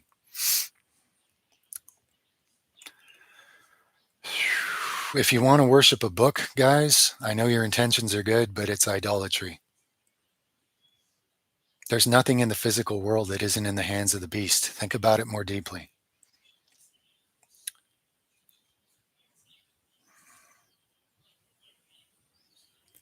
CX being that it inverts and destroys the real one that Yeshua taught, yeah, it's very untrue. Just like everybody else who manifests a private Jesus and then contradicts the real Yeshua. Very untrue.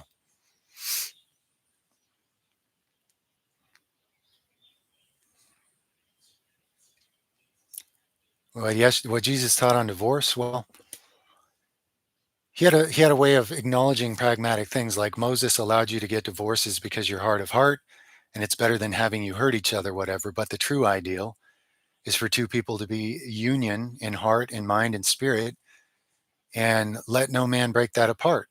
You know, if God is the energy embodied in your marriage, then it won't break apart because realistically, man falls into ego and darkness in this dark world.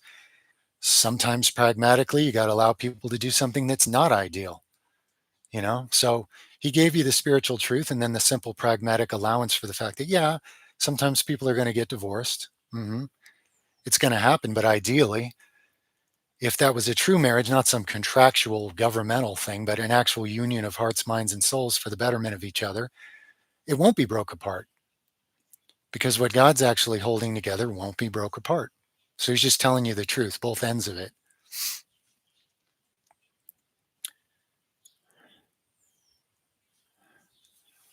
Mm.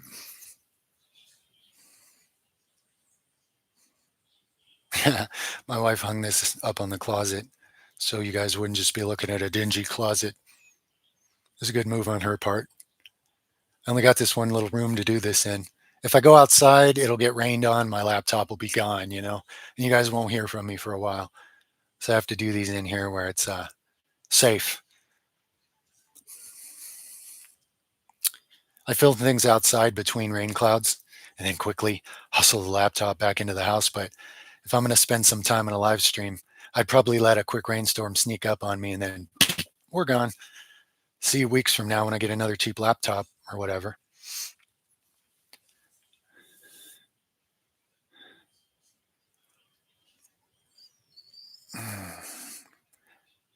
What Jesus was describing is only coming when you'll embody it. And if you get the older translations, they'll actually tell you that more accurately, just like some of us knew all along.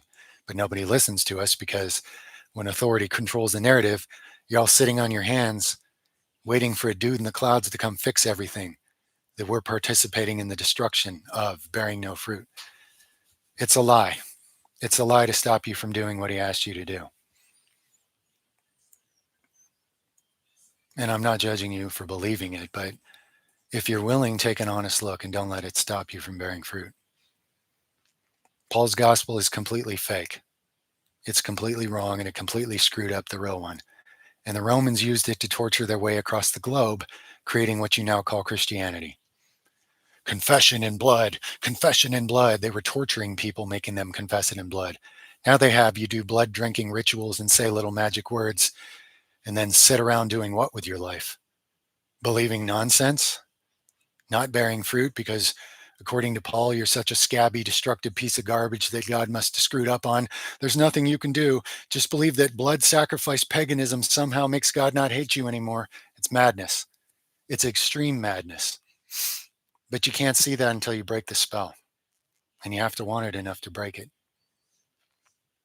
If people listened to Jesus, they wouldn't follow Paul. But the ego is always louder. People always hear the louder voice instead of the truer one, except those who really want it.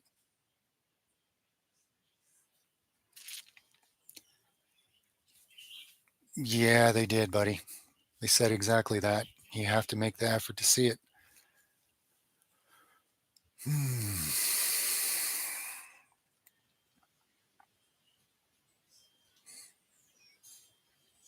Mm-hmm. If you find the older writings and what he said about his blood, it's not what you've been told. Look up the Didache. Look up the key changes they made from that to your canonized version of the Last Supper. Look at all the things they changed it to make it fit their pagan theology.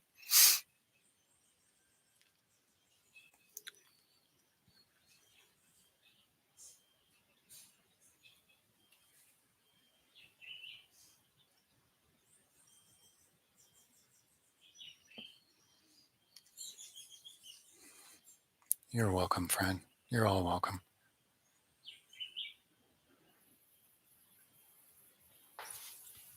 Yeah, what does it mean to be in Christ Jesus and then not condemnable? Does it mean you say some magic words and believe that his own father sacrificed him for you? Because what did Jesus say when asked about salvation? He said, uphold the law, live it. What's the law? He starts listing the 10 commandments. And then he condenses it to 2 to simplify it.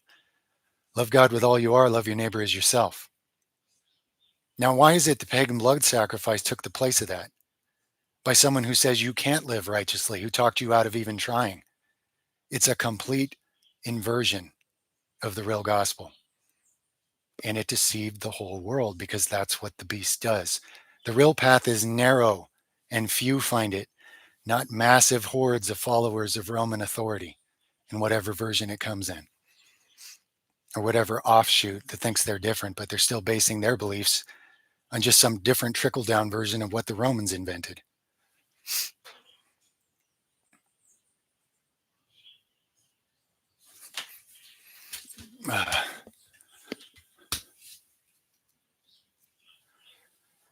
What do I miss about being in like more civilization? Me personally, literally nothing at all. I can't think of anything. I just literally can't. Um, Certain things are easier, but most of life is way harder. Now, granted, most people wouldn't even be able to live this life. It takes a whole retraining and structuring of how you think and how you live. But if you're in alignment with it, this is much easier than living in a system where you have to do things that are against your own will to even be there. So I don't miss anything, honestly. And we go visit little bits of civilization, sort of, kind of, the outskirts here and there, to interact a bit. But it's nice to get back away from it to a place where the energy is spiritually wonderful, and even all the animals are kind to each other here because of the presence of the living God changing even their nature as ours is changed for the better.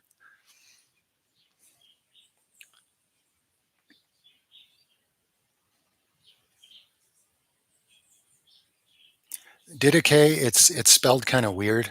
If anybody's on here who knows, maybe spell it now or in the threads. How's it spelled? Something weird like Didache, maybe? It's an older writing of the same story. And you'll notice some key tweaks that align with the the Paul Roman Empire version of salvation, what it even means versus the real thing.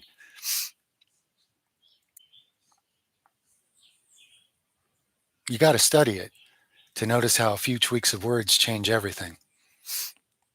And it aligns with a bunch of other edits that exist within the canonized Bible to make one story totally different than what it really is. It's funny though, because if anybody actually listened to Jesus, there's a whole bunch of quotes he has that destroy the whole religion if you'll just hear him. Apparently, even those that tried to edit him didn't even recognize what he was saying, so they left it in there, Easter egged, and it just topples the whole house of illusionary cards everybody's trapped in, even in the canonized writings.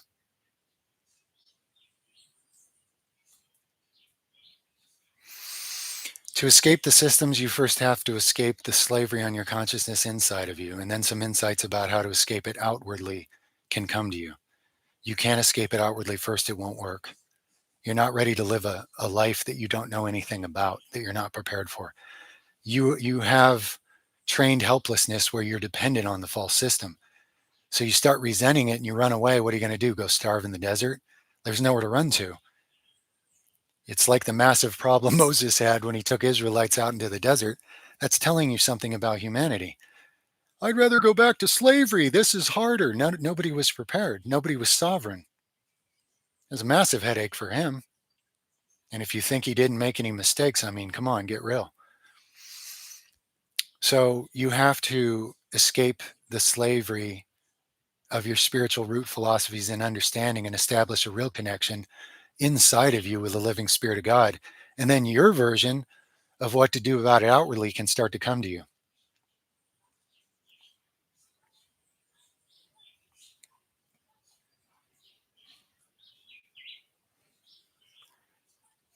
I don't know, my friend. There's people with very high IQ that never see any of it. I do happen to have a super high IQ, but I don't think that's why I see it. I think it's got to do with being in Yeshua's presence when I was 2 years old and I had an NDE. I think it just changed me. And it makes me able to hear him and see him easier than other people. It's not because I'm better, it's because it somehow made it easier for me. The worldly man could have a very high IQ and never understand a single thing he said. I see countless examples of it, even people with very high IQs. They have no ear for spiritual meaning. That's why they can believe false doctrines easily and think it's a good thing and not look at the obvious idiocy of it. And I'm not judging anybody from that. It's just the simple situation the world's in, you know? Spiritual eyes and ears hear and see what he was saying and doing, and somehow earthly eyes and ears can't, regardless of intelligence. It has something to do with the sincerity and the openness of your heart and your willingness to be childlike and to be open to finding something different than what everybody, all the authorities of men tell you. The authorities of men are nothing like a child. They're the opposite. So you have to pull back when you sense how wrong it is and seek actual God to help you and heal you.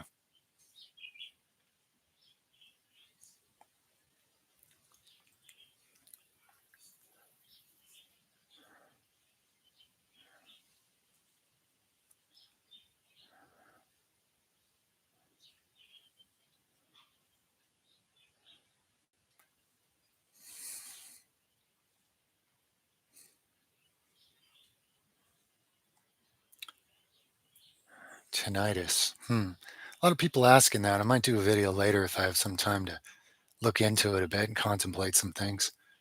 Can't say anything off the top of my head right now because I haven't actually helped people with that one yet. If it's meant to be, though, I'll definitely be guided to have something useful to share, if that's part of my purpose. Hummus is delicious, but it's a really incoherent food combination. It puts food groups together that have no business being dealt with in the body at the same time. Sure tastes good though to me. Some people hate it. I really like it, but I don't eat it anymore. I've had a huge beard. Look at my what is the beard video on this channel? Use a little search function and type in Wyatt Earp to Moses.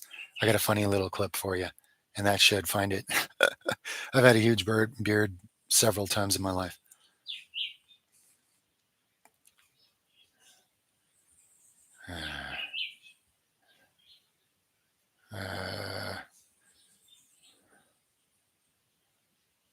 Yeah, you just mix those magnesium flakes with water.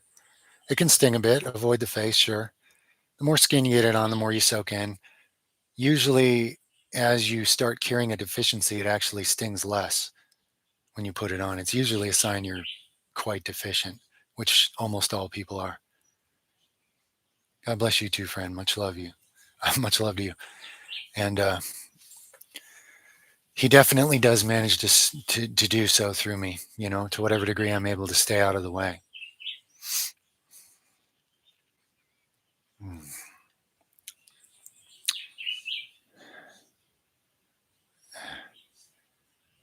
The turning the other cheek thing is mostly about the principle of your ego.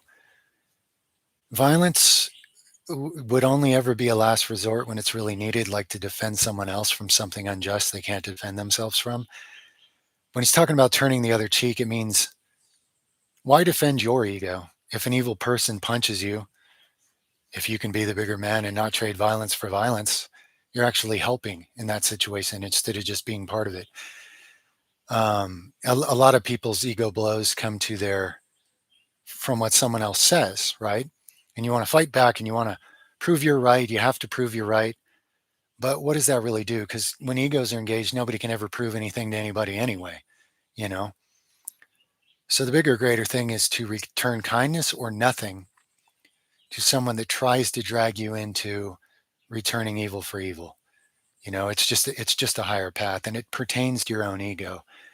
There are situations where you should use force if you know you can help someone who can't help themselves. There is such a thing as righteous anger. Anger is probably the hardest of our character traits to use well because the world's done such a cataclysmically awful job of using it wrong. But your anger is there for the ability to say no. At some point, certain things, regardless of what the other person or people involved think, there are certain things that you realize I cannot abide. I have to say no. You know, there is such a thing as righteous anger.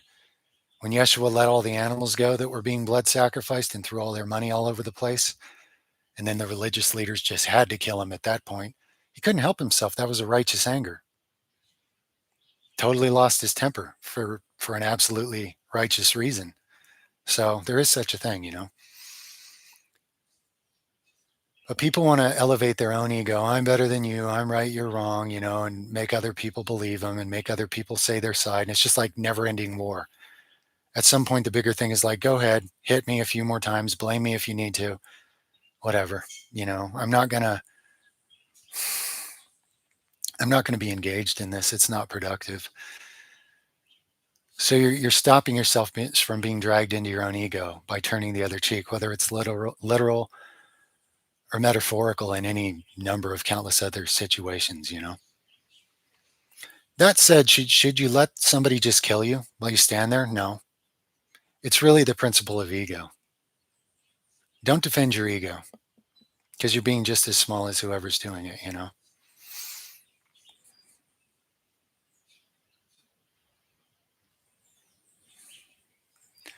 War is inevitable as long as man lives in separation consciousness, us versus you, me versus that, I'm right, you're wrong, ego. And as long as men listen to authority to make their decisions for them, worldly authority, those who take power in this world are always the worst of us. Almost always, unless someone decent is forced into one of those positions. So as long as men are going to let worldly authority rule them, yeah, war is inevitable.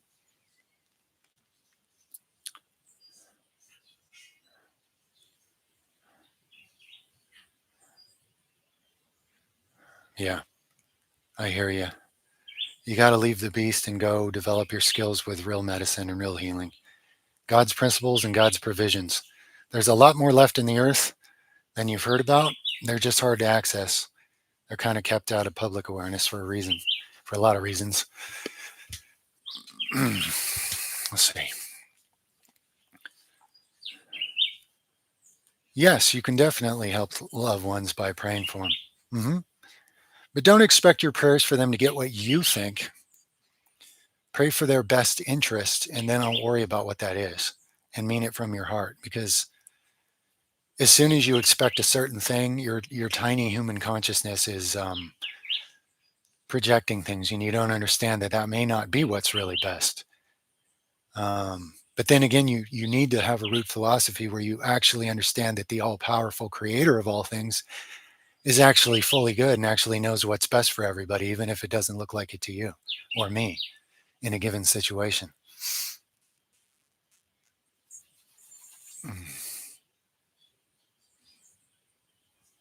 mm.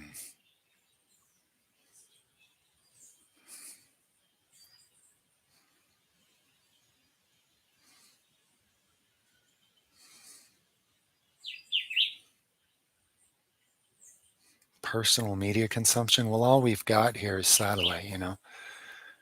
I don't do a lot of social media. Like there are certain texts that I'll listen to on recording.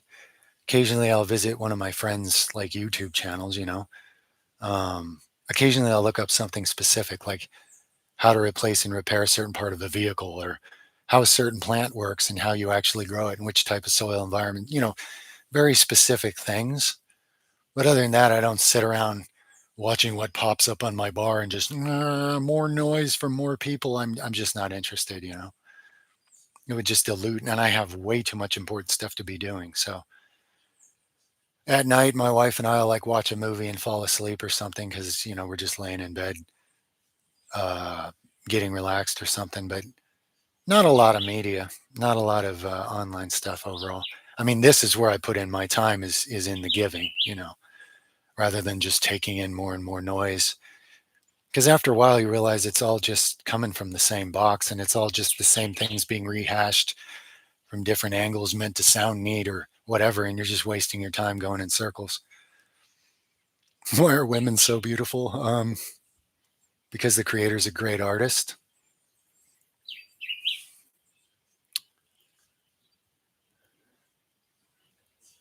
Yes, you can gain sovereignty inside the system before you leave it. You have to. There's no other way out where you're going to make it. You have to gain it on the inside before you can on the outside. People like cleaning the outside of the cup. They like looking with like this and associating with that. And I'm religious and I'm better than you. And I'm so smart and I'm part of this group. And what did Yeshua say? He said, y'all are cleaning the outside of the cup. But if you would actually clean the inside of the cup, which is currently dirty, the outside would become clean as well. Prioritize the inner, the higher, and the more spiritual. Seek ye first the kingdom of heaven. Then these other things, like how to exit the matrix physically, will be given to you.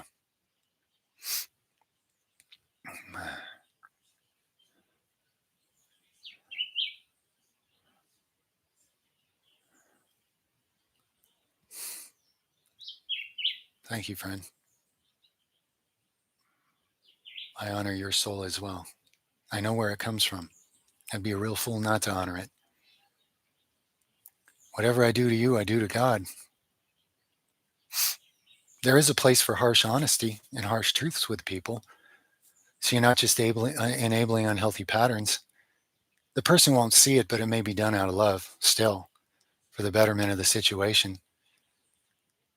But just remember, whatever you do to anybody, no matter how unconscious they may be, God is experiencing that. and you're showing who you are. So just do the best you can with any situation you're in and keep that in mind and heart, more importantly.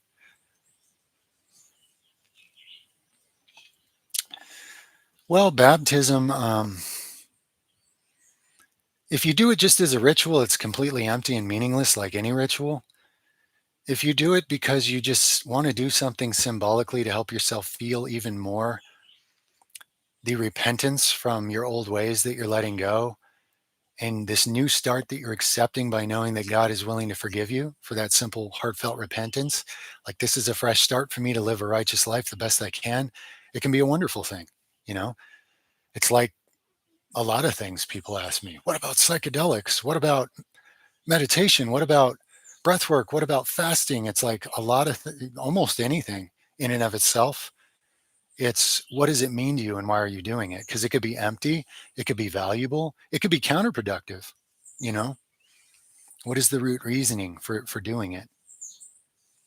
But baptism of the Spirit is something that doesn't require water.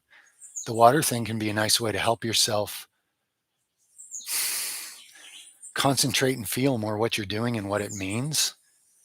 But man, of course, thinks there's some actual weird paganistic magic about dipping yourself in water that God requires of you. Of course not. Do you think that when Yeshua said, I'm here to baptize with the Spirit and fire, that next you're supposed to roll through a campfire? Why isn't everybody doing that? You know, because it would hurt. So we just have a double meaning there. We just, no, the living Spirit and fire are something he's talking about representative. When you actually hunger and thirst for righteousness from the inside, you'll find him. The kingdom is yours. But that's an inner sincere thing. It's not an outer activity. Again, the change comes from the inside, and then the outer side will start to reflect it more and more.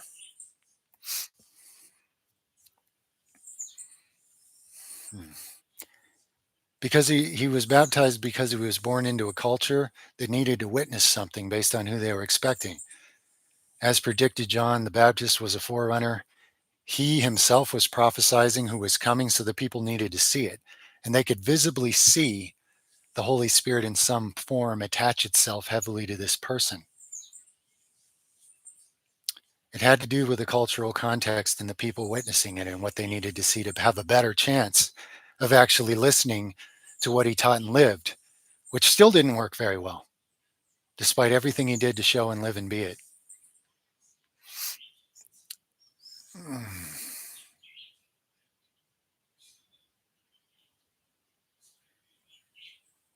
School buses in my backyard.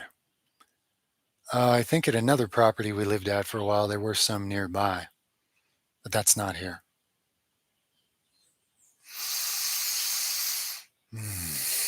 I met my wife on Match.com a long time ago. I think that was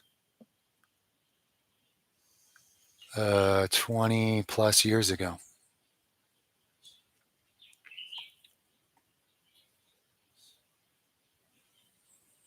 Hello in Russia. Love you too. Sweden. Fist bump. Wherever you are out there. Appreciate you all.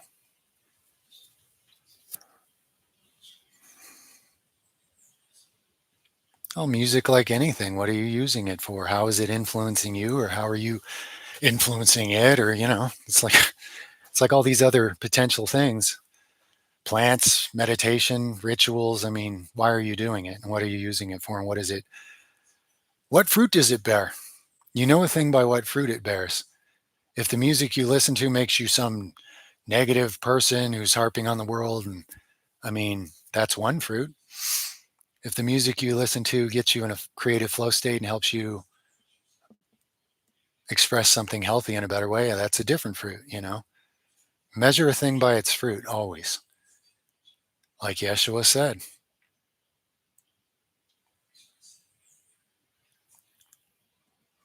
The current war, what do I think about any war? As long as man descends and chooses to go ahead and be a beast, he's always going to do the most absurd things that humans have no business doing if they were cultivating the kingdom of God within them.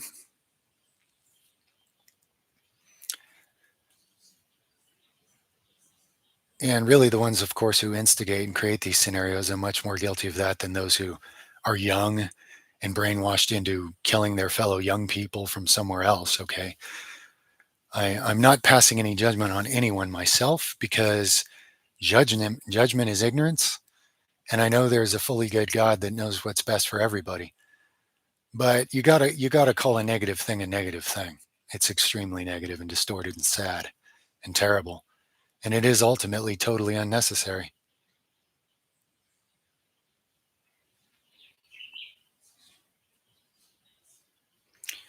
Um, that's a good question, Zombie. Zombies sat the tree line. Zombies hit the tree line. You know, the last year before this, I enjoyed being invisible. And for the first time in my life, I was no longer upset about how nobody had ever really listened to or understood me. And the second I finally got comfortable with that, I got several obvious guidances from God that I should now open up and communicate, but not things that I think I should communicate. I should relax and allow myself to be guided. And I was comfortable with a tiny audience. And there was a huge clarity within me that said, whether it's 10 people or 10 million, it should make no difference to how you feel. You have to maintain this state of personal detachment at the ego level so that you can be more accurate in allowing the fruit of the real spirit of God to work through you to what degree you can. So I may have to learn things like how to slow down the feed on a live stream as there's more people, but the actual principles and the actual process of daily doing my best to realign to be useful for these purposes, to service to others, service to the creator, none of that changes. And if it does, I have to slow down and detach for a while and get back to where I was, you know, so that I don't foul it up and dilute what's happening here.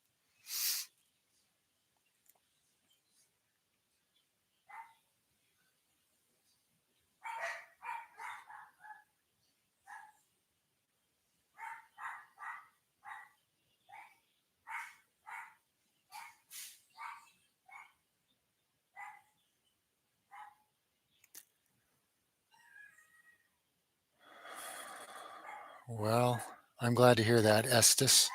There was some good in them, but they were too mixed. There was too much light and dark mixed together, and I'm glad you were able to extract the light. That's a credit to you.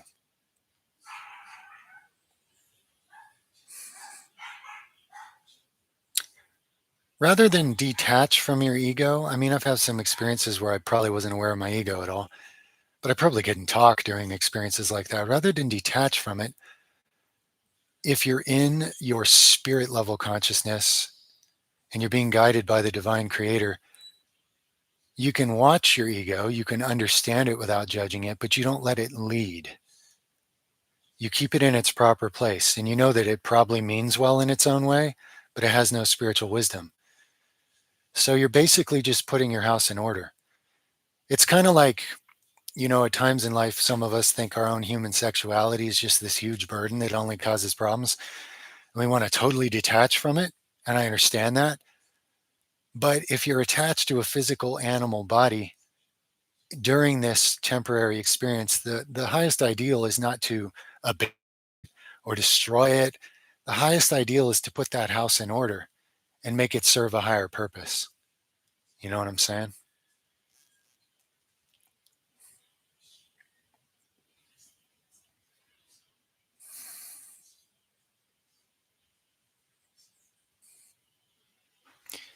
Money is controlled by those who create it, lie about what it means, lie about who gets it, and they get to control everybody's lives with it. If it was an honest, fair exchange, that would be one thing, but it never has been and it never will be. If people lived as neighbors or friends or as like a an intentional community and traded their abilities with each other and didn't create this illusionary, deceptive middleman thing called money, then people would just trade value for value and it would be real. Once you create that image of the beach currency thing, it's always controlled and fake. Why is it that a bank can loan you money that doesn't actually exist in any physical gold type form, and you can go into debt with that money and pay them back way more of it than they even gave you that didn't exist in the first place? So they're getting fatter from your slavery out of something virtual that they get to control the meaning of, and you just get to do what you're told at a disadvantage. There's nothing honest about it. It's just another part of the beast system. You're afflicted with having to deal with it when you're born into these systems, but you can't serve God and money at the same time because one of them is a corrupt, inverted, deceitful principle, and one of them is completely true.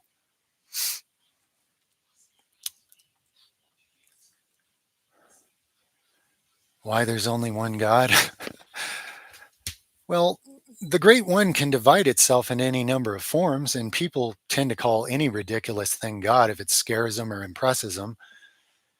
But ultimately, there is an ultimate, infinitely powerful, all knowing, all loving creativeness. It's not a man, it's not an alien, it's not a thing that needs you to worship it and has mood changes. It's so far beyond all that silliness. And all these other things come from it. So, this is how people get confused how a man could be one with God, or is he God, or is he not God? And it's so confusing because he's telling you he's the son of God. He's also telling you he's the son of man. He's also telling you you're the son of God, even though nobody heard that one somehow. And I know exactly how. But it's all very confusing, right?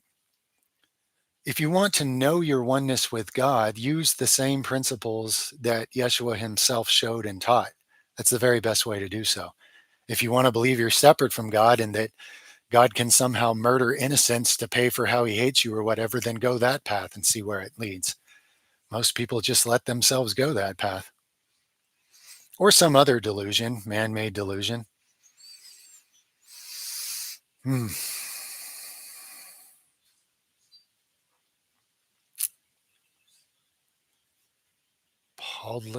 Pulasi? I don't know where that is, if that's a real place. But greetings, much love wherever you are. Love and honor.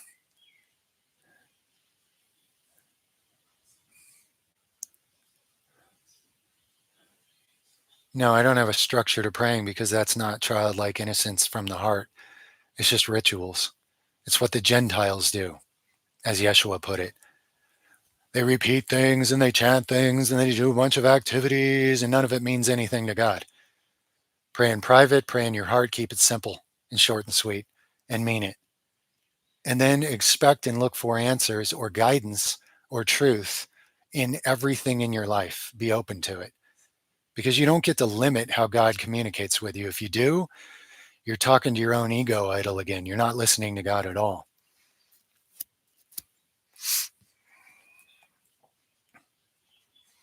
I've seen the thousand petal lotus appear to me in the weirdest of ways before I ever knew what it was.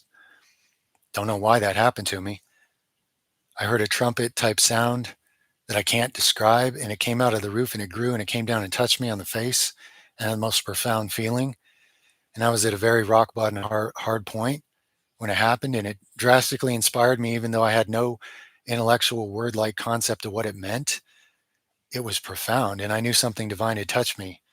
So I don't know the backstory on the thousand petal lotus or why anybody chose to touch me with it, but it was one of those profound, touching experiences that definitely encouraged me in a really sort of hopelessly crushed dark night of the soul type time.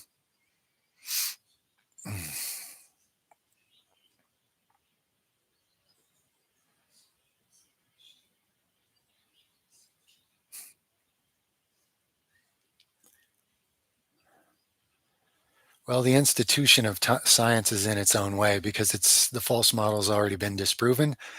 But old professors with ego, just like religion or anything else, they won't let go of it and be discredited. So young scientists have to wait for them to die off to talk about some real science, if they're even allowed to then at that point. It's like history. It's edited for control over you, basically,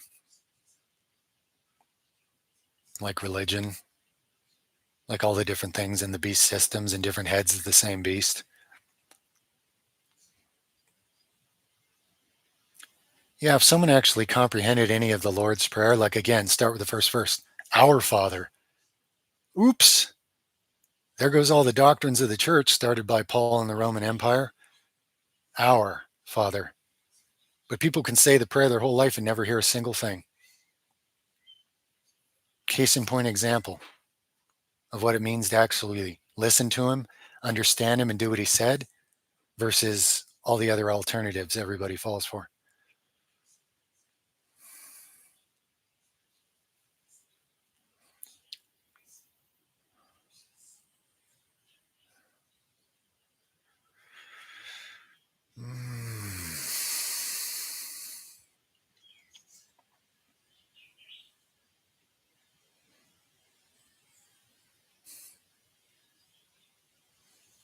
You don't know how the world ends by knowing the future. Look at the last 2,000 years. Every generation of Christians, i.e., Pollyanity in the Roman Empire, believes that any second now in our lifetime, some kind of cloud Jesus is going to come rapture us. Every single generation is wrong, and nobody even snaps up to, gee, that's an obvious false prophecy. No, we just rehash what it means and try to make a bunch of excuses for it. Now you got so-called psychics, you got tarot card flingers, you got dream interpreters, you got every kind of guru, you got every kind of so-called intelligent scientist, you got every kind of different thing selling books and videos and watch time on the end of the world. You know why? It's one of the very easiest things to sell. The same way all of media is about humanity's trained addiction to outrage, the stories of the end of the world are as old as humans being able to talk, and they're all wrong. Meanwhile, nobody's bearing fruit or repairing the damage or creating a golden age. Look at the futility of that ignorance. So pretending you know about the end of the world, nonsense. You're just helping it to happen if it's going to. What happens when everybody expects the end of the world? They waste their lives helping to create it.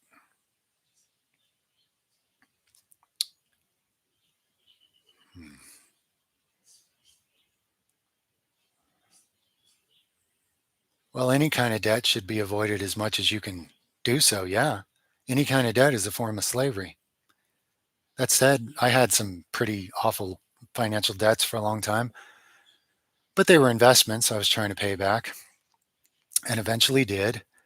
And they led to financial freedom. So, I mean, kind of depends on the debt. Are you buying crap you don't need and just stacking up debt against yourself like most people do?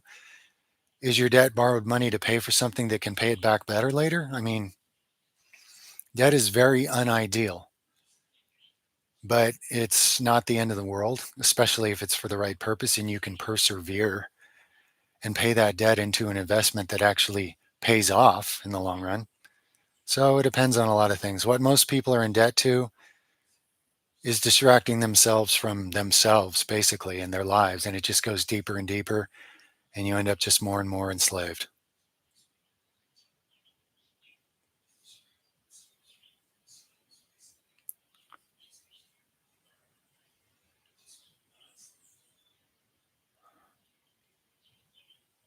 Is it ethically wrong to bring back dinosaurs? People could take some different views on ethics. It's definitely a massive practical problem if it's done. Massive. So to me, knowing as much as I like dinosaurs, you're going to cause massive death and carnage. It's not an ethical choice to me.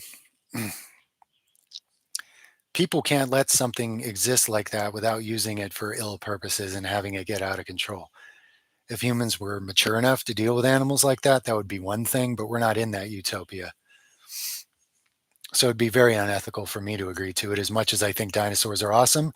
Not awesome when they eat your family.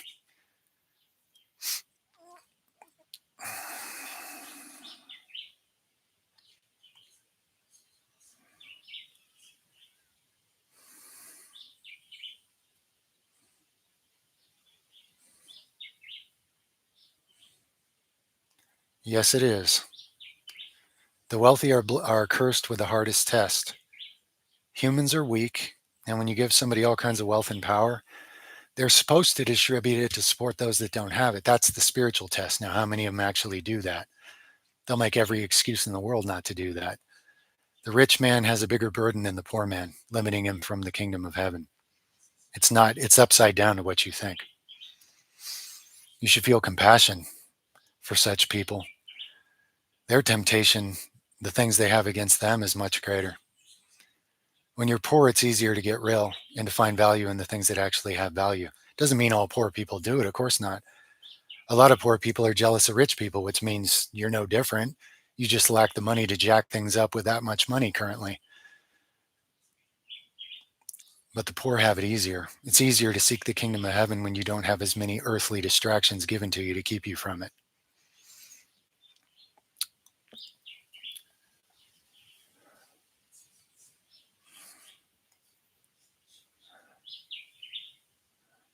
We got a lot of butterflies here coming and visiting us.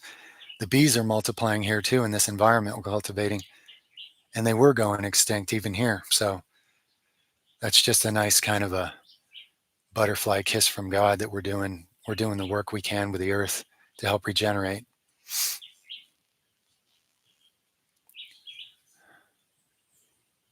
Yeah, sun tends to charge the water with positive things. Yes,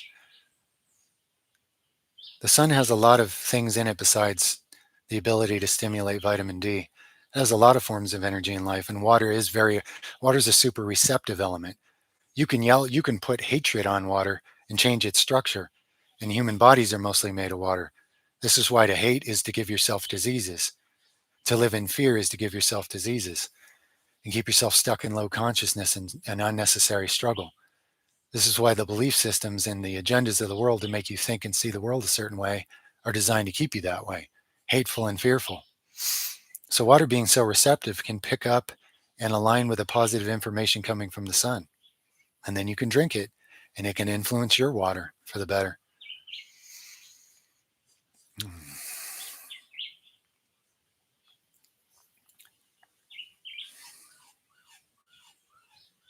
Yeah, grounding is electromagnetically good for you. Yes, it's good for your health.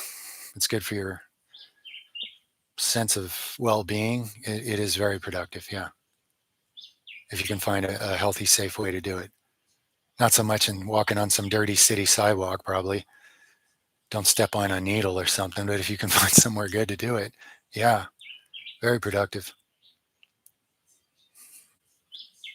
Hello, you were watching this on TV, huh? I'm on TV. Let me get my ego caught up in that. No, I'm just kidding. Nice to hear from you. Much love. Why do I wear a mask in a lot of those videos? I just have a corny sense of theatrics, really. I like lifting heavy things with a mask on and then going, I didn't lift that. It was some cyborg. I like the jungle camo look. I liked it since I was a little kid and I'm in a jungle. So the camouflage one is something along those lines. I like to be slightly entertaining with cheap props. I'm not trying to, it's not a conspiracy or anything, guys. It's just me, my own silly sense of humor and art, probably.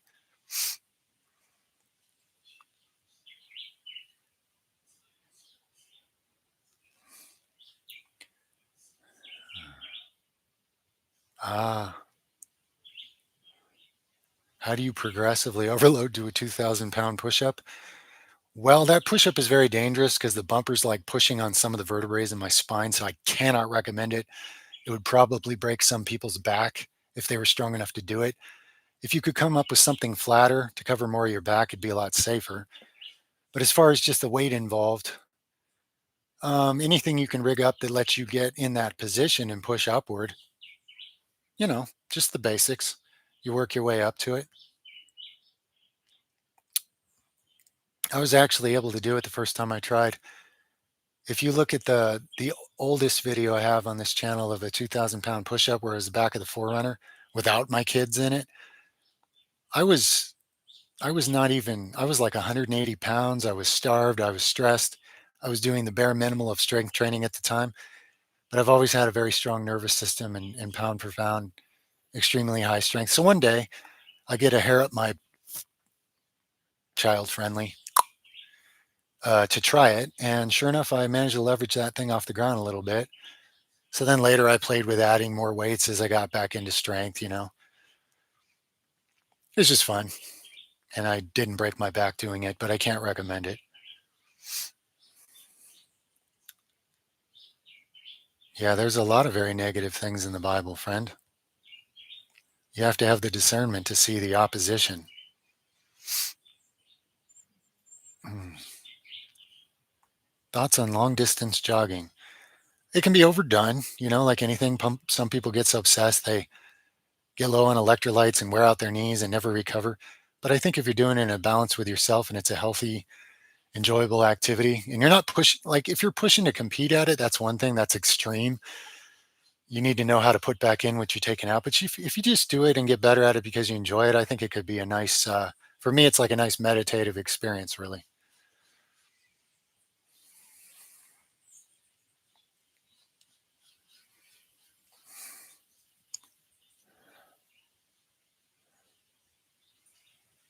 Well, the rulers of this world like to believe they're the descendants of the Watchers, but most of us have that DNA mixed in too. So, I mean, certain family lines like to get really high and drunk on their own pleasures of insanity until they completely lose their soul and they're just husks controlled by a bunch of evil spirits. So, it's really nothing to look up to.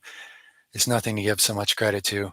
That's their sick fantasy that they want you to also believe in. I wouldn't fuel it. Hmm. What's an artificial intelligence? Food recommendations. I have some videos that you can look up on that topic so far on my health playlist. And I'll continue to build on those themes, of course, as we go. Hmm.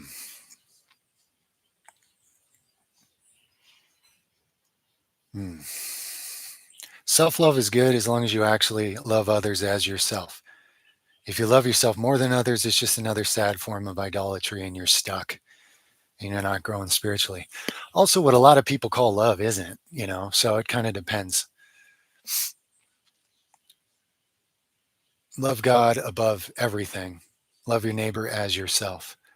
To whatever degree you're able to love yourself, if you're not loving your neighbor, and that means anybody, just as much, then your self love is becoming idolatry and unproductive.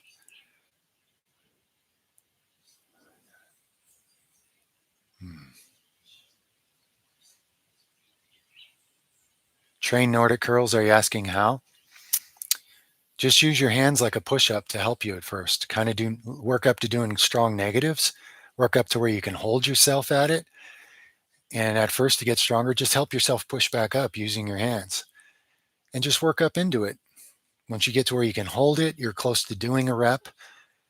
And then you need less and less help from your hands until you start to be able to pull yourself up. And then pretty soon you can do the real thing. And then you can be crazy like me and do it for, build up to where you can do it for long periods of time and do 130 of them.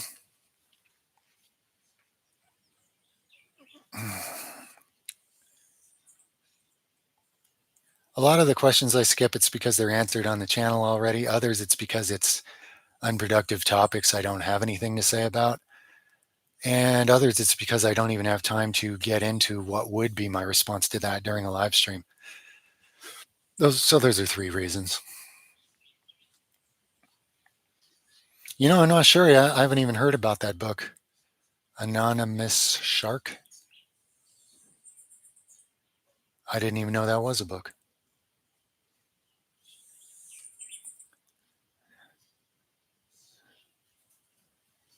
Mm. Yeah, I'm not tired. I'm just relaxing. It's a rest day for the family.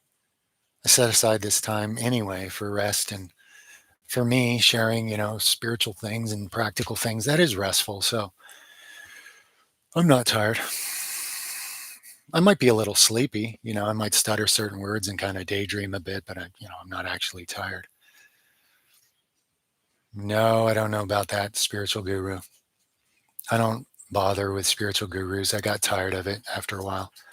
Some of them have some real insights, but there's just nobody that comes close to Yeshua as of yet. Nobody's bared fruit anything like him. The few that have, you're not going to find on social media making money, getting praises for it. They've got more important things to do. And they would be taken out too quickly for showing the kind of real miracles they're working. So it's like the greatest things you can't really see on social media. You might get hints. Somebody might try to point a finger for you, but then most people just focus on the finger and miss all the heavenly glory. So, might be some good from that person. I don't know. I have no opinion. I don't follow gurus. I do my best to cooperate with the infinite creator. Oneness with God is my objective, not filtering God through some man. It's always just, it's a big loss, even with the best of men. Do I worship on Saturdays? I don't do dancing and singing and, ritualistic stuff like that. But to me, to whatever degree you're living the principles that Christ, Yeshua, actually shared, showed, and taught, that is the best form of worship. That's what he asked for. And that goes for any day.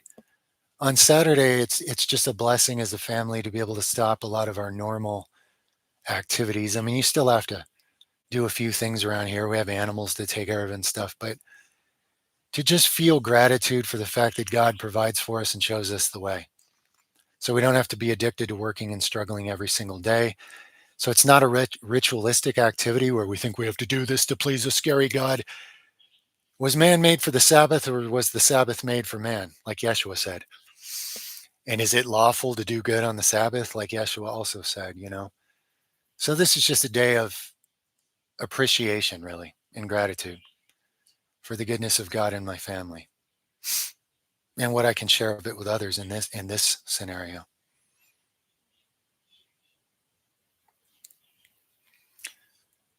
Jesus was a man completely one with God, as much as any man could ever be or has been. Does it make him God? Yeah, in a certain sense. But that's, blasphemy to some. Does it make him man? Yeah, in a certain sense. But that's blasphemy to some. What are you going to do with that?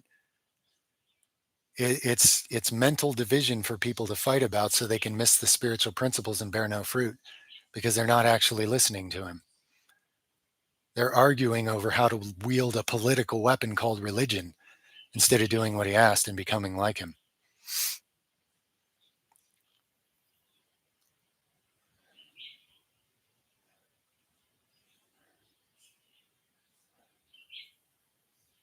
Mm.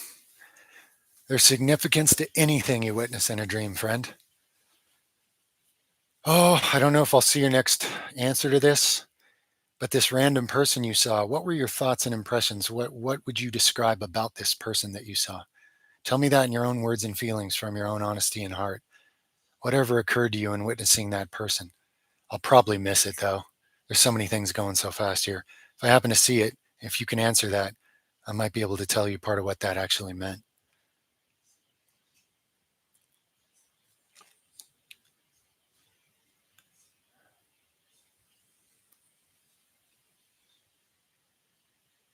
Yeah, Saturn day. The root word is Sabbath day. Yeah, it's the seventh day. I mean, if you dedicated Tuesday to God, it's not like it would rob you of anything. This is our family makes our own schedule, so we might as well do it on the actual seventh day. We just enjoy that. It's not a legalism thing. It's not a rule. It's not some angry, jealous God that's going to hurt you because you didn't kiss his butt good enough. Those are the worst aspects of man projected onto God. And there are negative entities that play into that and pretend to be God because they love all that same nonsense. Hmm.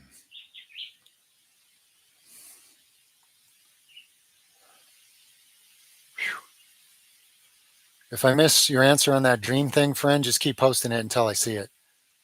Just copy and paste it until I see it.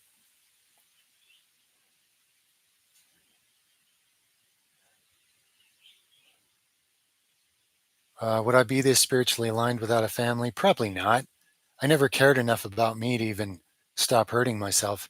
When I had kids and discovered how dysfunctional I actually was, all of a sudden I cared a lot more. So for me, it was very useful.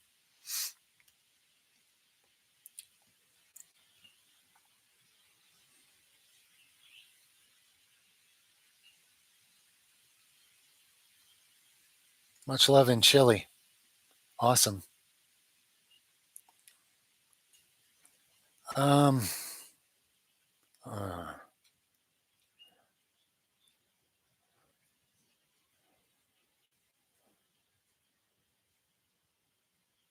Ask me that more on the threads. The threads, Yahoot.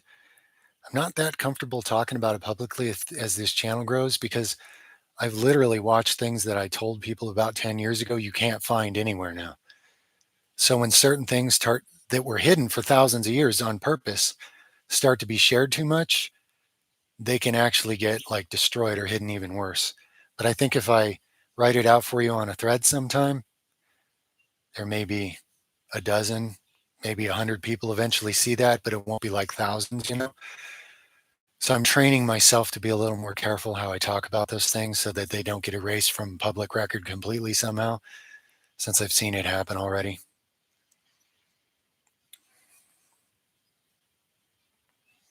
You bet, guys. I can point at a lot of things. Don't get distracted by the finger and argue about what you do or don't like about this supposed person. It ain't about the finger. It's about any heavenly glory the finger is pointing you towards. Look for that.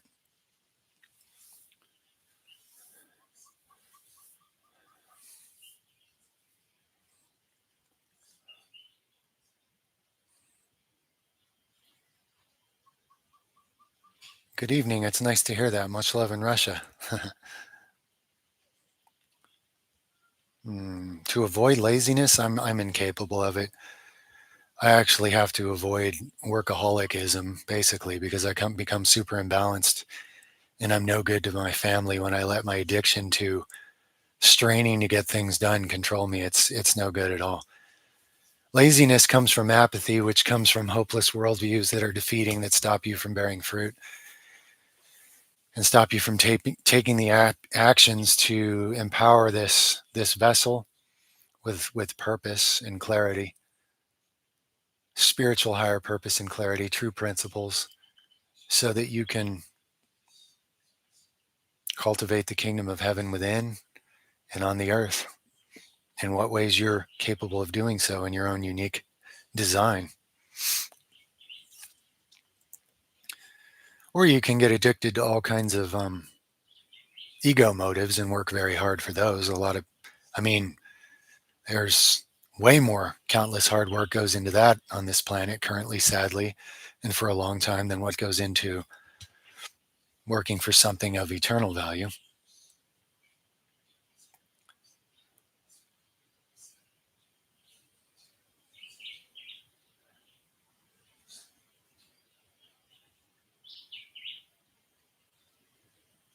A tattooed mouth.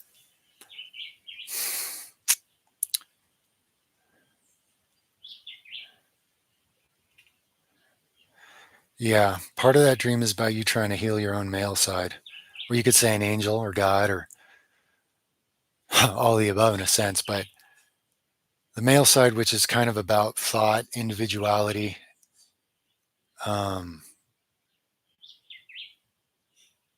it's kind of what the whole Western hemisphere of the world really abuses badly, male energy. But you're working on healing that part of yourself and whatever philosophies of life having you misuse it against yourself and others, which is absolutely rampant. That's all I can get from what little you told me of the symbols there. If you could tell me the color of the guy's hair, what he's wearing, anything else you noticed, every single symbol is part of the language.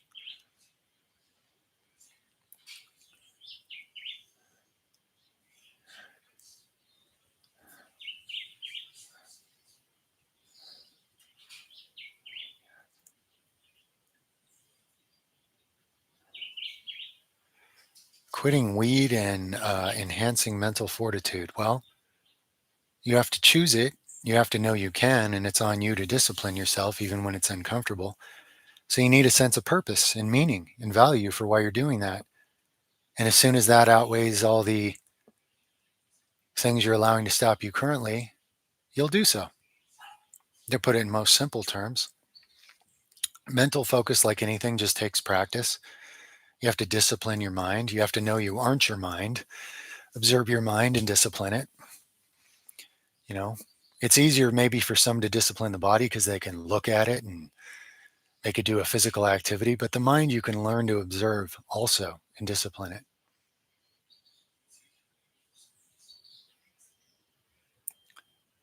Giving advice when they're drunk. Okay, so if he was drinking liquor in that dream, it's a pun on the word spirit. So this is a spirit that's attempting to help you by giving you advice. He's not actually some drunk lunatic spirit. He's using it as a symbol that he's a spirit. If he gave you a hug and he's trying to give you advice, if you ever hear some of the advice or perceive what it is, pay attention to what it is. If it really is positive, fruitful advice, then you know this is a positive entity, possibly like you could call an angel, that is there to help you. If it's a positive entity, you're going to have to ask for the help because they don't interfere. If it's a negative entity, it'll try to do anything to coerce you into certain things in life. So before long, if you have any more interactions with that entity, you'll be able to know what kind it is by how it interacts with you.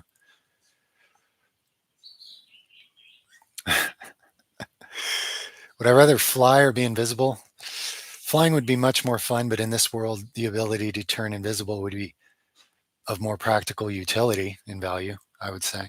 I'd probably have to choose the invisibility then if I was forced to choose. That's a funny question.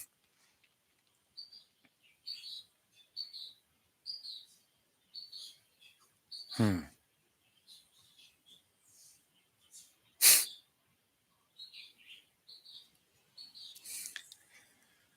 Hmm.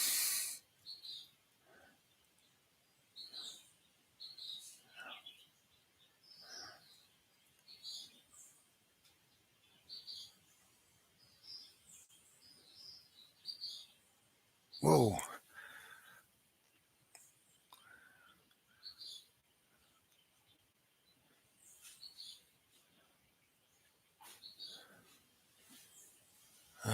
Jeez. Some of these I don't want to comment on because I don't know enough. I'm not familiar enough. I don't want to be irresponsible, putting ideas in people's heads when I'm being reckless about it. Hmm. Yeah, this live stream should be saved. Uh,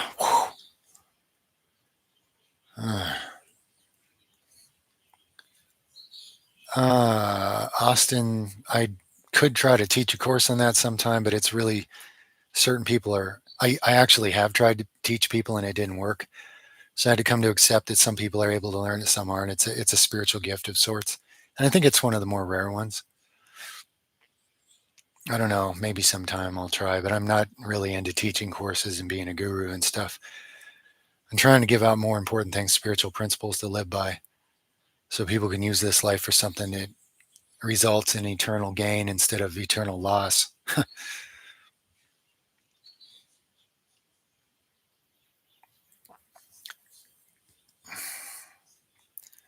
Do I eat breakfast? Usually, no. If I'm particularly hungry on a certain morning, I would. Whoa, these are going fast again. Uh, Thoughts on raw meat and spirituality? Well, anything you do for yourself that harms another is of the service to self polarity. So look into what the service to others polarity versus the service to self polarity, and then decide what kind of spirituality you would like to be growing in when there's some clarity on that principle. Not judging anybody, by the way, but spiritual principles are what they are.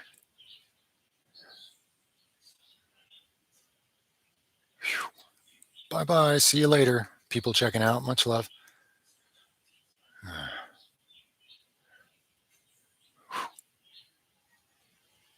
Is balking gluttony when one isn't malnourished? Yeah, it is unhealthy. It is. And it is gluttonous. And it does harm your body and it does lower your consciousness and it is selfishly driven. So, not judging anybody, but it's far from ideal in a lot of ways. Now, if there's some real tangible reason why you're going to be a better asset to the rest of humanity in a bulked state, then it might weigh out to be worth it. But I haven't really seen anybody that's why they do it. So I'm probably being too creative coming up with that alternative idea for it.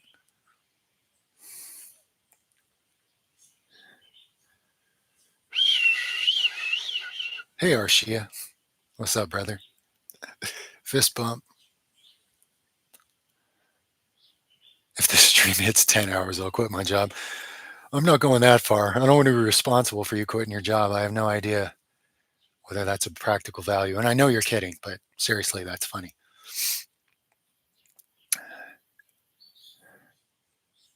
High protein vegetarian meal, a bunch of steamed tropical stinging nettle, which is higher in complete protein by weight than meat, and maybe a few other vegetables, maybe not. Bit of seasoning. That's something to think about, ain't it? A lot more vitamins, minerals, and antioxidants than you get from a dead animal carcass, too. Thoughts on video games? It's like anything. If it's done in the right balance. I mean, what does the game mean to you? You know, and is it robbing you from things you should be doing? Is it a healthy way to just relax and detach from stress? Does it stimulate your imagination? There's a million different ways that could go. It's like thoughts on the internet. Let's all unplug the internet and go back to living in caves. I mean, the bad guys aren't going to quit using the internet, for lack of better terms, bad guys. So, I mean, there's a lot of ways you could look at a thing like that.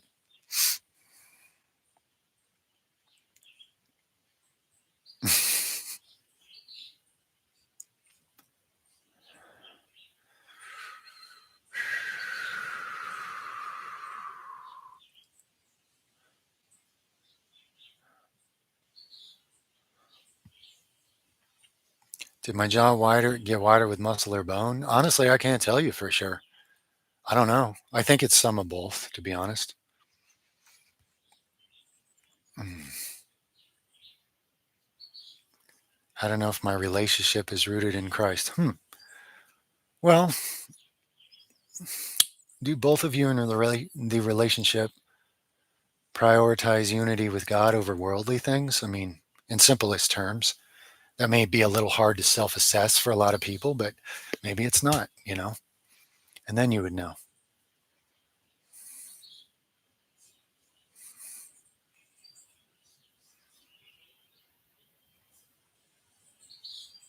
Hmm. Yeah. Yeah. Video games can be a healthy interaction among people for sure. There's times in my life where certain video games were like a good meditative experience. And there's times like now when I generally almost never have time. I still play a game with my kids here and there for fun. That's nice for sure.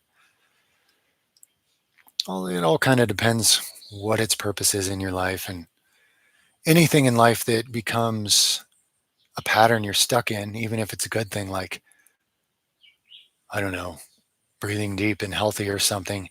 Once you're stuck in something, you should probably practice a fast from that thing to redirect energy and focus on higher priorities and balance yourself out. That would be my 3 cents.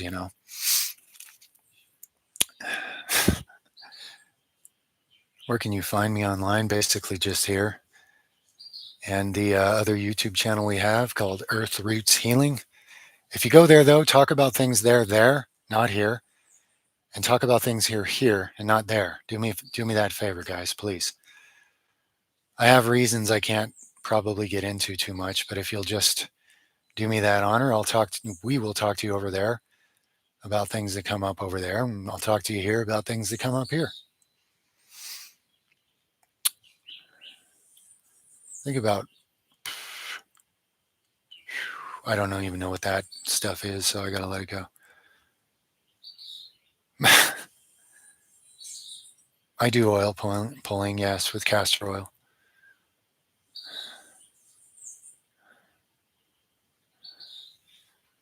Oh, I'm missing some good ones, man. I don't read that fast. I could speed read, but I'd miss the important nuances of what you guys are writing here.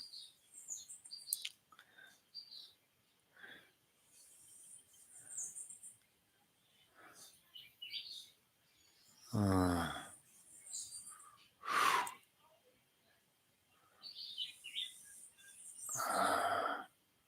I can't really record a day in my life. There's no way to get filming equipment through the rugged stuff I do without wrecking it.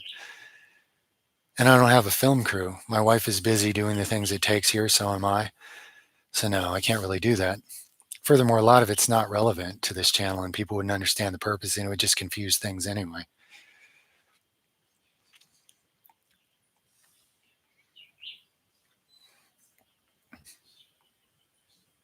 Oh, you can look up how oil pulling works from all sorts of sources. It's all the same and it's simple, basically.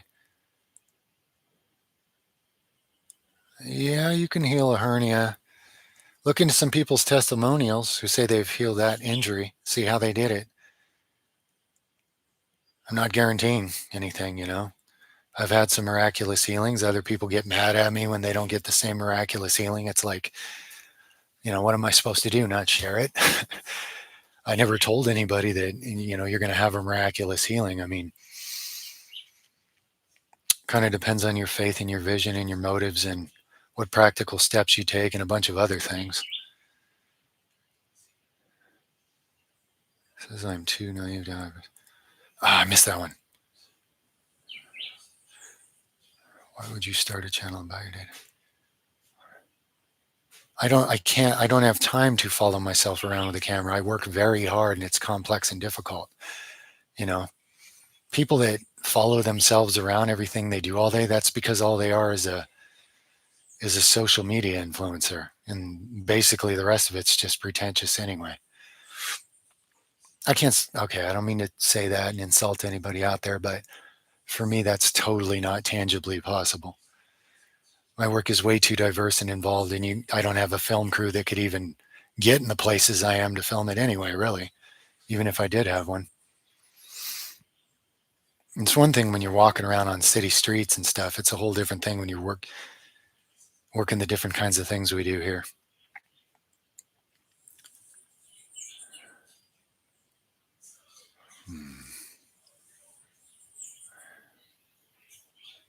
Yeah, I mostly work on the homestead. That's what most of my work effort and time goes into these days, for sure. There's a lot of things to that. There's a lot of different hats you got to wear on a homestead. I like working the land and cultivating food forests and stuff like that the most. But there's a lot of other responsibilities you have to do here too. Whoa, I'm definitely going to have to put that blocker on how often people can comment, since some are rather self obsessed and have no care about others. Um, Whatever I had to say in a hair video, I already did, friend. There's other people that grew it back other ways, apparently, so look into theirs too and make your own decisions. I don't have anything else to say about it. I just told you what happened for me and why and how that went and everything and what I believed and why I did it and how it worked out. And I have nothing to add to it. That's my story on that.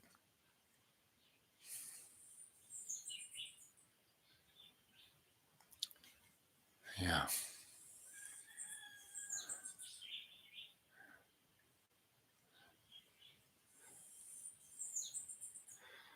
Well, I don't know. Your family member says your friend is fake. I don't know who's who and what's what, my friend. Do you want me to flip a tarot card and tell you what to do in that situation? I mean, ultimately you have to make your own decision and it may work out well or not. And if it does, good. If it doesn't, learn from it.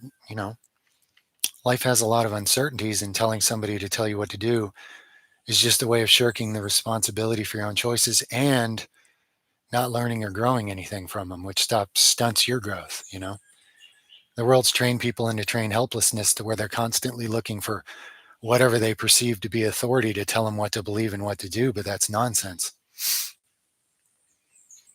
A real leader empowers people to lead their own lives, and everything else is not a real leader.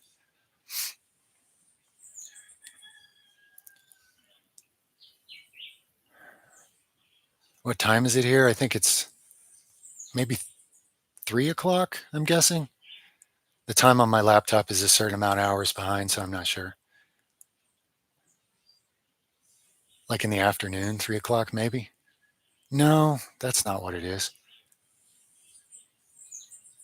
Noon? I don't know. Dude, I don't even know.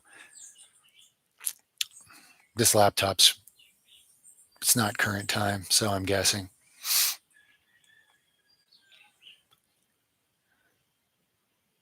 Uh,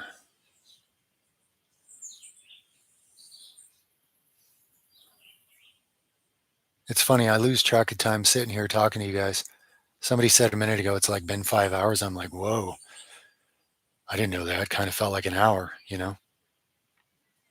So I'm not perceiving time right now in a like when I have a lot to do in a day, I perceive time. I have a feel for it because I'm trying to get several different things done the same day if I can and make time, to just be cool and be with family and stuff like that.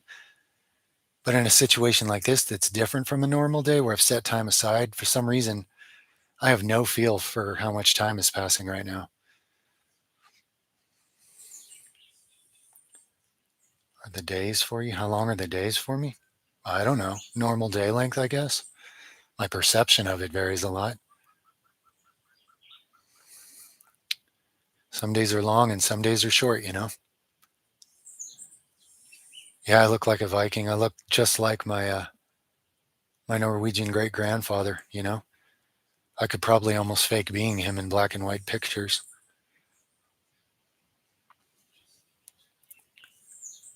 Uh, hmm.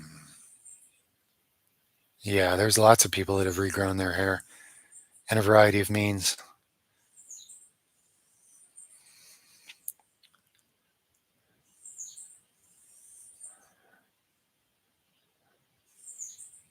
Oh, I am so glad I could be of service to you and your brother that way.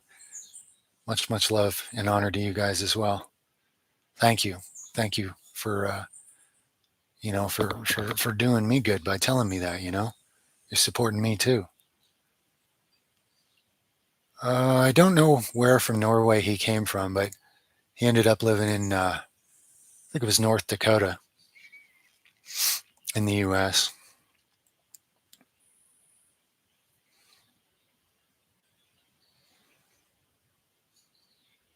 Drago from Rocky, like Dolph Lundgren. Nice. He's Swedish and I'm Norwegian, but those are some kind of a lot of blonde, not all blonde, but Scandinavian looking peeps up there.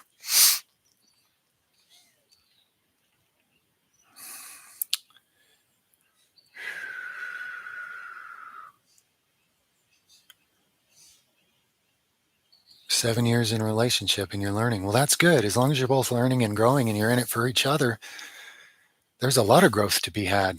And sometimes the scary moments or the misunderstandings are the best part. If you're both in it for that reason, for love and to build something, you'll come through those down times with something newer and better, you know.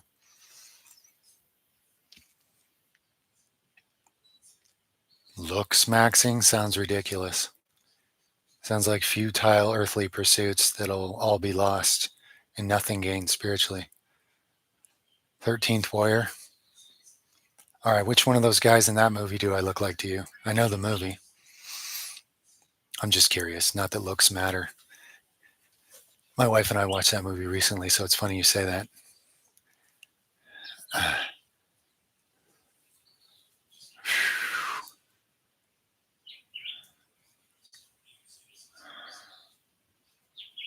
Stay frosty, brother. Godspeed. Stay frosty. Much love, man. Prison breaks. I don't know. Humanity needs to break out of its spiritual prison. Eric the Viking and Eric the Red are actually, I believe, in my family line. Yeah. The Ericsons. That's the Norwegian part of my family. Genetically.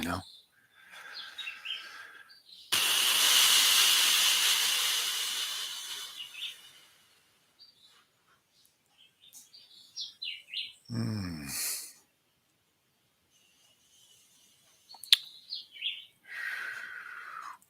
Whoa. Things are disappearing, it seems like. Somebody must have said a no word. Maybe. I don't know. I was just reading a post and then it disappeared. Unless my eyes glitched.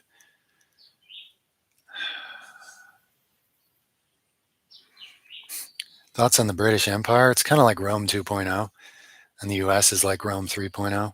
They all have Capitol Hill. They all have the same kind of government. They all have the same kind of ego. They all act like dominating the world is doing everybody a favor. Enough said.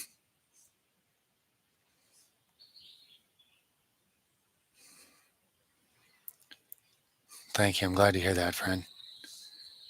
Let us all understand him greater and better and clearer.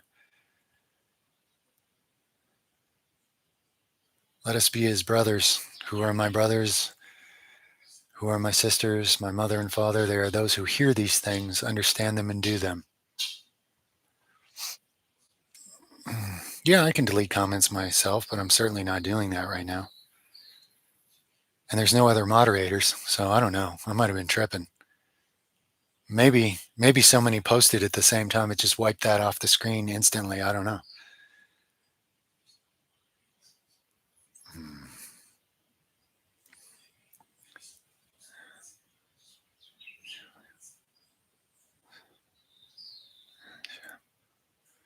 You know, it's real hard to chase goals financially and in the gym without compromising spiritually.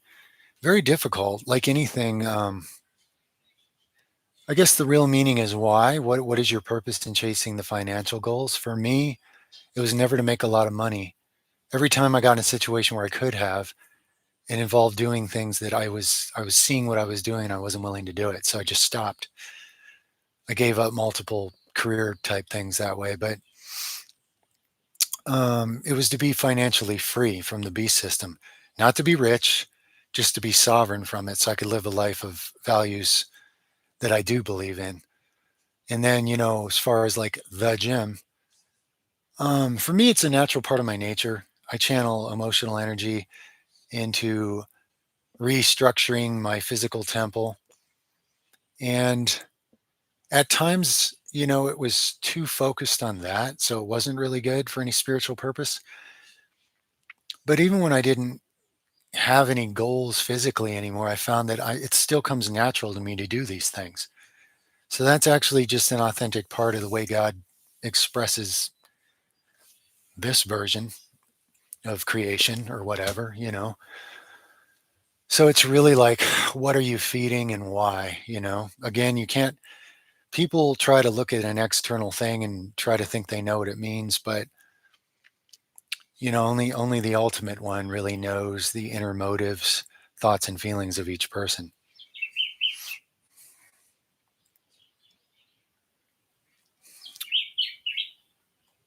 Hmm.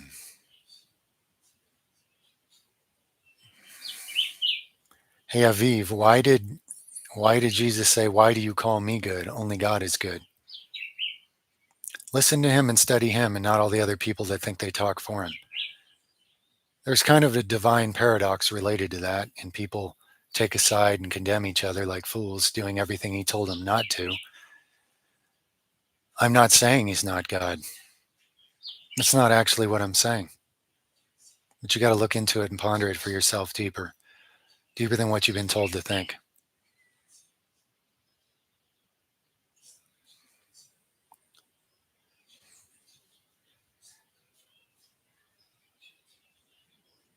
Yeah, I can't create that, Lucas. Um, I only have the same amount of hours in the day. I'm just in one bodily form. People have to create things like that together, and everybody has to be awake and contributing to the other. Do unto others, take better care of your neighbor than yourself. Only in a situation like that can that be created. And tell people are the temples of the living God, it's literally impossible. I would just be babysitting adults, and I can't do it. They'd stop me from what progress I am making and put me in a really bad situation that I don't want to be in. Elephants, maybe that elephant looks Hindu to you. Maybe a Hindu artist made that blanket. Not sure. It's not a statement of religion or belief. It's just a cool looking elephant to me.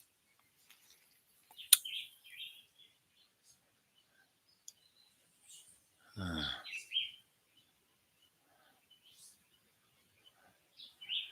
yeah, marriage. I would have to do a video on that sometime, so I could take my time with it, not try to rush through it right here. Said a few things about it during this live stream for sure. Move on from heartbreak. You know, time will help reduce it. But you don't want to close off to the heartbreak because you'll lose your heart. And that's what happens to a lot of people. And then they're hard-hearted people with no spiritual principles, no spiritual eyes or ears. So as much as it hurts, sometimes bearing the burden of having a heart is well, in fact, it's always necessary if you're going to keep it open in this world. And otherwise you become essentially useless to awakening what's needed in this world. So I'm sorry that you're bearing that pain, but in all honesty, it's good that you can still feel your heart. And there will be many types of heartbreak. If you live a sincere life with your heart open, there will. So the ability to handle the pain and tolerate it, not shut down from it, is very important. And you are growing in strength from feeling it. I know that's probably not what you would hope to hear right now, but it is true.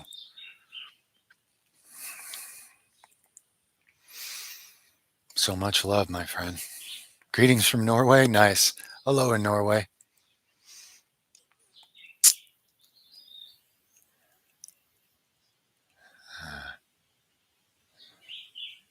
Nice. I like what the lotus is a symbol of. That's nice. Makes sense to me now.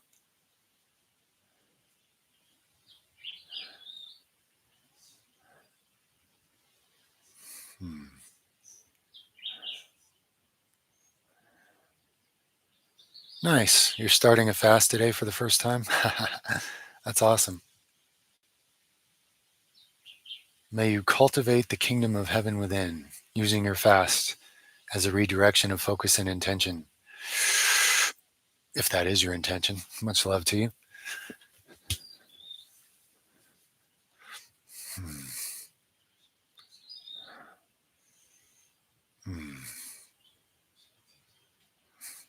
Hey, ask me that fitness question on one of the fitness topic threads to remind me, Sounds like a good one I could make a video on.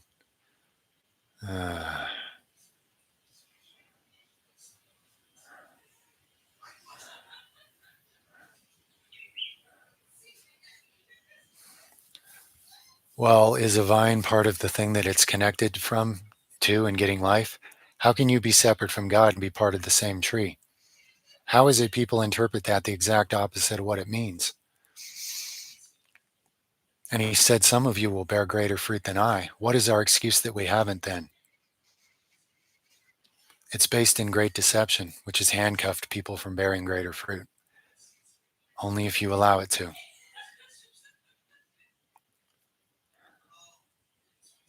Some people will have a situation in life if they would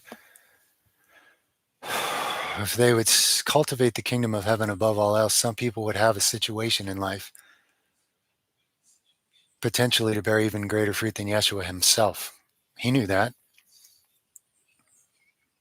So all these doctrines that stop you from doing it, they are anti-Christ. Plain and simple. No, I don't watch the stock market or the news or any of that junk. I don't have time to waste on that. I shouldn't call it junk. Like if that's your living or something, that's one thing. But me, I have no time to allot to pointless worldly things that aren't even relevant to my reality, God bless you too, friend.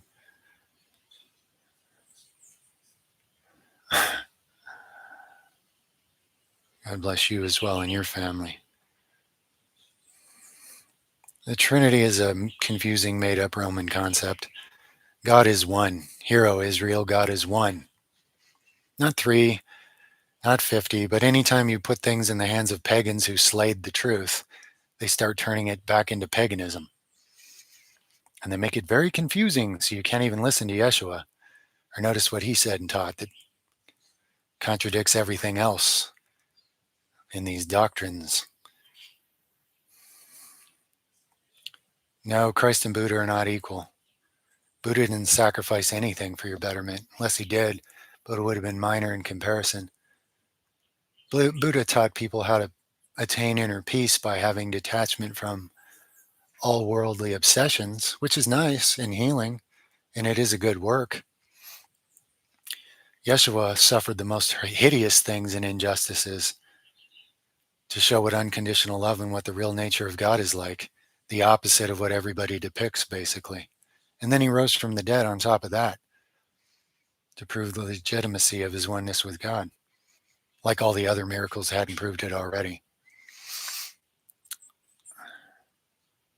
Catch you later, friend. Much love.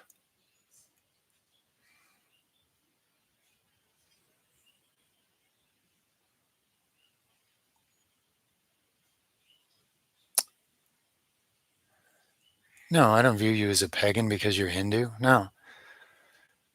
I don't know enough about Hinduism to say what elements of it might have paganism. And I don't know what you believe specifically enough to label anybody like that, you know? So I'm not calling you anything, honestly.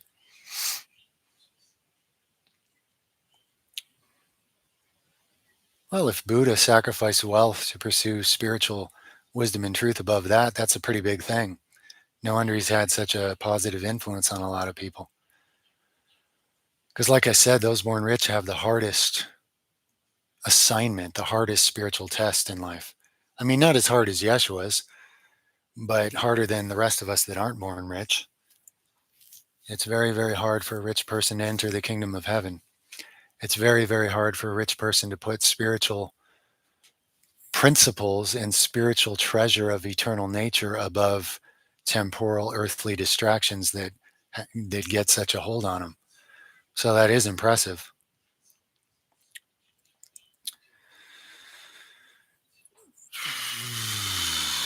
What can you take out of the Old Testament? Well, the first book of Moses is pretty good, not the other ones. Isaiah and Jeremiah are real prophets. That's why Jeremiah talks about the lying pen of the scribes. He's talking about all the other false prophet crap that got added. So, there's some good things. There's some pretty cool symbolism and bits to what's in Genesis, but then there's a bunch of other stuff. There's two completely different stories there. Kind of the whole Old Testament, you got aspects of the nature of real God being explained by a person that was picking that up somehow. And then you've got a totally satanic inverted version of what God is that people also believe is the same thing, even though they're polar opposites. So it's pretty interesting. The book could be used wisely if people didn't worship the book as an infallible idol to worship, which is a physical thing in the hands of men, just like any other physical thing. It takes discernment. It takes caring more about truth than fitting in where you're told to fit in and doing what you're told and being comfortable. Whoa, that message. Okay, it was retracted. I see. Somebody retracted a message. Now I know why they disappear. Sorry, I got a little distracted there, but I think that's a few things about the Old Testament. Hmm. I don't really use the whole Bible anymore. I use the red letters and then I use the older writings of those because I only find unadulterated truth in Yeshua. Even his true apostles like Peter and James, his brother, I like what little bit they got to write in there, but they were still men. And of course, Paul argued with them, and then the Romans just took out what those guys wrote and rewrote it to make the whole thing into Pollyanity. But um, I only find the things that unlock greater truth from Yeshua. That's why I just focus on him. The rest of it I've read a few times, and it's pretty crazy and interesting, and it's all over the place, and it's got man's confusion written all through it and man's agendas. I've read the Book of Enoch, yeah. Oh, it was interesting. Again, I would say there's some truth in there, and there's some ideas that the Roman agenda didn't know how to fit into their narrative, so they just kind of set it aside, like they do a lot of things. A lot of things they burnt, and only hidden copies that have been around for thousands of years because they're even better. You know, the Enoch thing's just kind of interesting. to me. Uh, yeah, I think you could be close to Christ and not apart from the modern church. But if you manage to do that, if you manage to do that, uh, that's a lot of credit to you. Okay, because you're basically doing it despite the church and not because of it. That could be a powerful thing for change from the inside if that's possible.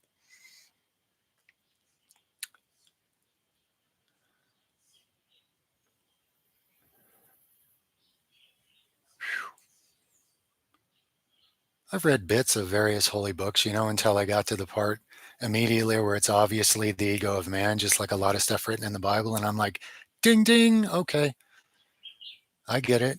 I mean, it's a book. I'm sure there's some good things in it, but there's a bunch of man all over it too. I've had enough of those disappointments, to be honest. Once you know how to observe ego, your own, accurately, it gets pretty easy to observe others. Hmm. Yeah. If the Council in Nicaea ruled it heretical, it's because they're scared of what's written in it, because it makes it all the more clear how deceitful and dishonest they actually are. It doesn't mean that any one of those you get your hands on is going to just enlighten you, but there will be things in it they couldn't figure out how to tweak enough to make it fit their narrative. So they burned it, or they outlawed it, or they poo-pooed it as heresy or whatever. It's just a threat to their power structure. It's a threat to the politics of men.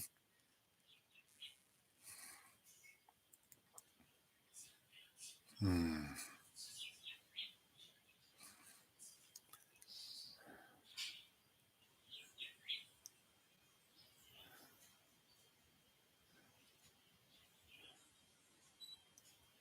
Well, good. I'm glad it's good timing for that, my friend. Thank you, Bill, for having the courage and sincerity to look for yourself, man. It's incredibly rare for some reason. Let's hope it doesn't stay that way. Very much respect, brother. Yeah, you won't find many people currently on the planet who view a lot of these things the same, because the narrow path is found by few who want it more than anything else. Not because I'm better. I mean, like I say, I had an NDE when I was 2. I was with Yeshua. There wasn't even words, but it changed me for life. And it makes it easier for me. And I've still fallen into every kind of false path, really. But it makes it easier for me to hear him and see him and understand him and then do what I understand. At least to what degree I currently can. Which principles I can use so far. With God's help and guidance and protection and blessings, it'll be more so as I go along.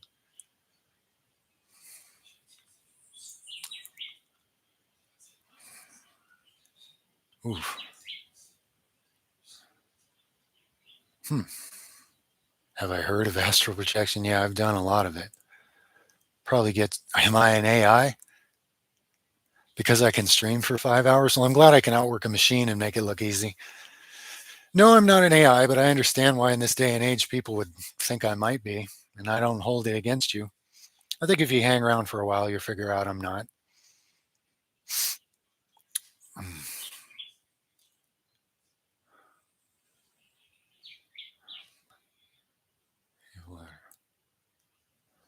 How to love people that cause harm for others? Boy, it is difficult, right? You have to know that they came from the same God you do, and that they've fallen so far into metaphorical darkness they really don't know that. And it doesn't mean you like what they do, and it doesn't mean you agree with it. It doesn't mean you condone it. It doesn't mean you help them do it. So essentially, you're choosing to see the part of God that still exists there that they don't see, even if they refuse to see it. That doesn't mean you put up with abuse. It doesn't mean you cohabitate or collaborate with people that are stopping you from bearing better fruit. And it doesn't mean you fight evil with evil, you know. You might have to fight your way free of certain situations, but the idea is not to punish the evil, because that is evil. That's part of the false god modality that people believe. So it takes a lot of wisdom to differentiate and to maneuver those difficult situations, basically. But if you allow yourself to hate, then Emperor Palpatine is winning. He's saying, hate me, strike me down, and become me, And you're doing what the darkness in that person wants you to do, even if that person doesn't know they want you to do that, and maybe they don't. So do not be deceived, okay? And remember, there is an all good God who knows what to do with people that are very, very lost. It's not what the church tells you about how God just throws away most people who didn't say the magic words and save their video game. That's complete maniacal lunacy. And the all powerful creator is actually all powerful and actually all good and has different things to do with different people who need different things when they leave this world. There are more opportunities to repent, albeit it may be harder when you get to the outer darkness, but it's still possible.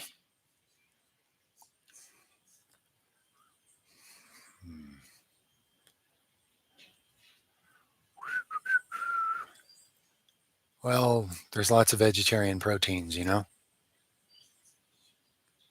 meat industry's made you think that only dead bodies are protein. It's madness.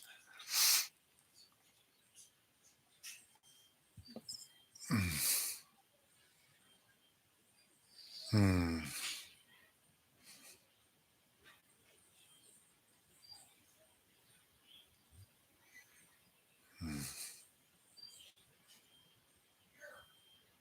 Intrusive thoughts are negative entities. Don't believe them.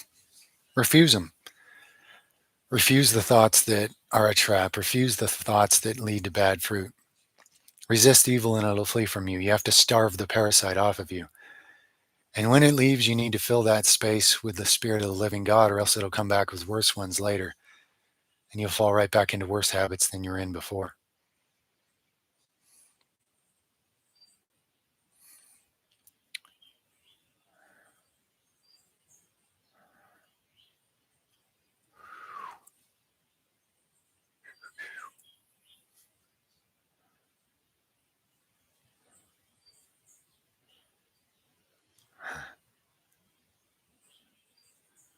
I pay property tax with, and it's not very much where we live, but just pay it with money we put into certain, like, what do you call that? I don't know the term.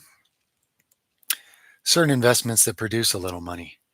And out of that limited budget, we just live below our means off that limited budget, because the more we work with the earth and become more self-sufficient, the more you can do things that don't involve money to create a reality. So it takes very little as you get better at it. But there's always enough in that, passive income or whatever you call it to pay property tax when it comes up.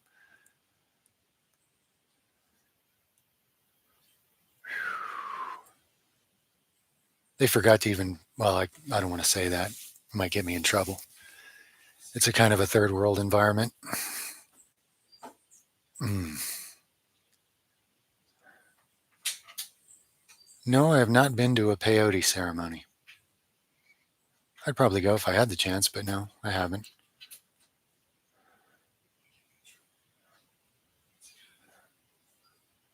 Hmm. I appreciate your willingness to donate. Many people are. But like I said in my Please Don't Give Me Money video, if you will hold what you would have given to me, and when you see your brother or sister or someone hurting that it would make a bigger difference to, be the good Samaritan and change their life by showing them unconditional love with no ulterior motive to do it. You have no idea how much that changes their trajectory. And whatever you do to them, you are doing to me and you are doing to God. That's the spiritual principle of truth, my friend. So no need to give me money. But money could be a big blessing to people that don't have the basics to meet their basic needs. And if the rich aren't going to do right by them and do it, all the greater that the poor do so, because you're giving more. I love you guys. Please do that and bless your own soul and bless theirs too. Give God a hug.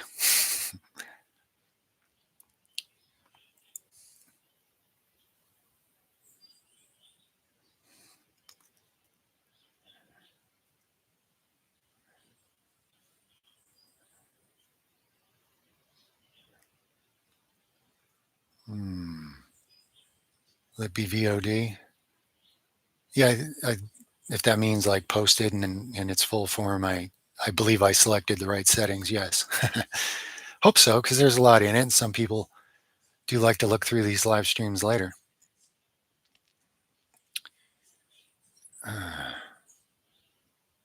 It might help. TK Drac help. Anything that cleans your lymph system like that could help with hair regrowth. Hmm. No guarantees because I don't know the root causes of your loss, but a cleaner lymph system can help. So you can't go wrong because it's going to benefit your health and well-being in a bunch of ways. You might as well try it. How often do I meditate? Well, anything I would call meditating, I don't have like a schedule. I mean, I do a certain amount of calm listening and paying attention, doing my best to perceive the spirit of God and what information, ideas, creativity, healing, what might be there for me in a moment. But I don't actually have any kind of schedule for that. And my schedule kind of changes a lot based on what's going on and what comes up on a given day. But at least at some point in each day, um, there's some sort of meditation going on for sure. Which to me, meditation, it sounds all like certain religious systems will be like, that's the devil, Bobby. And then others will be like, no, you're the devil, Bobby. To me, meditation is just listening. It's the act of quieting your inner self so you can listen. Some people just want stillness and silence. Fine. It's better than noise. Me, I want in that stillness and silence to pick up on the infinite information that is there from the great creator that is in and behind and around and between all things.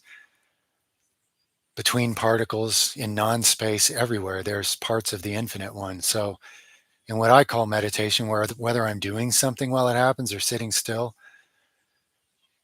um, my ideal for it is not just relaxing silence, but to be perceiving, which could be called listening. And I don't really set goals usually on what I'm trying to perceive because that's my ego thinking it knows what's best. I'm just like, I'm open to whatever the creator deems best for me in that moment. Mm.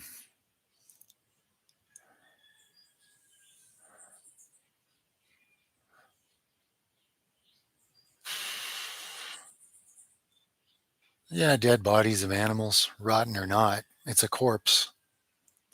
People have fallen into being corpse eaters since a long time ago. And it's not practical for everybody to just get off that system right now, even if they wanted to. But yeah, I call it what it is so people can start looking at a thing for what it is. He who discovers this world discovers a corpse. And he who discovers the corpse is not worthy of him. What uncanonized writing does that come from, my friends?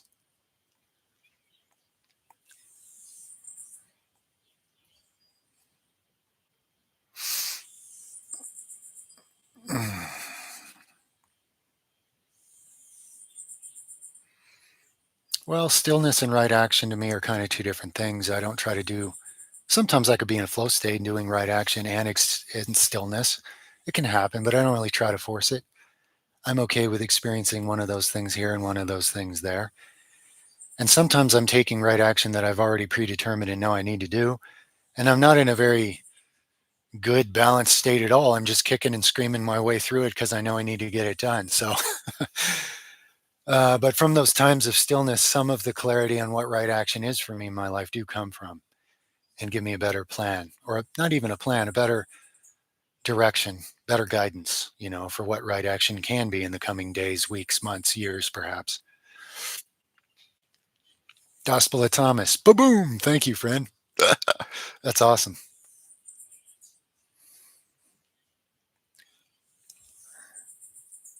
Uh,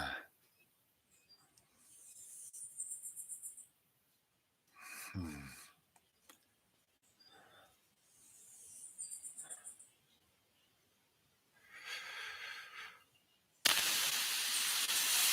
Well, being that the religion named after Christ doesn't even resemble him at all, Actually, Christ isn't a person. It's a set of principles of unity with God that one person showed.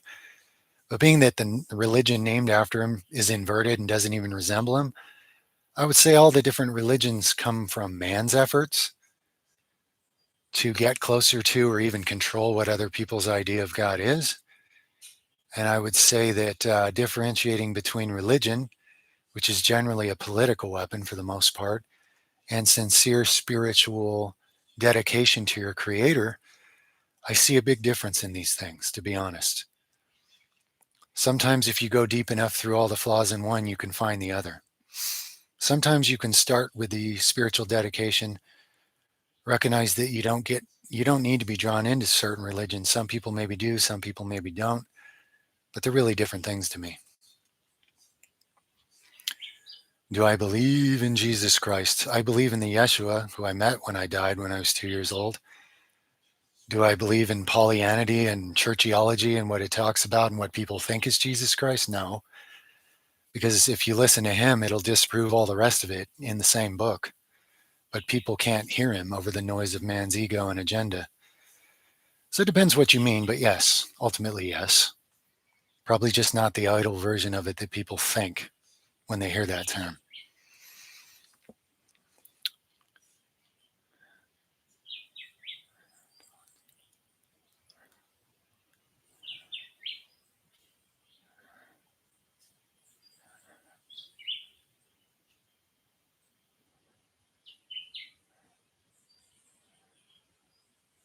Dragons, fairies, goblins.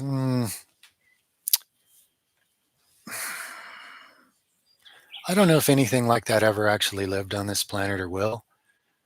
I'm pretty skeptical that it does at this point. Are there entities in other dimensions that might choose to be in those forms? Probably. So it kind of depends what you mean there. I would say the things that exist in the imagination of mankind do exist in some way, but not necessarily here walking around on the earth breathing fire.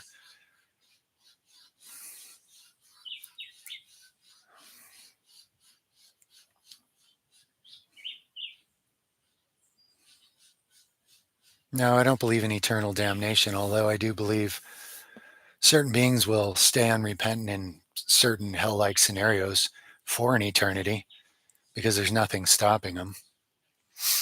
And if you're incapable of repentance, then, you know, the other thing is when you're in a different realm, there is no time. So what are we even calling eternity? It warps and enslaves the man of mind to throw terms like that around and have them translated to a realm like this where that doesn't even translate properly. And people have used it like a weapon to terrify people into doing what they say in ignorance.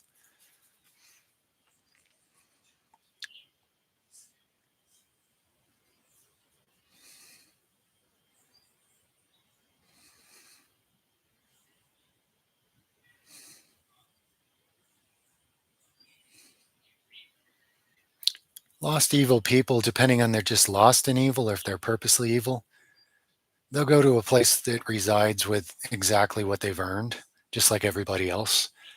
Everyone will be rewarded according to their deeds, thoughts and feelings included. There is no way around that.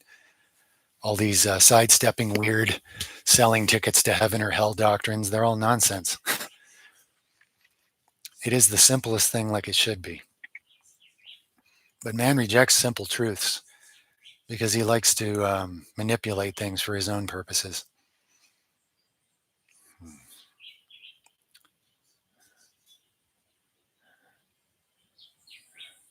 Stopping smoking would make any mental agitation worse, yes.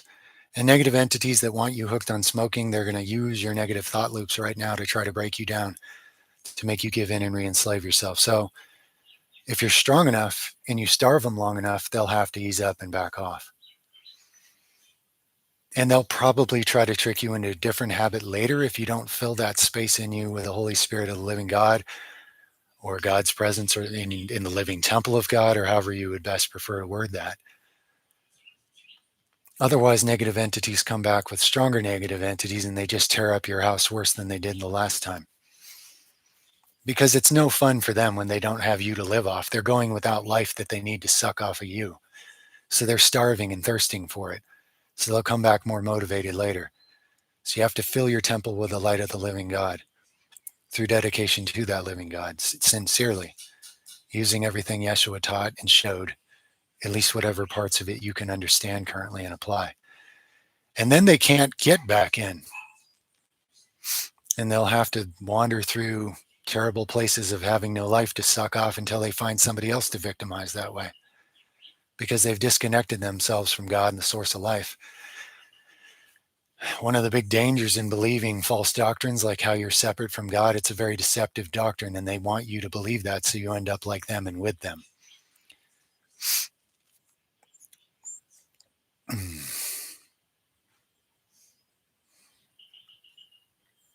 A psychopath that's supposedly that way, there could be a genetic factor. Not all people are born with the same amount of ease in accessing and cultivating the kingdom of heaven, let's say. If it really is genetic, the thing is, God's going to consider what that person was dealing with and what they were capable of, to what degree they were able to make decisions under the burdens they were under. Only someone of infinite intelligence and goodness is capable of making a correct assessment and giving that person what they need in the afterlife. So beyond that, it's not worth much for men to speculate about it, to be honest.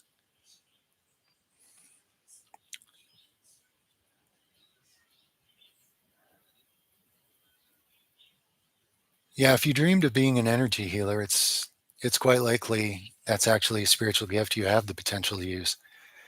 So if you align with God's principles accurately, you'll be shown and understand ways to start using it. It's a very real thing. The people that were wiped out along with Yeshua, they were practicing such things. They could heal things that the system couldn't. So of course the Romans couldn't have that. Just like modern pharmacopoeia, which is just to descend into the same garbage. They can't have that either. I didn't say that. I didn't say anything medical. No claims made here. We're just talking amongst friends, just talking. Just talking spiritual principles, nothing to do with money or control of the populace. Shouldn't be a problem. Shouldn't even be understood. Mm. Astral projection is just like having an NDE in a sense. You leave your body, you experience things based on where your consciousness is at currently. The difference is you didn't actually die, so there wasn't a death trauma, although in some cases there may be been a trauma that led up to it or not. Um, but if you've done it enough, you realize that the things you experience are not things you should come back and try to build into some belief system for other people to believe in, because they're already being shaped by your own misinterpretation in your worldviews. The non-physical realms are much more plasticious and flexible based on your current perception and consciousness. And that's why it's dangerous to believe very detrimental things your whole life, because you might be so spiritually ignorant that when you get caught in a dark place, you may keep yourself stuck there for any amount of time in a space where time doesn't even exist, without even asking for rescue, without even repenting of what got you there. Spiritual ignorance is a dangerous thing in that sense.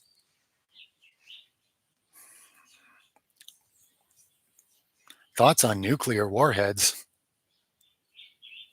Well, they suck. I mean, what else is there to say? Put it in layman's terms, right?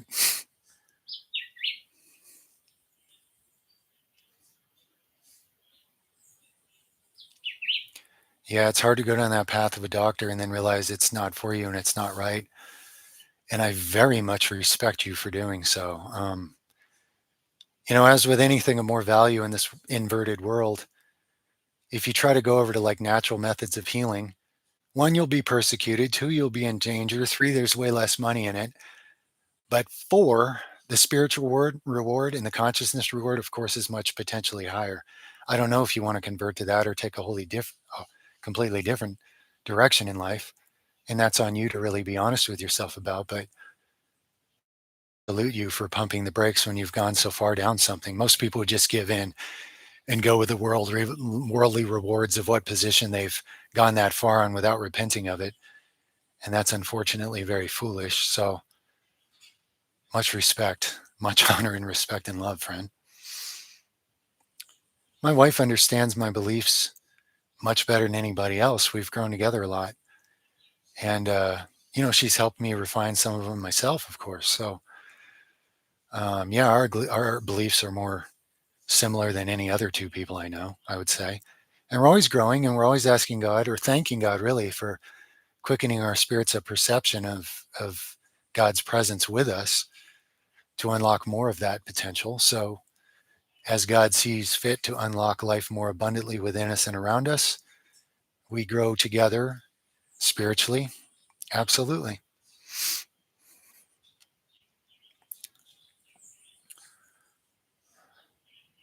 A nuclear warhead for recreational and home defense purposes? Okay. Aren't you a character? Home defense with a nuke. Recreational? Mm.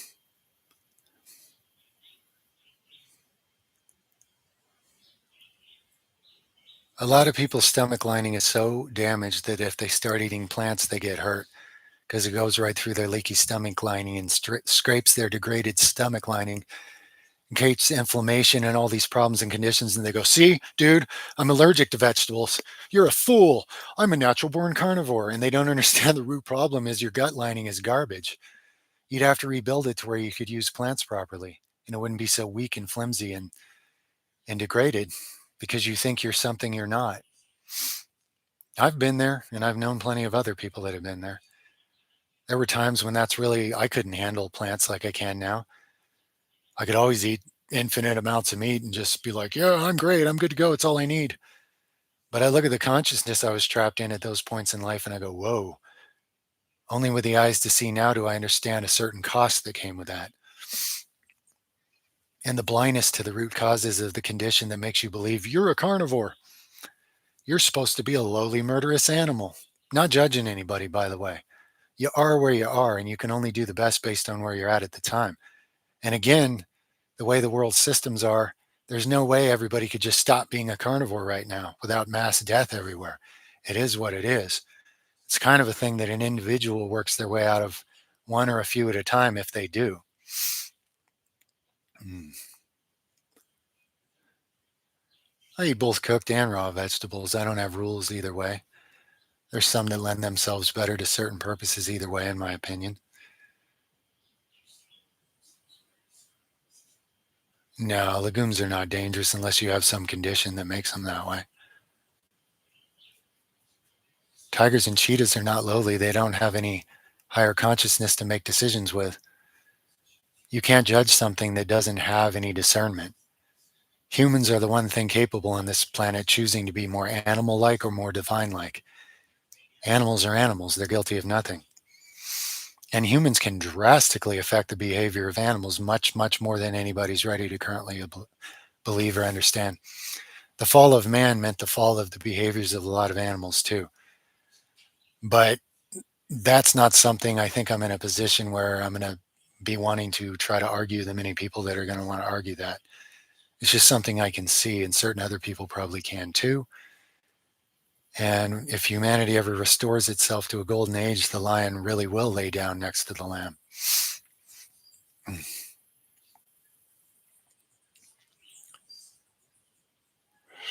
America kind of is New Rome. It's an extension of the same thing, basically, yes. It's funny because man is made it in the image of God in a sense, but not this. This is made in the image of the beast. It takes discernment to understand that. God doesn't look like a dude in sandals you're supposed to dance around forever in some heavenly place. God is not a dude that God would be limited, or a chick or any other human fixation of a particular image.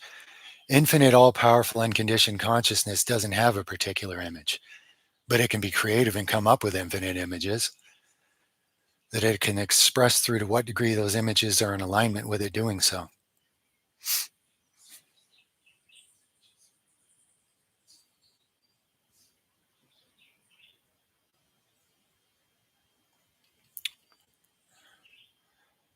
Well, what you're asking there, fast, look what Yeshua did. He laid out a model of it.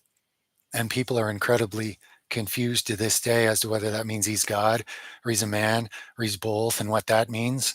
But you got to listen to what he said and what he showed about it.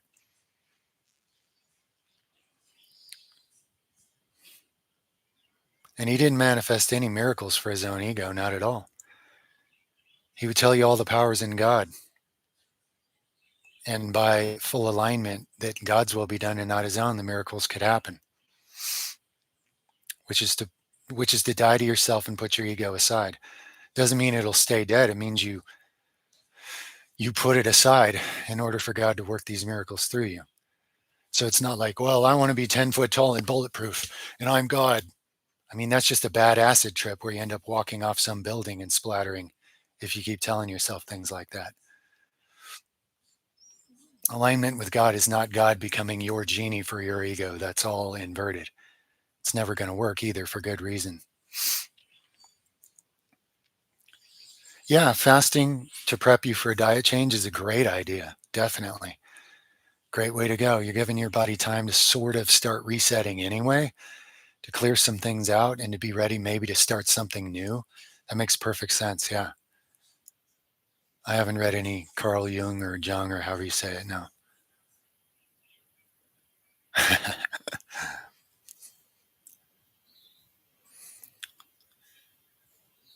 Thoughts on green tea? It's got some antioxidants. If you're an Ayurvedic type that responds well to caffeine use, it could be quite nice for you. Look into Ayurveda and constitution types and who caffeine can have benefits for and who it's detrimental for, and try to accurately assess yourself.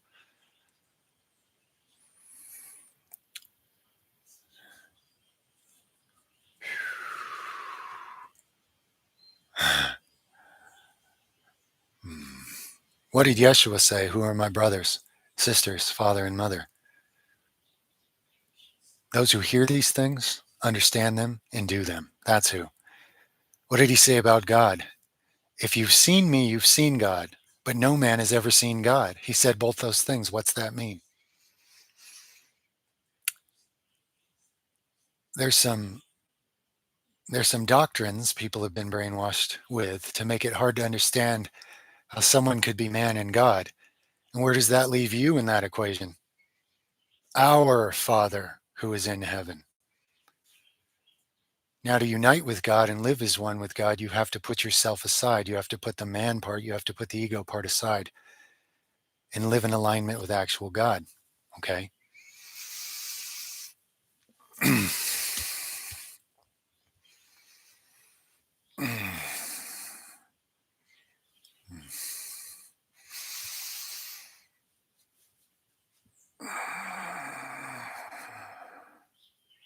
So if someone says, no, I'm separate from God, it's like, well, okay, to whatever degree you believe that, that's what your experience will be. If someone says, I am God, and it's an ego trip, they're even more separate from God. It's ridiculous. God is not your ego. That is a false God. If someone puts their personal desires and ambitions aside and gives their life to God to do with what God will to the very best of their abilities, that is a real thing. I think I'm passing a gallbladder stone right now. During this fasting time today. It happens occasionally. So far, it's not enough to stop me.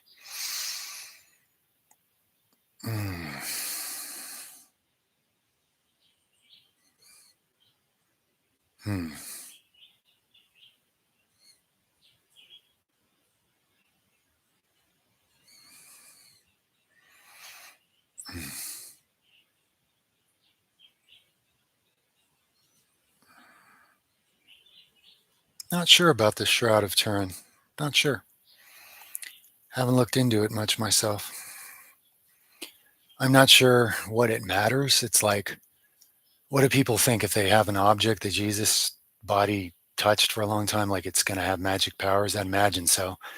But to me, that's kind of paganistic thinking. I mean, the living spirit of him can join you now if you'll align with him and align with the Father, the Creator, the Mother, the Source, like he taught us how. So I'm not really concerned about whether some physical object had his body in it or not. I just don't see the point. Seems like it'll just be used as another idol, honestly. Hmm. Gallbladder stones are just something that some people are more prone to others. And of course, past imbalanced ways of living can build them up, and they can stay in you your whole life, or you can pass some of them or all of them. Yeah, pain is weakness leaving the body. Exactly. If the body lives through it, it is more weakness left the body. Hmm. Well, if someone touched his garment and healed, like he said, it's because of her faith. It's not because of the garment. So again, man is trying to make a book or a cloth or something into his god because he has these ancient pagan idolatry type. I don't know if it's DNA patterns or what it is, but it's not the rag that makes someone well. I think I'm wearing cotton right now. My skin never liked polyester. Comfortable with cotton. I'd really prefer like hemp clothing. Tougher, grown from plants. You don't have to even bother animals about it. Tends to cost more though, that's for sure. At least when I looked into it.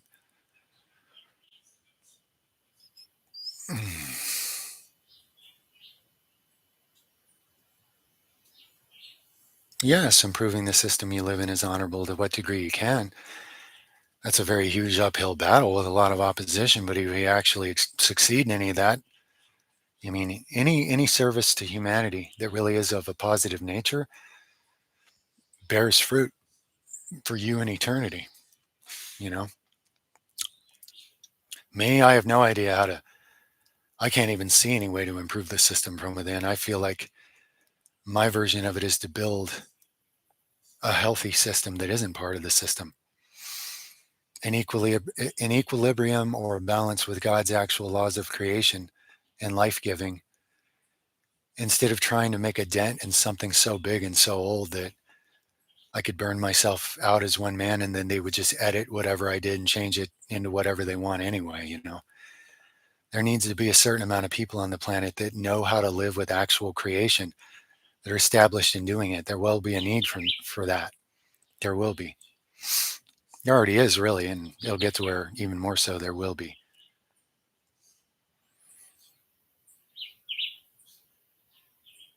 Hmm.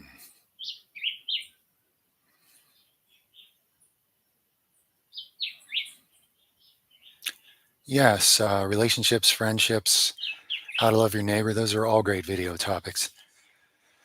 Uh, be sure, I don't come back and watch these long live streams myself, so be sure to post good ideas like that in some of the threads I have so I can check them on my community communications page, which I try to always do in the early hours of the morning when it's dark out, so I can keep up with basic communications.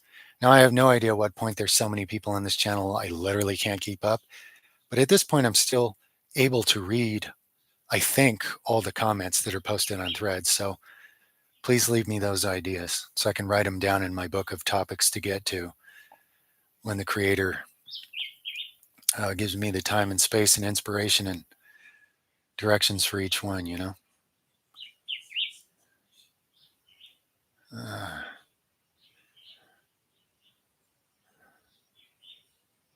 hmm. Yeah, if fruits are eating at your tooth enamel, it's because it's already very weak. Certain citrus fruits will eat at parts of mine that were very damaged in the past that are slowly regenerating. So for now, I have to clean my mouth out after I eat those things so that citric acid won't sit there and eat at a weak spot in the enamel. Now, ideally, when your enamel is fully structured, strong, and well and functional, it's not an issue. But where there are weak spots, even a healthy natural acid like that can continue to eat away at it.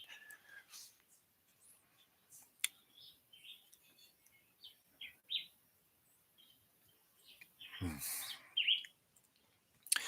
Well, many people have entered versions of heaven, whatever layer of it they did, in NDEs, and those who were aware of Christ met Christ. Some who were not aware of him met him, and some who were not aware of him didn't, and even some who were aware of him didn't. But everybody gets a life review. So You know, Jesus himself said, I do not judge you. And elsewhere he said, the Father doesn't judge you, nor do I, but you have one who judges you. So the idea of judgment sounds more like somebody waiting to dole out punishment to you, which is more a satanic inversion of the idea of God. And the other way it's phrased that's a little more constructive is that each will be rewarded according to their deeds. Some will be rewarded a place in outer darkness because that's what you created with the choices you made here and now. Even from there, there'll be some way for repentance and change to be possible. But he warned a lot about the dangers of getting yourself thrown out into that place. It's not a good thing. And I'm sure that, well, I know there's a lot of different layers and depths to what that darkness can represent and how bad it can be. But each person gets rewarded according to their deeds. So whether it's a council of angels or some version of God's presence or Yeshua or some ancestors, there's been a lot of different things happen to people, but they do get life reviews. And it's done from a place of unconditional love and wisdom. But some, some people just find themselves in a really dark place. And every one of them that's ever asked for rescue got help. But there's a lot of beings there that don't ask for any help for whatever reason. They're so hard-hearted and arrogant and stuck on what they believe and insistence on being right or hatred of God and others or whatever it happens to be. I don't know. I can't assess all that. But in a timeless place, there are real dangers of getting stuck in different levels of darkness or even some kind of limbo where it's not really bad and it's not really good. And you're just thinking there, oh, I've made it. And you sit around like that for 10 trillion years. Of course, there isn't time. There's all kinds of different dangers based on your own spiritual ignorance and your own pride or whatever it is you're holding on to that's stopping you from actually aligning with the real creator's principles better. But the positive entities, just like here, they will help when you ask for it, and they won't interfere if you don't. Isn't that interesting? And negative entities, they will do everything they can to you against your will. Another reason it's not a good thing to be left in outer darkness. And there's many different layers to how bad that can be, depending on what you've earned for yourself.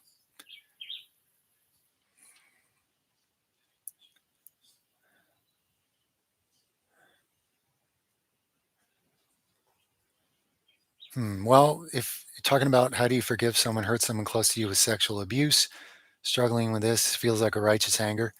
Yes. Remember the difference between forgiveness and anger are not the same thing. This is hard for people to understand, and it's mistaught in a lot of places. It is very possible to have a righteous anger that says no to certain things and does what you can to not allow it to go on. But to hold, what is it if you don't forgive someone? It's where in your heart, you throw them into hell. You want bad things to happen to them. You think that that's the answer. Now you're condemning yourself. That's the basic spiritual principle. You should do something to stop negative patterns and situations, whatever's in your power to do, because that frees you and whoever up to, have a better life and bear more fruit and not be enslaved to somebody else's sins or whatever. But at the same time, if you hold condemnation or hatred in your heart, now you're a murderer at heart. Okay. Now, inward murder is not as bad as if you externally do it, but it's the same energy. And as you know, if you hold that unforgiveness, it blocks you from getting close to God, both now and later. It just is what it is. So life presents people with a lot of difficult situations of discernment, but enabling evil when you have another choice is not the best choice. It's not the most loving thing for you or the evil one, or whoever's doing evil. I'm not calling anybody evil, but whoever's doing the evil, whoever it's being done to, if you have in your power something you can do about that to stop that cycle or that situation, you should. But don't make the mistake of holding on to judgment or condemnation or hatred for someone who is obviously very twisted in darkness. They need fixing, is what they need. They don't need punishment. Despite what people seem to think in their pagan roots or whatever, you don't punish goodness into people. Do people sometimes need to be scared to find out what their spiritual state is? Yeah, but only an infinitely wise God would know how to do that. So just keep all those things in mind and realize that some situations there's nothing you can do that's fully ideal. You have to put it on the scales, pray for help and guidance, and try to figure out what the best overall is for all involved, and act on that. And don't let yourself be trapped with that weight of hatredness towards anybody else. Okay. Pray for their healing, but don't put up with what they're doing, in other words, to whatever degree you can.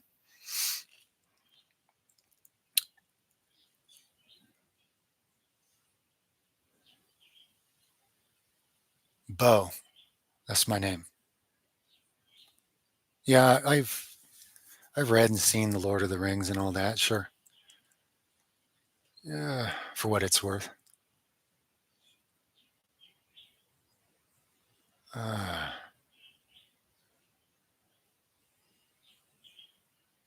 our kids are actually technically in online school. It's much easier than homeschool, really, because my wife and I don't have to sit school teacher. Sometimes we help with certain things, but like my wife's helping my older son with trigonometry. Good thing because I never made it to trigonometry.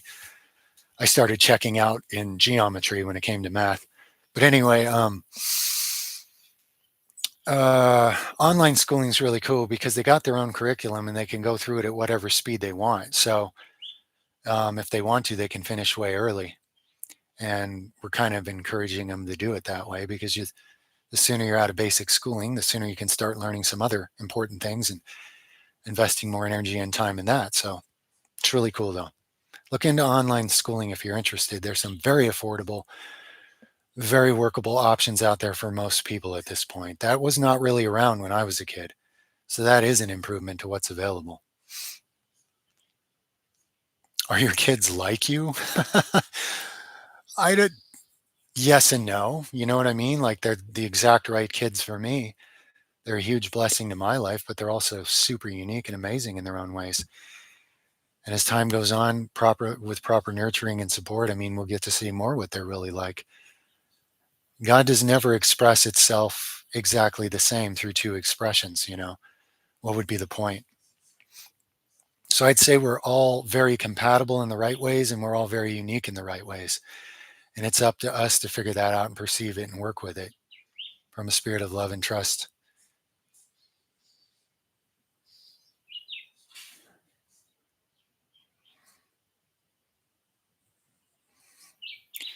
If your belief system tells you that junk food is good for you, your belief system is just wrong.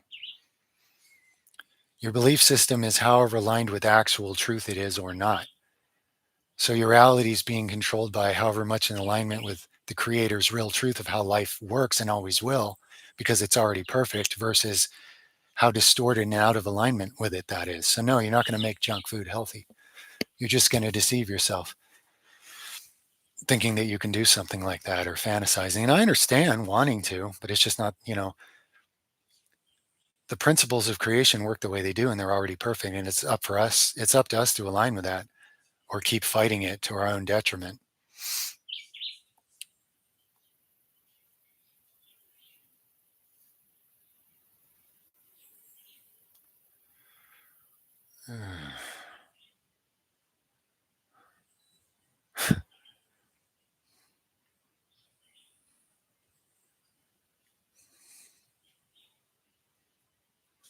I have a lot of physical history, really. I've lifted weights on and off in different ways for 30 years, mostly on, very little off, only short breaks here and there.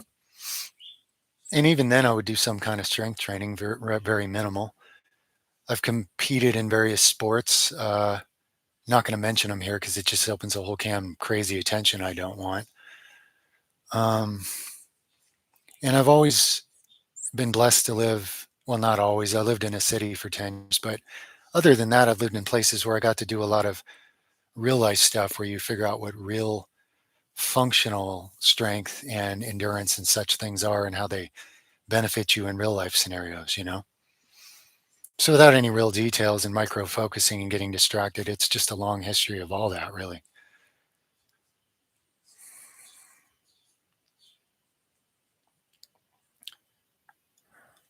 Do I ever cuss? Oh, yeah.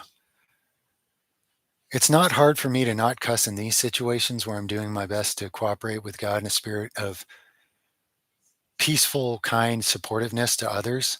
But if I'm just out working in the jungle and trees are slapping me in the face and chiggers are stinging me and it's hot as you know what, oh yeah, man, cuss words fly. So I don't walk on water, guys. I don't. Mm.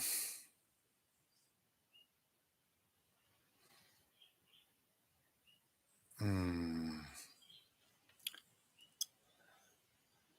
I don't really have a favorite vegetable because there's a variety of good ones for different purposes. And I'm even discovering vegetables I didn't know existed living in a northern climate. And at different times, the body will have cravings for different things for a different reason. So you can't really pick a favorite. To me, things in nature, it's not verses, it's how they're all part of the same greater whole potentially.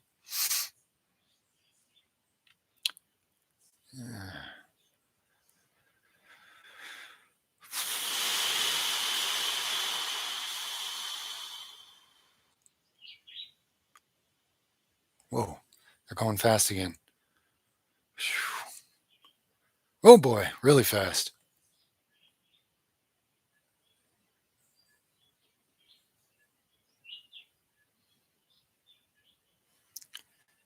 If I had to recommend anything in the Bible to you, it's read the red letters only and ignore the rest until you understand the principles in them. And there are a few variations and a few tweaks that take a little out of it, but there's enough there to completely transform your life before treading into the dangerous waters of everything else written in there. If you grow a foundation in understanding what Yeshua said and did and become like it, you'll be able to discern the rest of it much more accurately and understand a very interesting story about humanity that others don't see who worship a book. Mm. Well, I don't really force truth on my kids. I just share from the heart, share things, life experiences, spiritual perception. We pray together. We trust God to guide us. See, we're not in society, so it's not like I'm having to fight against 10,000 evil influences like most people are. So there's pluses and minuses to that, but I'd say a lot more pluses than minuses, to be honest. Some Bibles have everything Jesus said in red letters, others don't. But I would just meditate on his words until you can enact and embody the spiritual principles, or at least some of them, and watch what it does to life and how it opens your eyes to see and ears to hear. The rest of it's really dangerous, to be honest with you, and it's been used like a weapon because of it. That's why I would order it like that if you ever wanted to study the whole thing. Because people that read the whole Bible the way they're told to, for some reason in thousands of years, they can't hear Jesus at all. And that should tell you something. I can tell you some of the reasons, but that's not really the point. There's a lot of them. It's all the same old corruption that everything is on this planet. Hmm. Check on your wife. She'd let me know if she needs something.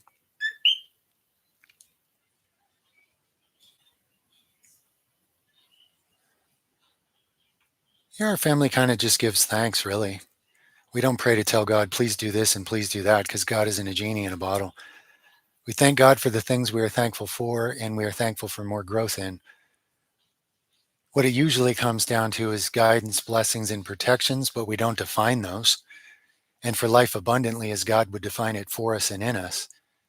And for the quickening of the perception of God's presence with us, in us, and around us. Basically that. And if you want to give thanks for something specific, like an idea I was given on how to better take care of the chickens today, or whatever, if you're thankful for all our wonderful animals or the place we live, you can add anything onto it, but those are kind of the central things. And the power of harmony and healing and protection spiritually in our family has been growing ever since we started doing that.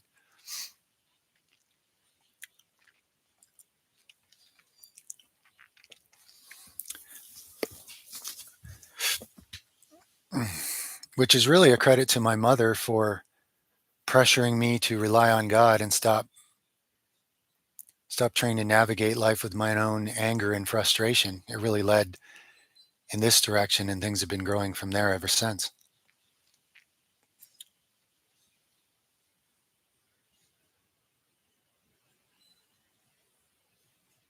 Hmm. Well, I've got an animal that's well tamed sitting here. That's funny, man.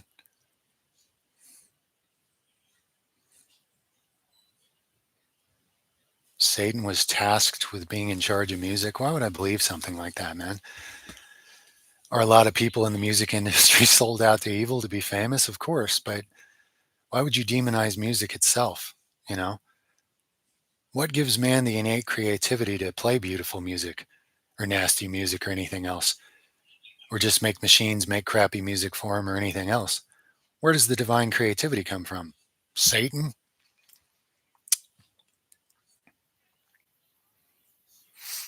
Hmm.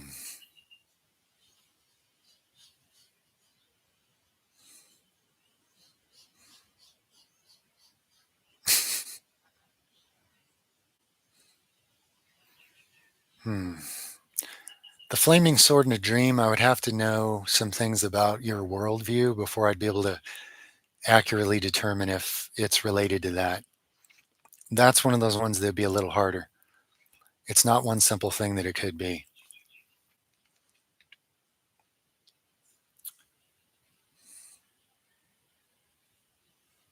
Well, what do you think the end point of the biblical version of heaven and hell is? What you've been told by men who make up doctrines, who mistranslate words, sometimes on purpose and sometimes on accident?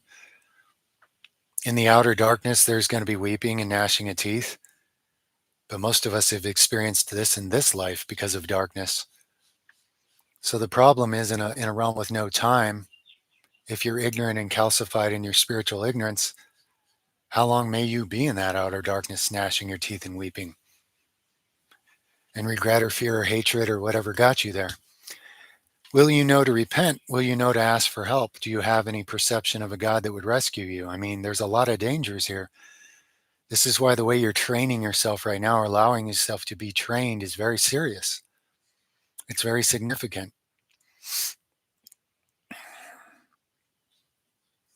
What are you investing in? Worldly things that'll be of no value spiritually? Or love for God and service to others, which are of great value spiritually? Because if you can be trusted with that in a place this hard and deceptive, when you leave here, you can be entrusted with a lot more because you're trustworthy. And if you can't be trusted with what you were given, then you're going to have what you were given taken away from you.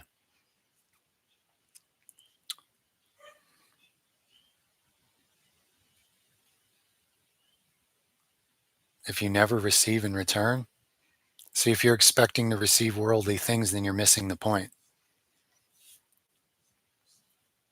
If you're alive spiritually, you realize that what you receive in return is the kingdom of heaven. For it was one terminology, and it's so much more priceless that you're willing to go through all kinds of misunderstandings and sacrifices in this worldly life because of what you found of value.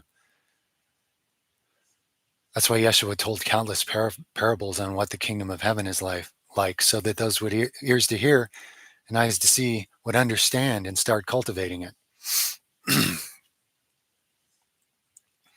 Non-Christians watching your videos, well, they're probably more open to a lot of this than a lot of Christians are.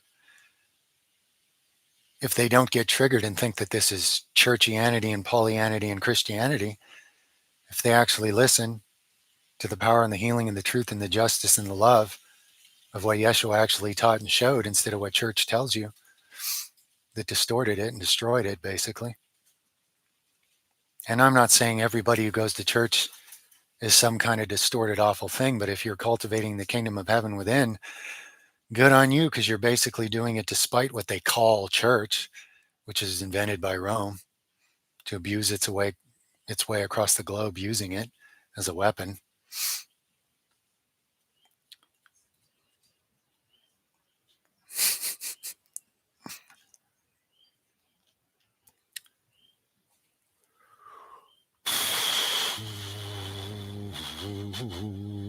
I'm the only moderator.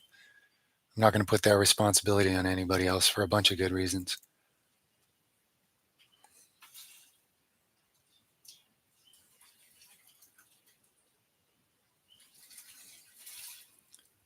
Yeah, I agree with you, Wendell Bridge. I do. Some people get to a point where they can't know that. They've made themselves blind. That's another danger of sin, the consequence. It's not that God is hurting you because of it. It's that you've now made yourself spiritually blind and spiritually deaf and hard hearted. So, what are you going to do when you go to the other side that way in that much spiritual ignorance? It's a very dangerous negative situation.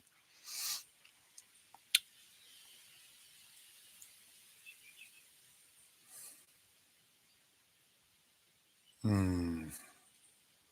The powers that be are not undermining Christianity. They've used it. They use all the world religions as divisions against each other. That doesn't mean every individual in those participates, but these things are like hands or like fingers on the same hand that you don't see are connected. And they're divisions that they can use as a weapon to use people against each other for money, for influence, for conflict, for confusion, for war. Define masculinity? I don't know. I think people are way too obsessed with that. When the two become one within you, then you'll be somebody. Then you'll be a complete being. You'll be able to walk with God. If you're busy dividing and trying to be one masculinity versus the other, or think you're really different and that you don't have the potential for both within you, you're missing a great spiritual truth that is necessary to become in alignment with the Creator.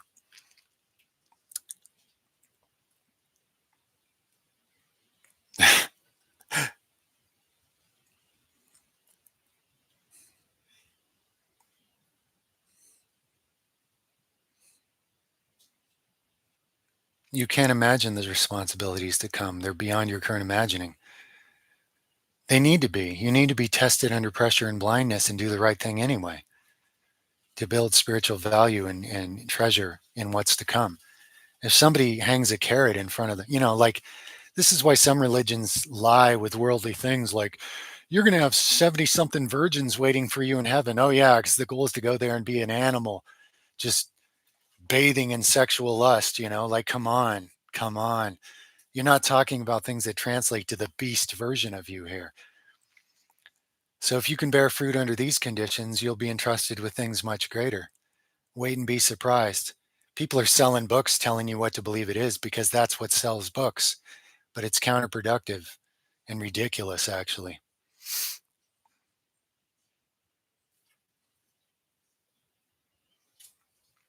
Mm,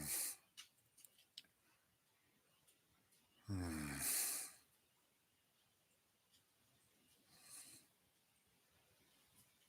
mm.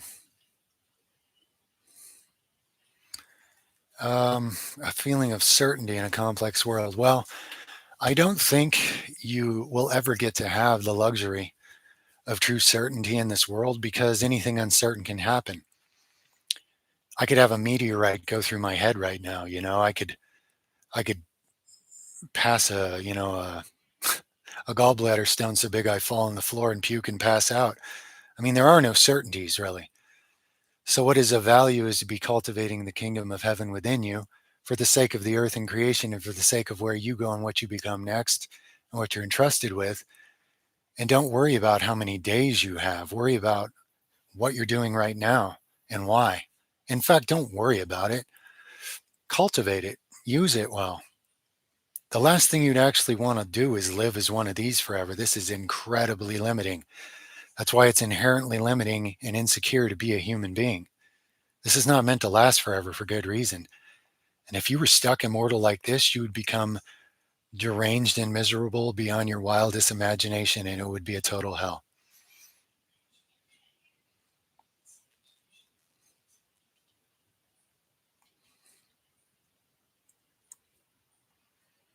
The subconscious mind already has the ability to problem solve based on all the different information it's taken in.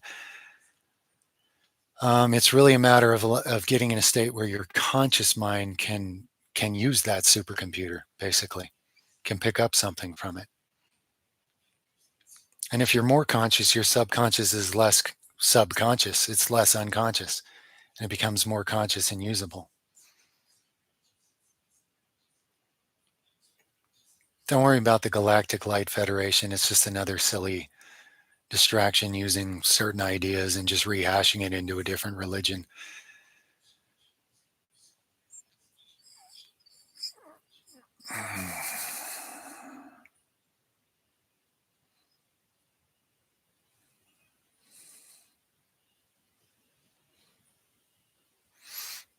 Hmm. Lots and lots of hearts. Okay. Hug. Hug. You got to let some people talk, though, if you're being loving.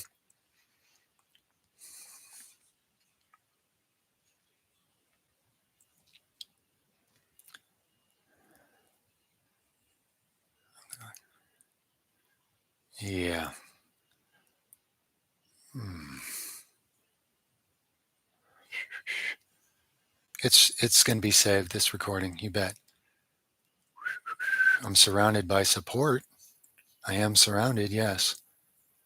Spirit of the living God dwells within this place, protects us from interference more and more so as we've cultivated that relationship.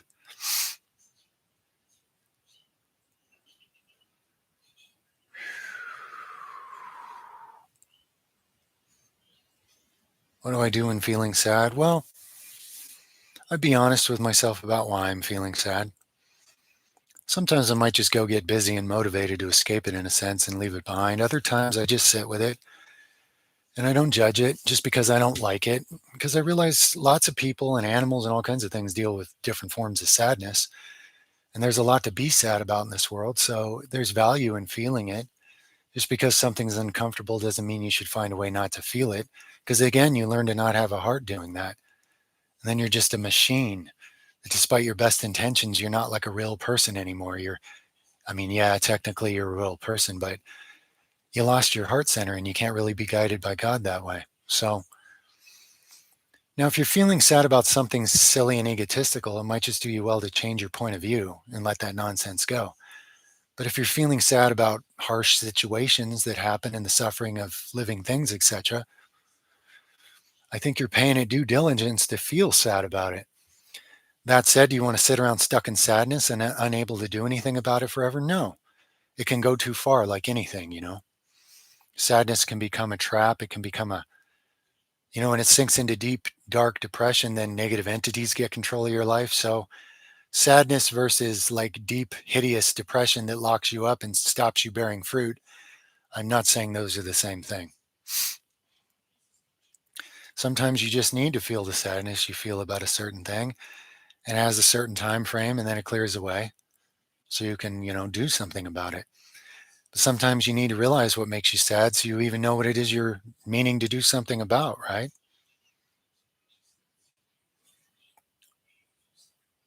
No, I don't feel isolated at all. My family life is very rich. Relationship with God is very rich.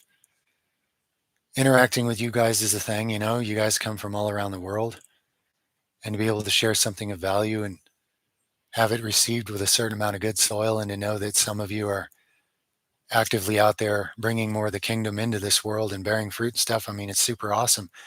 I don't feel the need to sit in physical presence with people to feel their presence.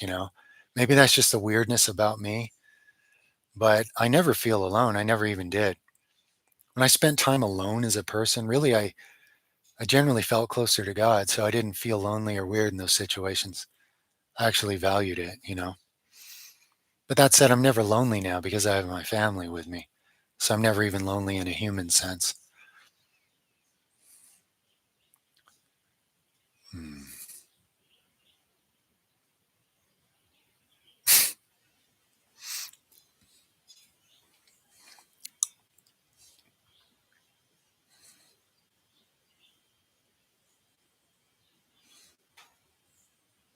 All right. It's slowing down a little.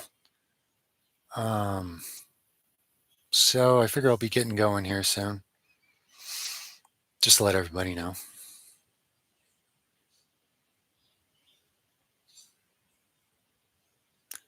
New Age people like to act like they are ascended masters or something.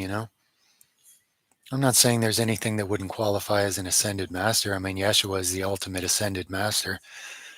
But is that the way they describe it in New Age mechanics? Not really. You know, some people mean well and they're touching on some truth. Other people may or may not know that they're entirely ego motivated and they're just trying to be impressive to you. So you'll listen to them and give them worldly praises about how spiritual they are, you know? I mean, you got to have some discernment. What fruit does it bear? Is the fruit someone bears to have you sit around, spend your time listening to them? Or do they give you something that you're able to use to actually be of greater service to others and to know God in a more authentic way, you know? You'll know a thing by its fruit. If it's all about them getting attention and praise and wasting your time forever, it's just ego fruit. It's bearing no fruit.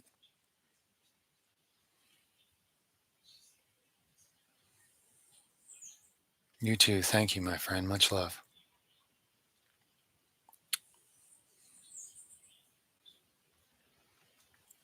No, there aren't shortcuts in life. You can take shortcuts, but you're just cheating yourself and others, really, especially spiritually. And religions have taught people silly shortcuts that stop them from bearing fruit spiritually, unfortunately.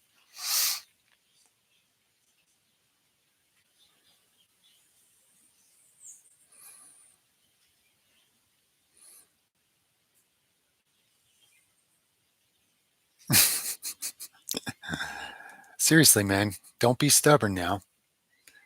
Give that donation. If you're looking for it, you'll see somebody in your life. You can show them love through that. They will appear, they will be there. Whether they know it or not, that's part of God being put there for you in your path to see what you'll do with it. And you make a much bigger difference for them with that money that you would have given to me, okay? That's the truth. And then you gain some, if you don't do it for public recognition or virtue signaling or whatever, because if you do that, you have your reward in full, like all these religious activities people do.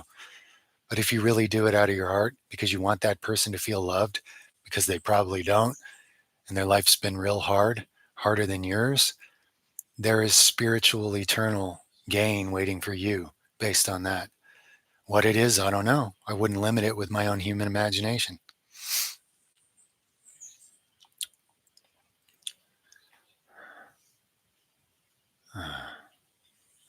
Uncle Bo. Much love, man. You're welcome.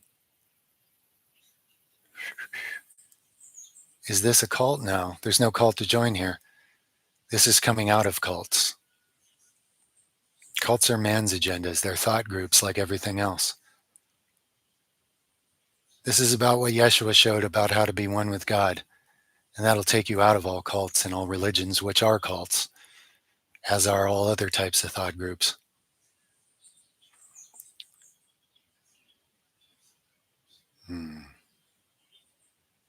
All right, guys, much love over and out for now. Thank you for being here.